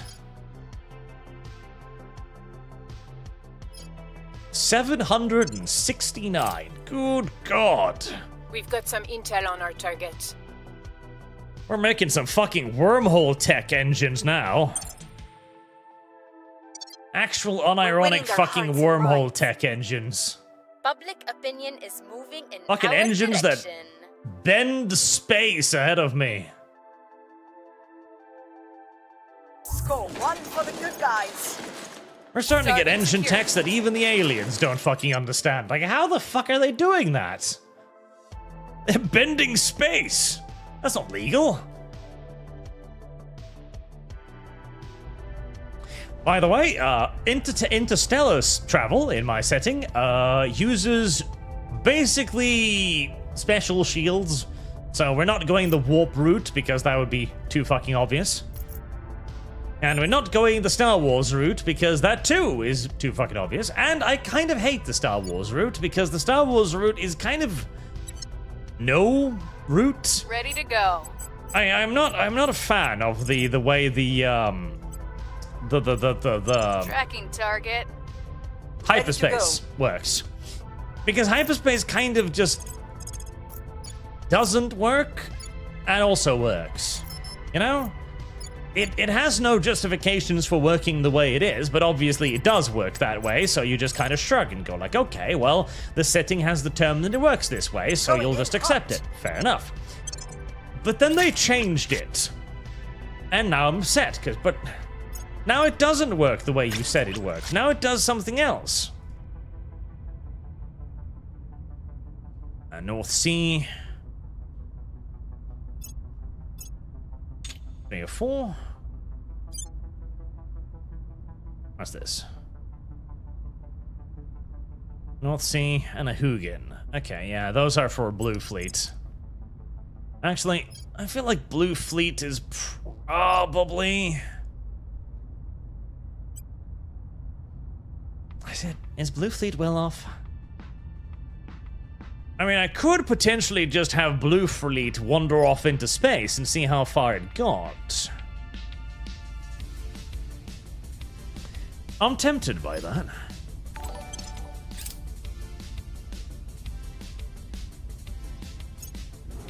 Because the Great Blue Fleet is pretty massive now, but at the same time, I'm also seeing alien garrison armies of 40 ships, so maybe it's a good idea to just keep fortifying it, just in case. Any more problems? Mission aborted. Not a valid target. That's true, because it's a corpse. We've moved the needle. Psycho Star, first minimum for 23 months, almost 2 years. Thank you, sir. Just got to reflect on this last month. One heck of a ride from riots to not World War III to the culture shifting under our feet. Happy 4th and many, many more. Well, luckily for everyone involved, it seems like America managed to just do its thing, drop a couple of bombs and waffle out, and was happy doing just that, and that's kind of what it should do. A quick display of strength to warn everybody that, yes, no, America is going to do stuff if you're messing with it. And then GTFO without getting involved in anything else. That is the correct move, and that is the good way to do this. I'm just hoping that it doesn't go any further, because that's when the nonsense begins. The entire idea of beginning to try to change Iran or something like that. Like, oh, but what if we bring them democracy? They don't want it. They don't want it. They've never wanted it. Heading to the And LC. they're not likely to ever want it. No. Just don't. The riots, well, you know, California is a breakaway state at this point. Or at the very least, it is trying very hard to become a breakaway state. Oh, boy. That is a lot of public opinion drop. Goodness gracious.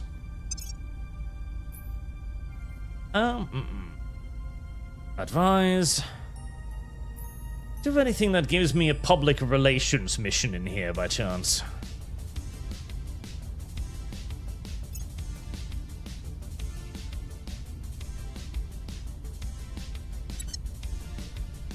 Public relations.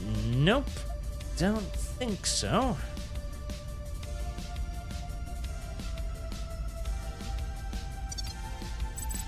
Can I do what?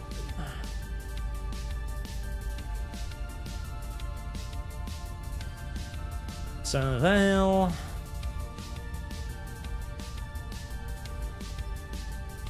Oh, no, I cannot. Ready for orders. Status. I will tell our story. Go over to the European Union and try to calm people down a little bit over there. Restoring order. I'm assuming that a bunch of enemies are taking turns trying to influence the European Union. Now, this is an unfortunate side effect of the economies of the world occasionally taking a couple of hits from things like global warming and so on. Is that as the economy takes multiple hits, the amount of GDP, which is your primary defense against being influenced, will also take a smack or two. Public sentiment is increasingly with us. Things are stabilizing. On subsidies. And as usual, it's the resistance, isn't it? Fucking lazy bastards. Alright, Pan-Asia Combat is on 9.99 plus an environmentalism as well.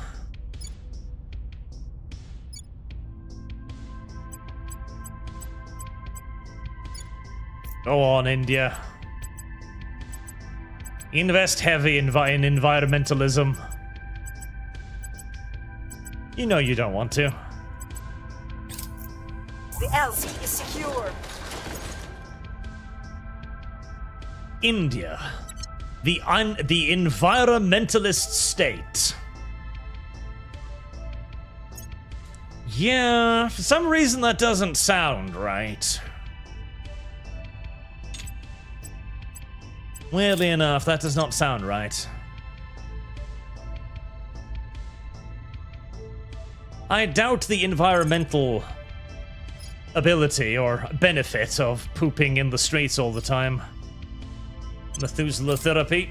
Let's do that. Another 10 years of anti-aging treatment for my counselors. We'll be ready for new I don't orders think soon. the old one, yeah, she's 79. So, yeah, she's actually a little bit in danger. She's only got like 20 years left until she's going to die of old age. Oof. Ready for orders. Heading to the LZ. Offering support. Even more bullshitly insane things. Antimatter beam core reactor. A constant matter-antimatter reaction provides terawatts of power. I would imagine, yes. Public When you arrive at the sentiment point is where you can increasingly with us. actively create and We've moved the delete needle. matter, that's probably a pretty fucking are amazing moving engine. Again, that'll lead to a lot of really upset aliens who are up in orbit, freaking out again about Score this shit. 1 for the good guys. Score 1 for the good guys. New Navy launchers. Are we? Nope. We still need more navies. Good. I feel like the European Union maybe built a bit too many goddamn fucking armies at this point. And my money is still dropping rapidly, which is a bit upsetting.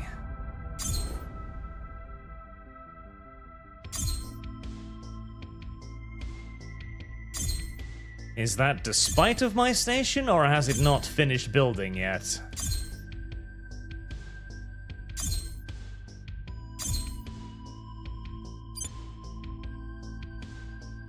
Montezuma.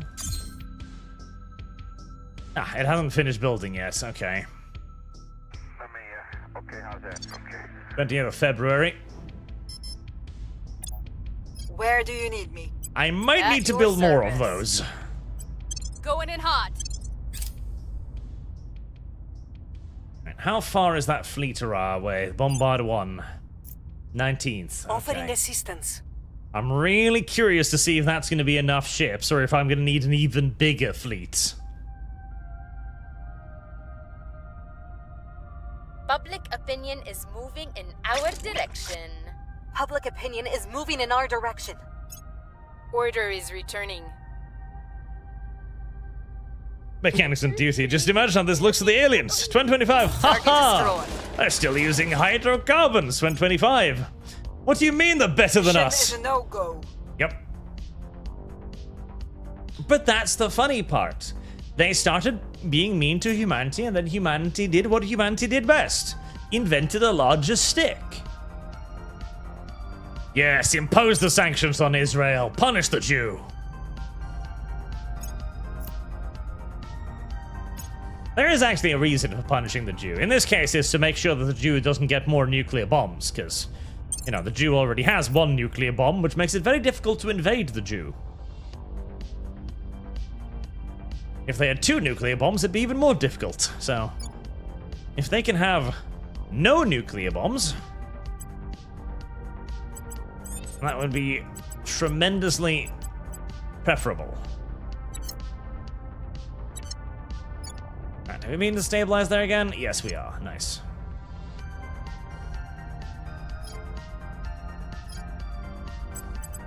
Right, we'll shift you over to keep doing things in the African Union. Because the African Union is kind of nice. It'll allow me to spread more environmentalism across Earth, which is surprisingly useful, actually, everything considered.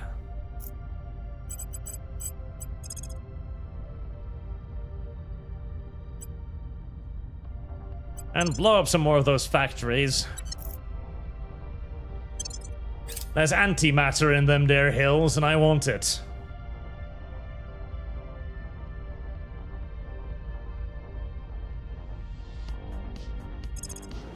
Alright, here we are. Split off the kamikaze.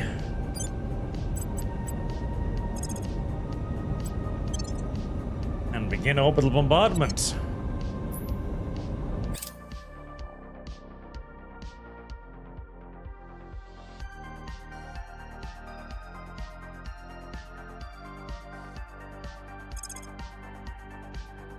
Let's see.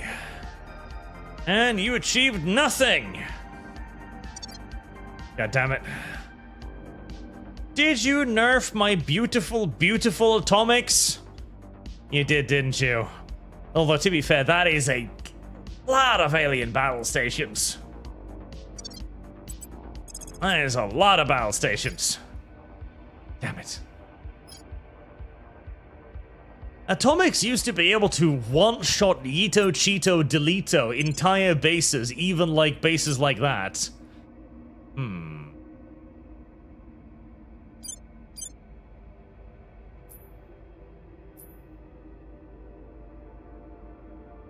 I'm gonna need more bombarders, aren't I? Yes, yes I am.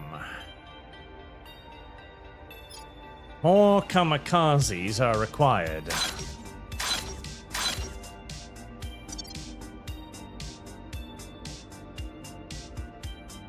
Now, Bombard 1. I'm not gonna have you take a pass at that base because you will get blown up. I wonder about that space station. How heavily fortified is it? Ooh.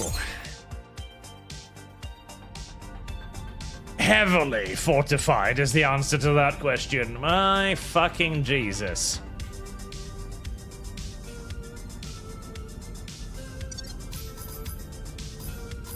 $15.3k combat power. Ouchies.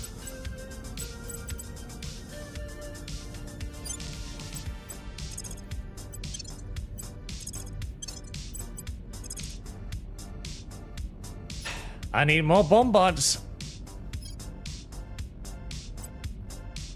I need a lot more fucking bombards.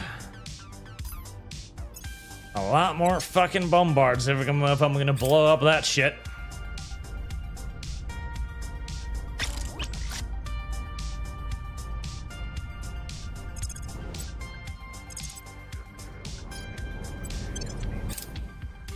At least the capital ship fleet is increasing in size.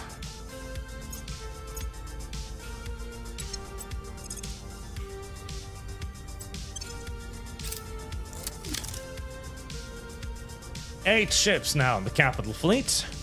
1.4k combat power. It really is a whole lot higher than that, I'd imagine, but...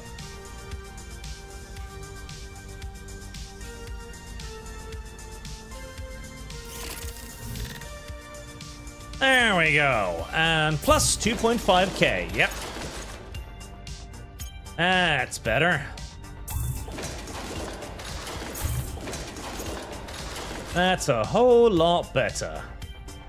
How do you fix a crashing economy? Well, you just build a few million tons of mass manufacturing in space.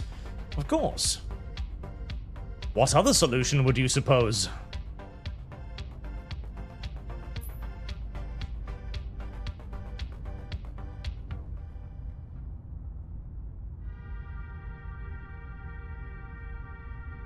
Moon and some Valhallas.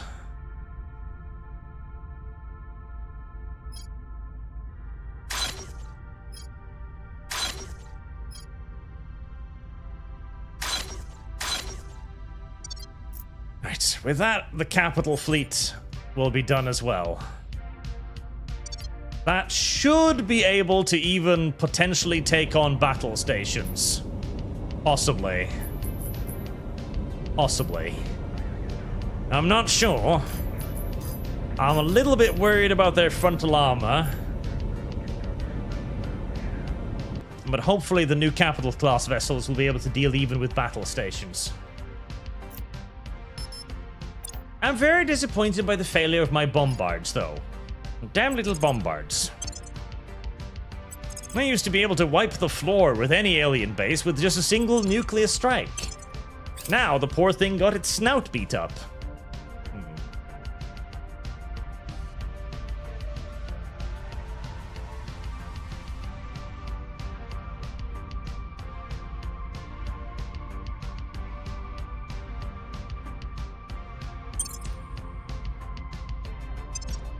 I should take another look at that Titan.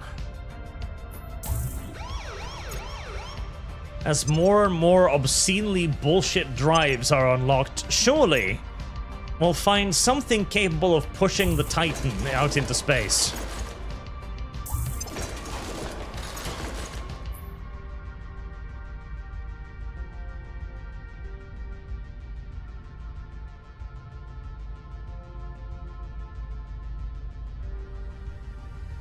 The Titan needs more slots, I feel like. Because its main thing is that it's got the 4 nose hardpoints, which is nice, but it needs more. It needs more guns. It needs more guns.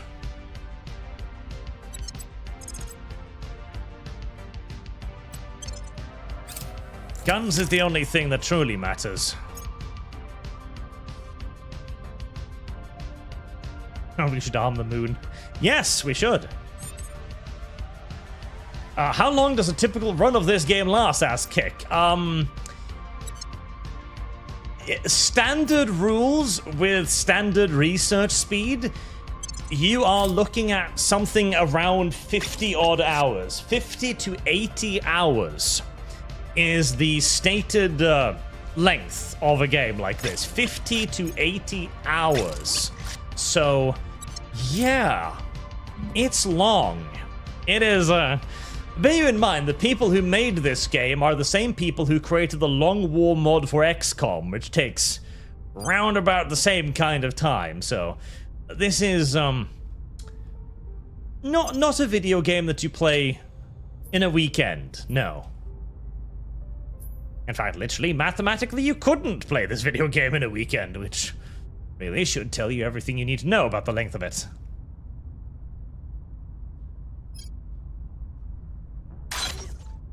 I'm gonna queue up a couple more destroyers.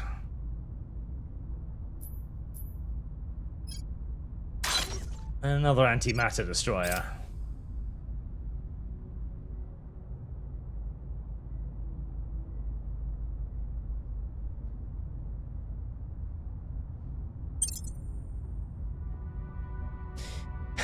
Unironically, chat, yes, arming asteroids would probably be a fairly effective way of making spaceships.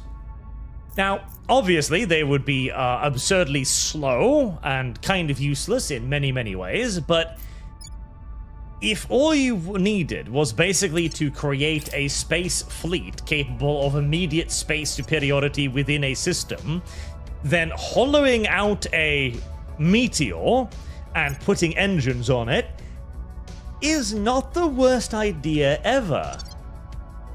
The main issue is the mass of the thing, but so long as you can get enough force, well, the beauty of space is that there isn't a whole lot of obstructions in space. And since there isn't a whole lot of obstructions in space, you can theoretically make an object move very, very fast, so long as you know, keep pushing it for long enough.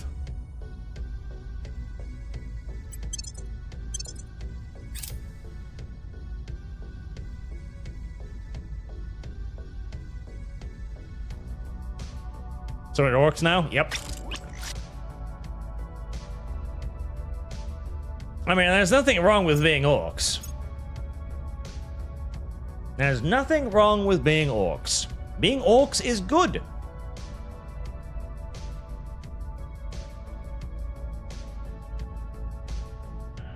If it works, it works. That's just how it is. And if being an orc is the fastest and most functional way to gaining spacecraft, then why not? Especially if you're getting invaded by aliens. Something not unlike a miniature sun powers a sub-petawatt drive that could conceivably take us to other star systems. I think that's the Project Exodus thing, probably. It's just like, yeah, you wanna leave Earth? Research this and this, just GTFO.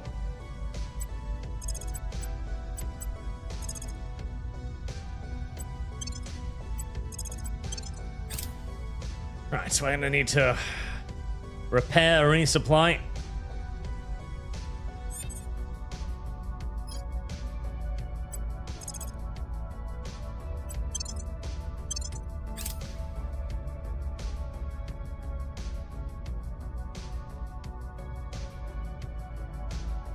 Alien growth is still heavy, but we basically wiped out all the xenoflora.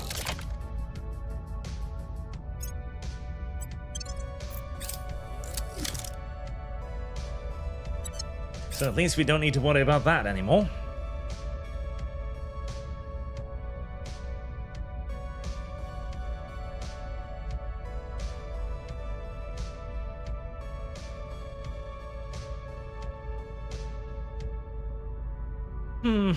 I should probably just wait for the reinforcements. Now, it does speak volumes, however, that the aliens elected to not sally out that time to attack Bombard 1. That suggests that they were actually afraid of it, which is nice. I'd still need a probably even larger fleet to winkle them out from behind their defenses, but still. And there is quite a few bombardment weapons on this fleet. It's entirely possible that all of the ultraviolet phaser cannons could maybe be an even more effective bombardment solution than the nukes.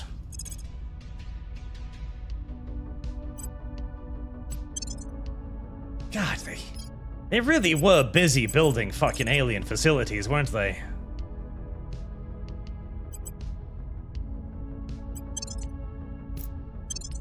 Oh, blow up all of the alien factories. I kind of wish you could take over alien factories, because that would be funny. Start using the aliens' factories for your own benefit. But sadly, you can't. You can destroy them to get antimatter out of them, and of course you should. But tragically, you can't just blow them up. Let's get the Hugin Ultra class on. There.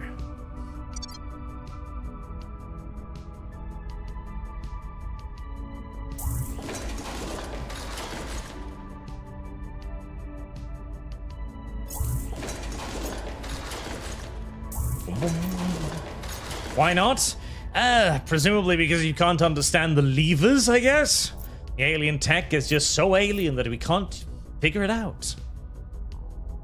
And there is actually a point in that, because the aliens operate most of their tech via the ferricites, the smell thingy-bobs. So unless humanity managed to perfectly replicate the smell thingy-bobs, and they never really quite managed to, it would be impossible for them to operate some of the alien hardware.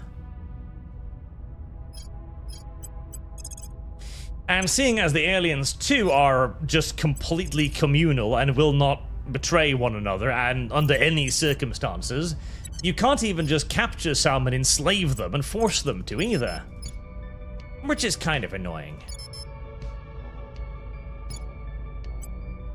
Humanity's greatest fear is encountering an alien species that it can't enslave. That would be a true tragedy. Even with access to aliens to do all of our labor for us, we still can't do it because we can't give them orders accurately.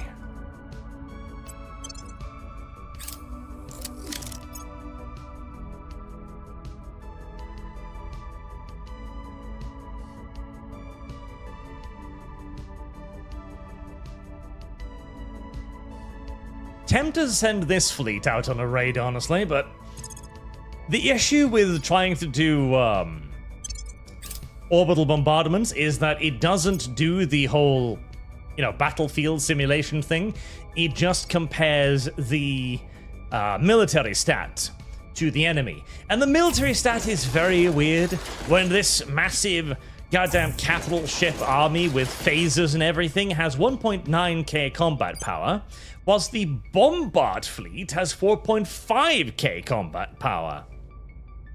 And the reason for that is that the bombard fleet has antimatter torpedoes and nuclear missiles and stuff, which are theoretically extremely dangerous, and that's why their combat rating is really, really high.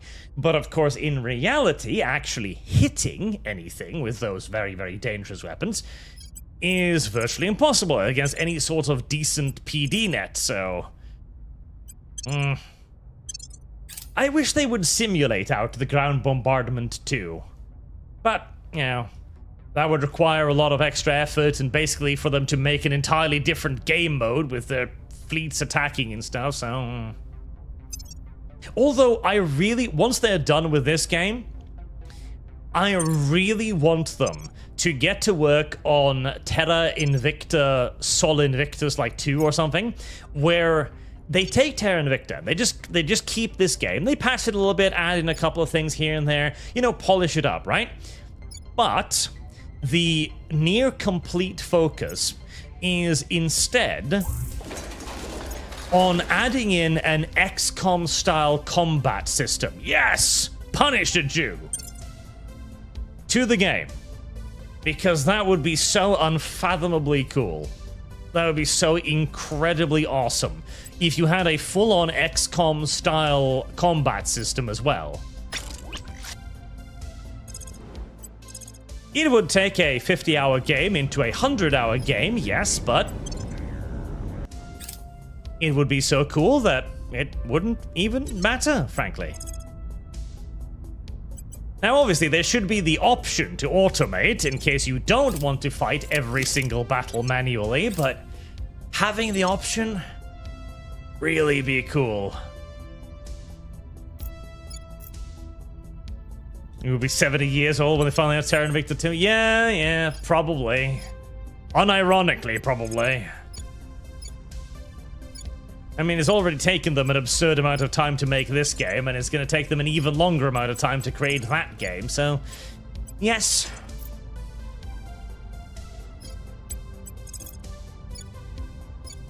Oh, bastards are getting awfully aggressive with their things now. Well, yeah. Then again...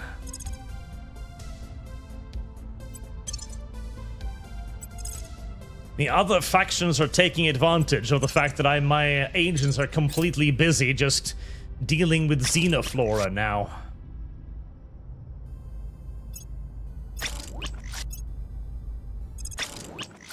Right, the reinforcements are finished. Dispatch them to rendezvous with Bombard 1. Ah, I love having engines. I love being able to go from fucking Mercury to Mars in 5 weeks.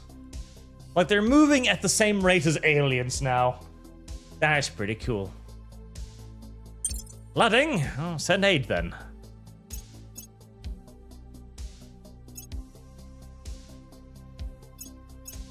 Also, I will say they have fixed the early assault spam nonsense the aliens did.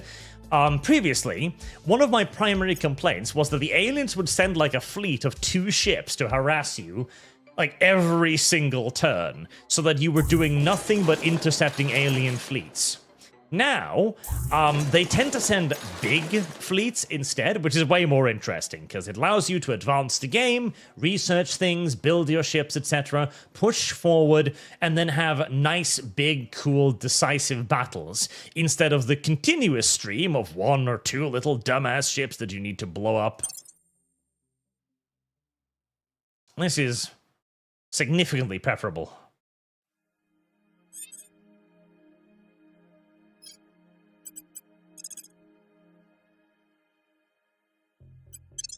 Right, we are finally getting control on the xenoflora again.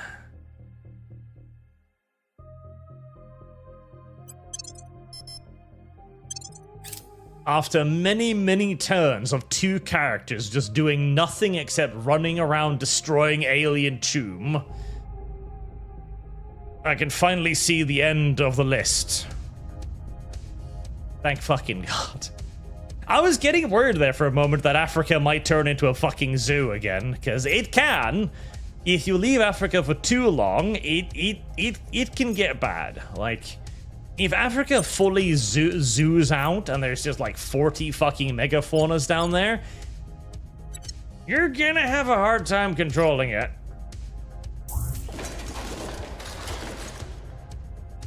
You're gonna have a very hard time controlling it. It's just 30 fucking kaijus invades Europe.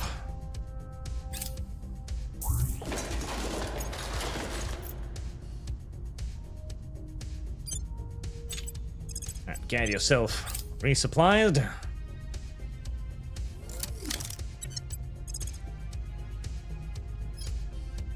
And let's head out into space. One more fucking time. 8 fleets. 1 ship, 17 ships, 60. Oh my god.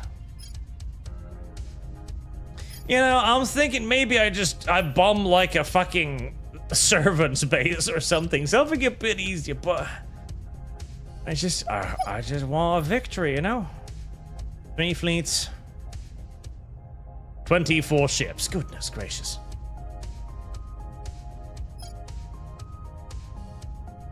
One ship. Holy, there you go. There you go. There's a soft target for once. Nirapi, a soft target.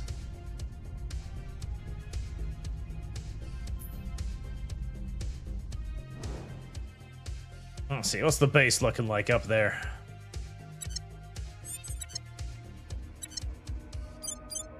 Oh, max-sized base. But only a small station. I can actually destroy that station. That is actually destructible.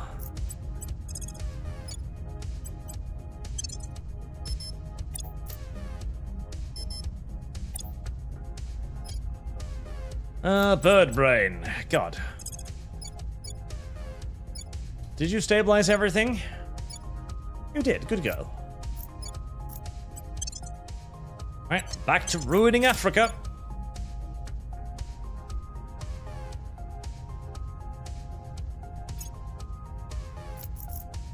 Nice. Polarized. Inequalities rising. We can get even more data if we blow up more stuff and endanger everybody's space stations. Oh, actually, only my space stations. I think I've wiped out all of the other spy stations. Actually, have I? Capital Fleet.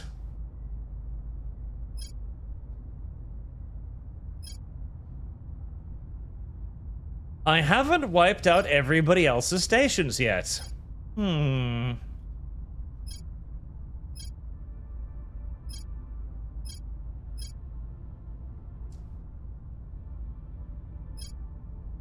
But do I want to do that to the resistance, though?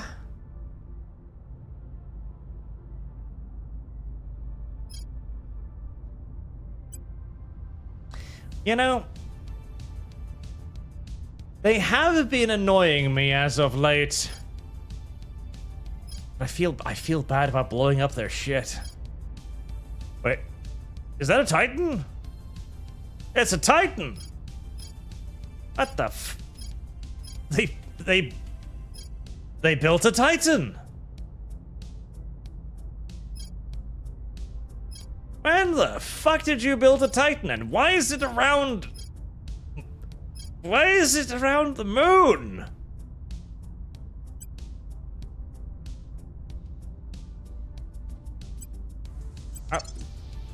Go kill it.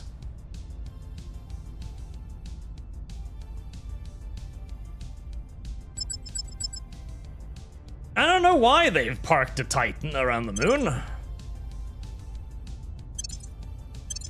No, you're not running away. Get back here.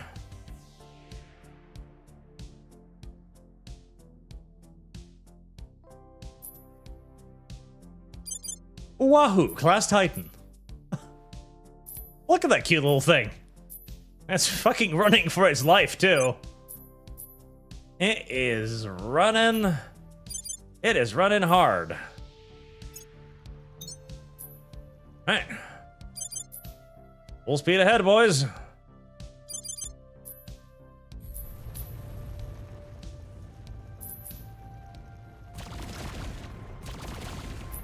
Let's see if you can outrun this.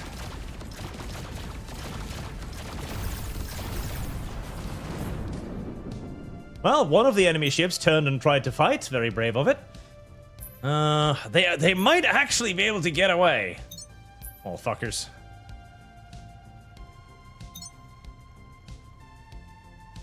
I'm accelerating as quickly as I can, but I think they're accelerating faster. 2,000. Well, fuckers.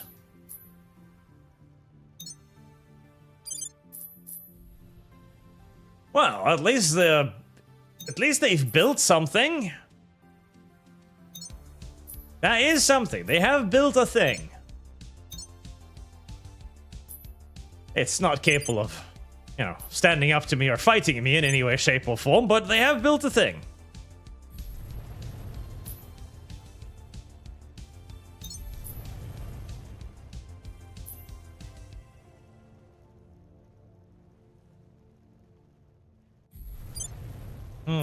I can't help but notice that the Moonins discharge their batteries awfully quickly.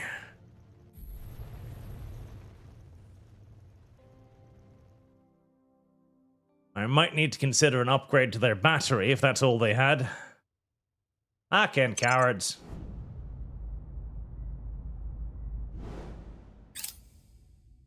How dare they?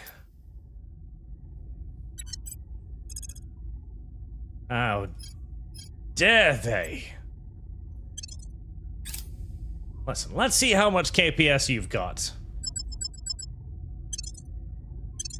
You may have excellent real space speed.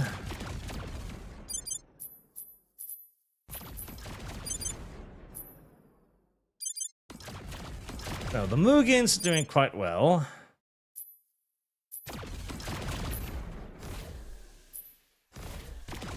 And the Moonins are fine.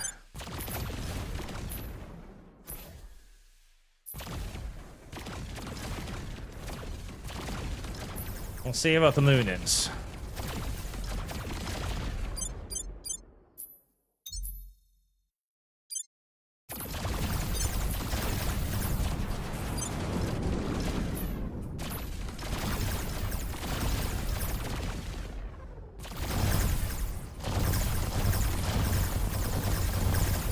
The Titan is not doing great.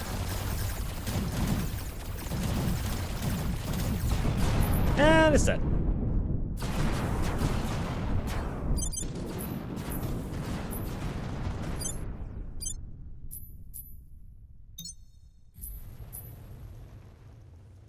Was it that drained my batteries? Was it accelerating?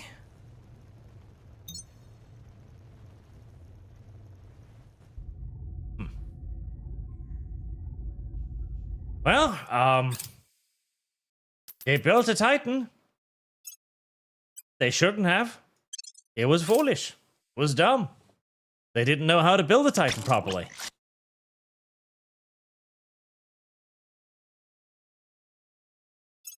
And even if they did, they didn't have enough of them. Silly protectorate. They should be ashamed of themselves. For now and evermore.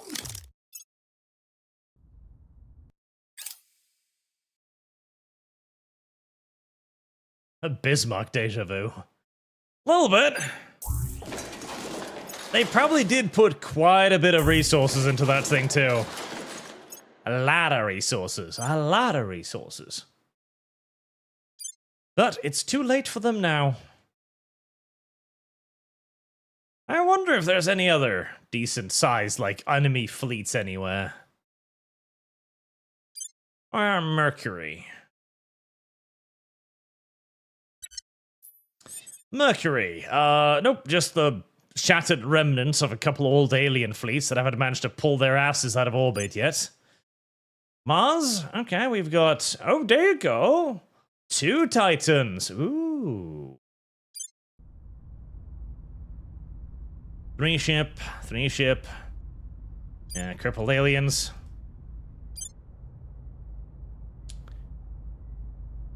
There you go.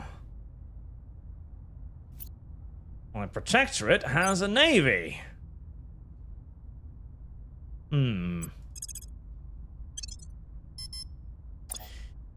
I don't think I like the Protectorate having a navy.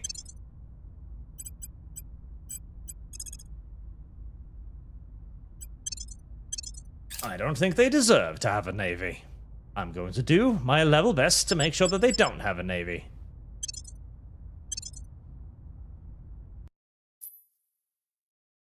I will, okay, at least, on the bright side, at least the AI is actually building something now. There was a very long time when they weren't building anything ever, so the fact that they actually have some ships is nice. You know, the fact that their ships are kind of terrible is unfortunate, but still. The Wellington class. What is it even armed with? Oh. The trash can appears to be engaging me with missile weaponry. And some mass drivers. Is that a fucking autocannon? Are you engaging me with a 40mm autocannon? You are!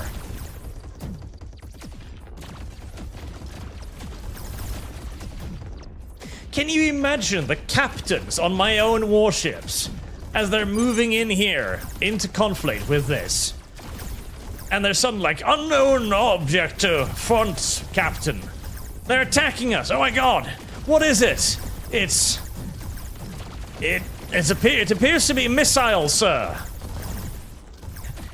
It appears to be projectile warheads driven by fossil fuels.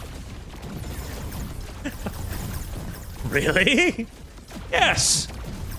They're still using space guns, sir. Look, that one has a 40mm autocannon.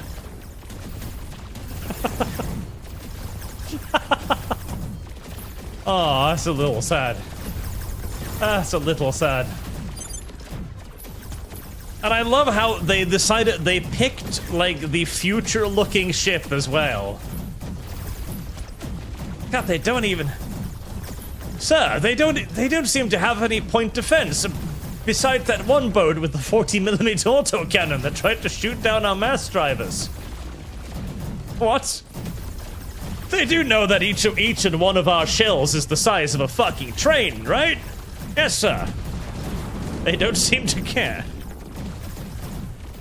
On the one hand, I have ships that fire shells the size of the vessel themselves, that fires literal train-sized shells, and the enemy is attempting to intercept those shells with an autocannon.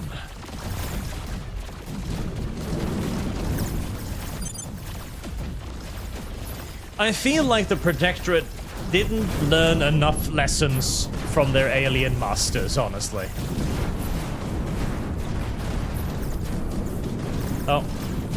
I was about to say the last enemy ship is still alive. Oh, not anymore.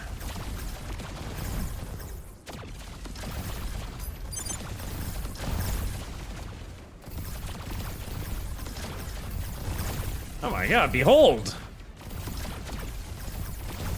Point defenses! Okay, well, they had something.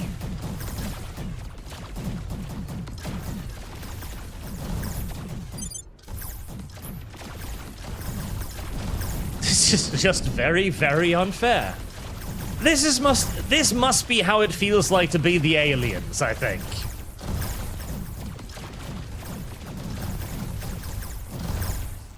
Just bombarding the shit out of this poor, helpless fucking station in the distance.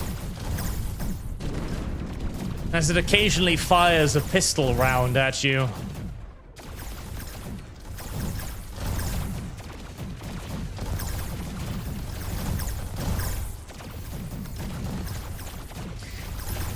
Oh well, I mean, Red Fleet needed a nice and easy victory after it got wiped out the last time the aliens came in mass, so if nothing else, this is good for morale, right? And look, we even got some stuff from the wreckage. Yeah. This was a morale-lifting engagement. You know what? Yeah, destroy their hab. Destroy their fucking hab, too. I don't care. Is it an atrocity? Yes. Have we killed thousands of civilians by doing that? Yes. But listen. Weakness is an insult. And you are protectorate. Most assuredly so. Insultingly weak. There, we've resupplied the ammunition we wasted on that. God, yeah, the devs just need to focus on the human factions more. That's what they need to do. The human factions just need to build stuff, build ships, build armies, engage in research, you know. Although, to be fair, they are kind of boned right now to begin with, so... I own America, all of America. I own Brazil, so I own most of South America. I own China. I own Russia. I own the European Union. I own basically everything, so I get that they're feeling a little bit upset by all of that. I understand. However, at the same time, we've long since transitioned into a space economy now, okay? And I haven't been burning your space shit. I could have. I could have been burning your space stuff, but I haven't. I've allowed you to keep most of your space stuff.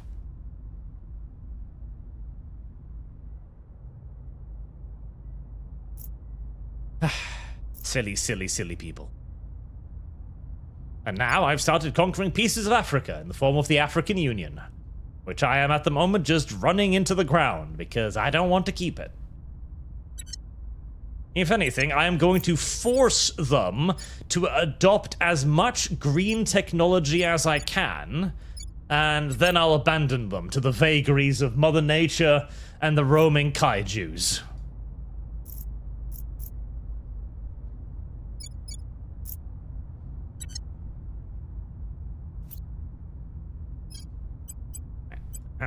Let's see.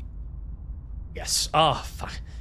For the first time in forever, the alien growth list doesn't scroll. Which means that they're actually starting to get dealt with. Thank Jesus. Okay. Just in case we're missing shit, do a nice scan down there, see if we can determine how much more is left.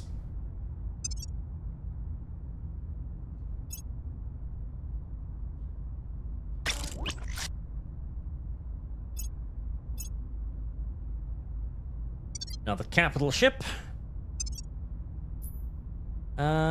Is there just one cap? Yes, there's just one Hugin Ultra class Lancer yet left. Research into Salamander interrogation stolen. I'm fine with that. Listen, at this point, if I could, I would like to give away my fucking technology to the other factions.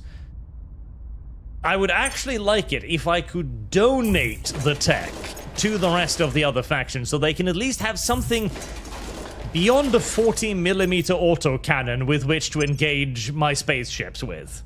Anything's better than that. Oh, and Connor Smugmug on Rumble. I probably missed that. Happy Independence Day, Arch. You wrote "were" instead of "we're" in Rumble title. Are you becoming a minority brain? Do you know the difference between your and your? No. But you don't need to worry about that.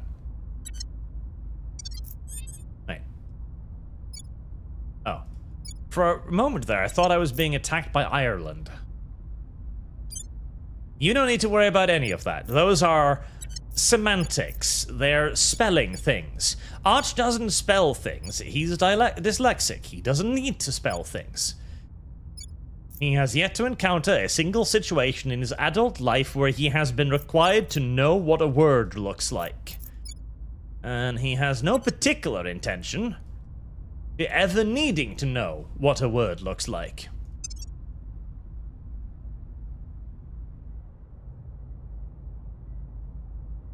We're researching future tech.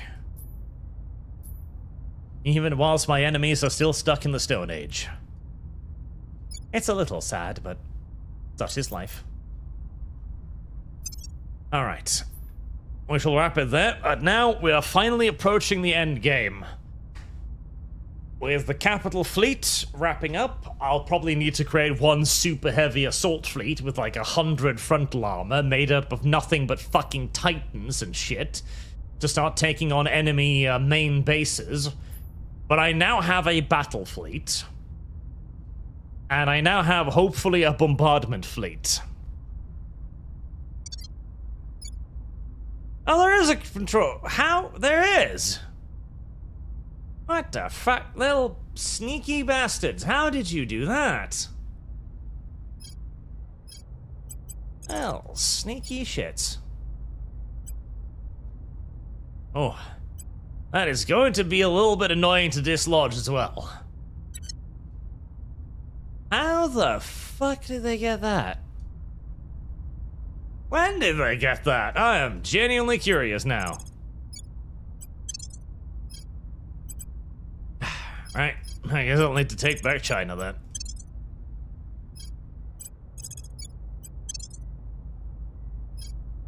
Overwhelming public campaigns.